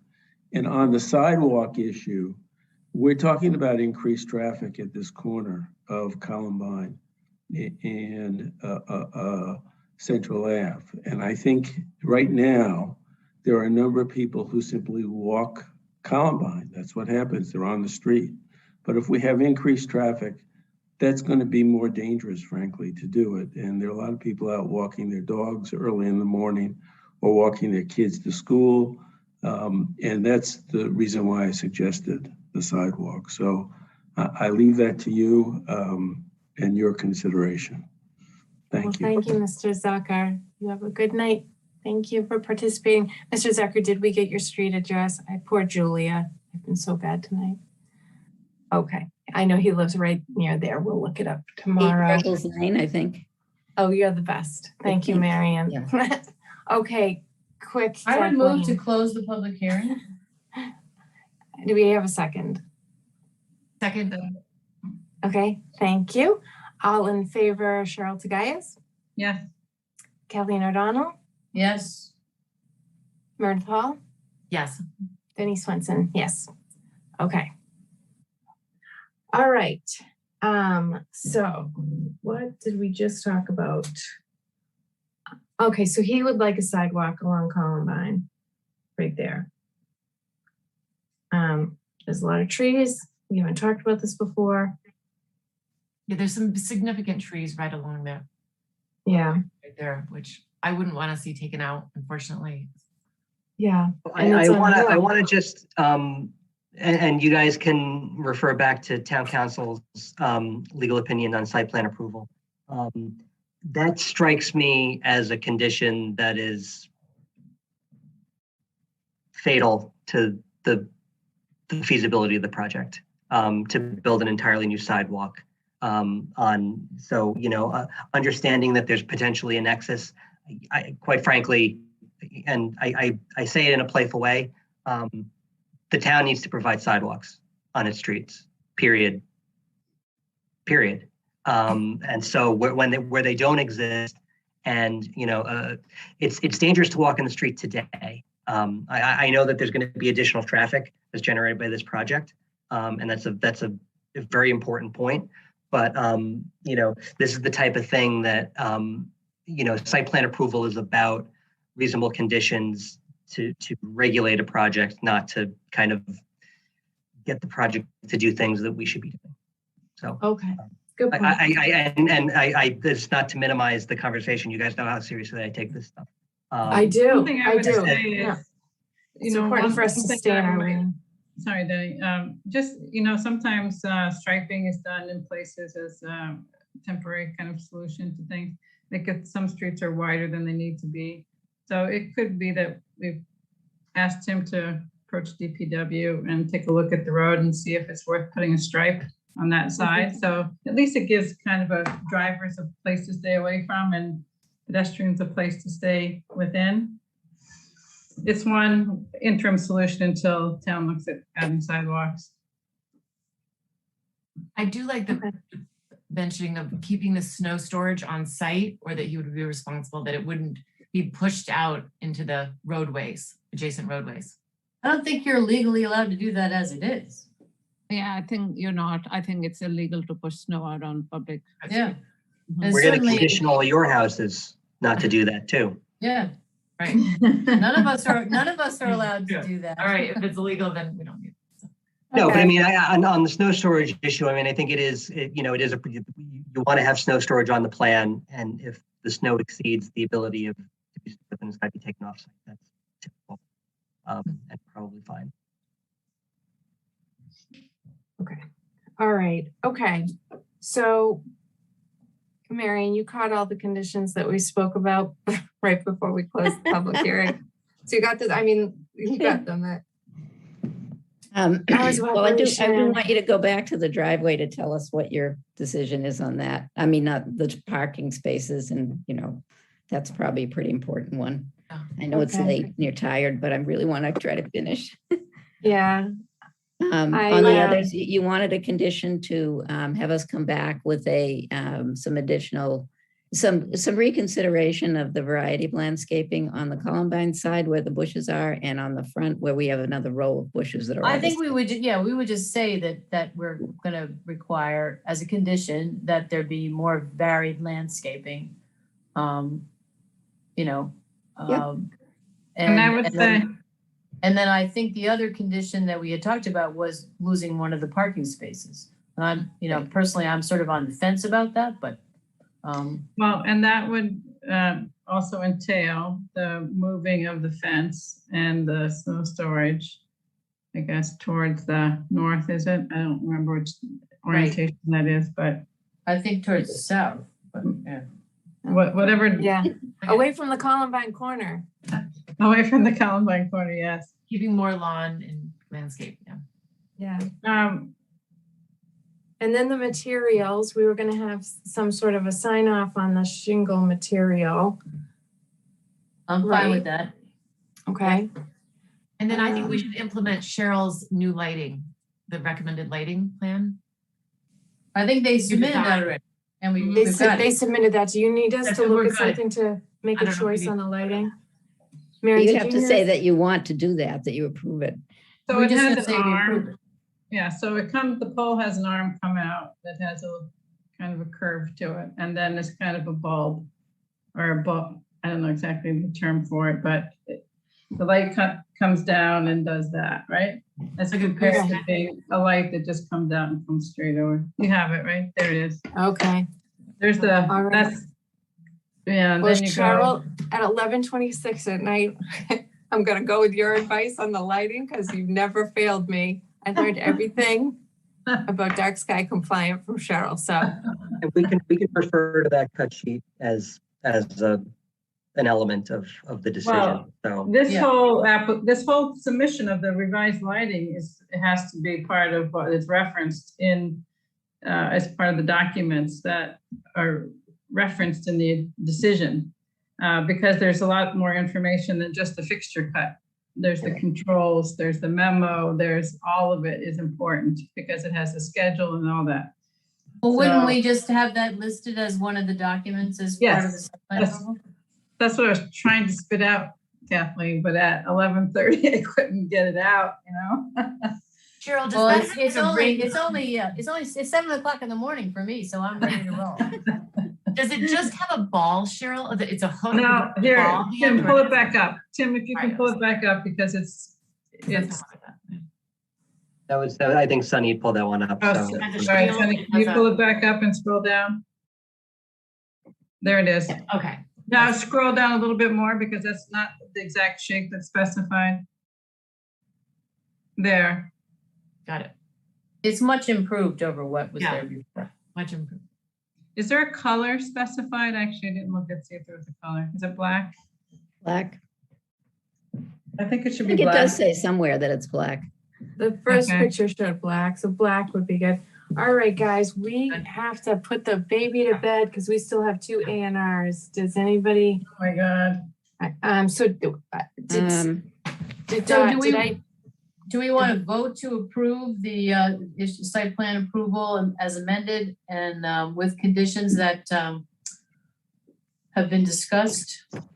Yes. And I think we should approve the conditions at the next meeting or circulate them or something because of the way this discussion I has think we gone. should, I think we should sort of put heads together to come up with a draft decision for us to discuss and approve at the next meeting. That makes Okay. sense. And then should we review the things that were approved a year ago to see which ones should move I over? or think as just you, assume it if I was drafting it, I would be Yeah. looking to see what we did before and sort of see what you could, because I hate to do anything new. Of course. And so, you just sort of see what was there before and what still works and then go forward with it. So Marion and I can work together on a draft decision and we'll get that to you all ahead of the meeting in 2 weeks. Okay, and that's going to be a quick discussion. Yeah. Because we've really, but okay, all right. Are you Okay. technically going to take a vote tonight to approve, subject to approval of the decision? Yes. Okay, I thank will you. move that we would, so that was what I was trying to say, but probably not very well, is that I would move that we would approve the amended site plan application subject to the conditions to be discussed and finalized at our next meeting. Second. Okay, all in favor, Meredith Hall, Yes. Cheryl Tagayas, Yes. Kathleen O'Donnell, Yes. Danny Swenson, yes. Well, thank you, everyone. Thank you. Thank you, team. And thank you, from- citizens at home. Thank you, Bob. Thank you, citizens at Marion. home. Amazing. And your merry band. I hope we I think steer you get- this in a positive direction. You're amazing. Okay. Thank All you. right. Well, good night, everybody. Good night. Thank you all. Listen, Good now night and we- good luck. Yes, and we still have 2 A&Rs. If anybody No. who is here for the A&Rs, please stay on board. All So right. Denny, can I just Yes. ask that you change the order because I am going to recuse on 61 School Street. Okay. So we can do, You doing this one, Cheryl? I'm no, friends of mine are buying the existing house. Oh, that's exciting. Okay. And I just think it's better to She recuse. feels so strongly about it. She's hopelessly conflicted. Yeah. That's fine. Okay. So Josh, the engineer, I just elevated him. He's on the phone, but just stick around. We've got one other A&R that we'll do. This is 58. Okay. Josh, was that you? Yep, can you hear me? Yeah. If you can just sit tight, we've got one other A&R ahead of you. Is there anyone here for the 58 Churchill's Lane, 247 Adams A&R? If you could raise your hand, or I don't know if this other phone number is. Maybe they couldn't stay until 11:30 to do it. Yeah, maybe. I just elevated a phone number that ends in 918. I'm just checking to see if you're the applicant for Churchill's Lane.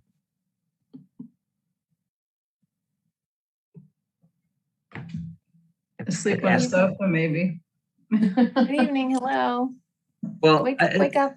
So this one is relatively straightforward. I'm just going to bring up the materials real quick, and we can hopefully dispense with this. So, sorry, somebody raised their hand. Now it's gone. Go ahead.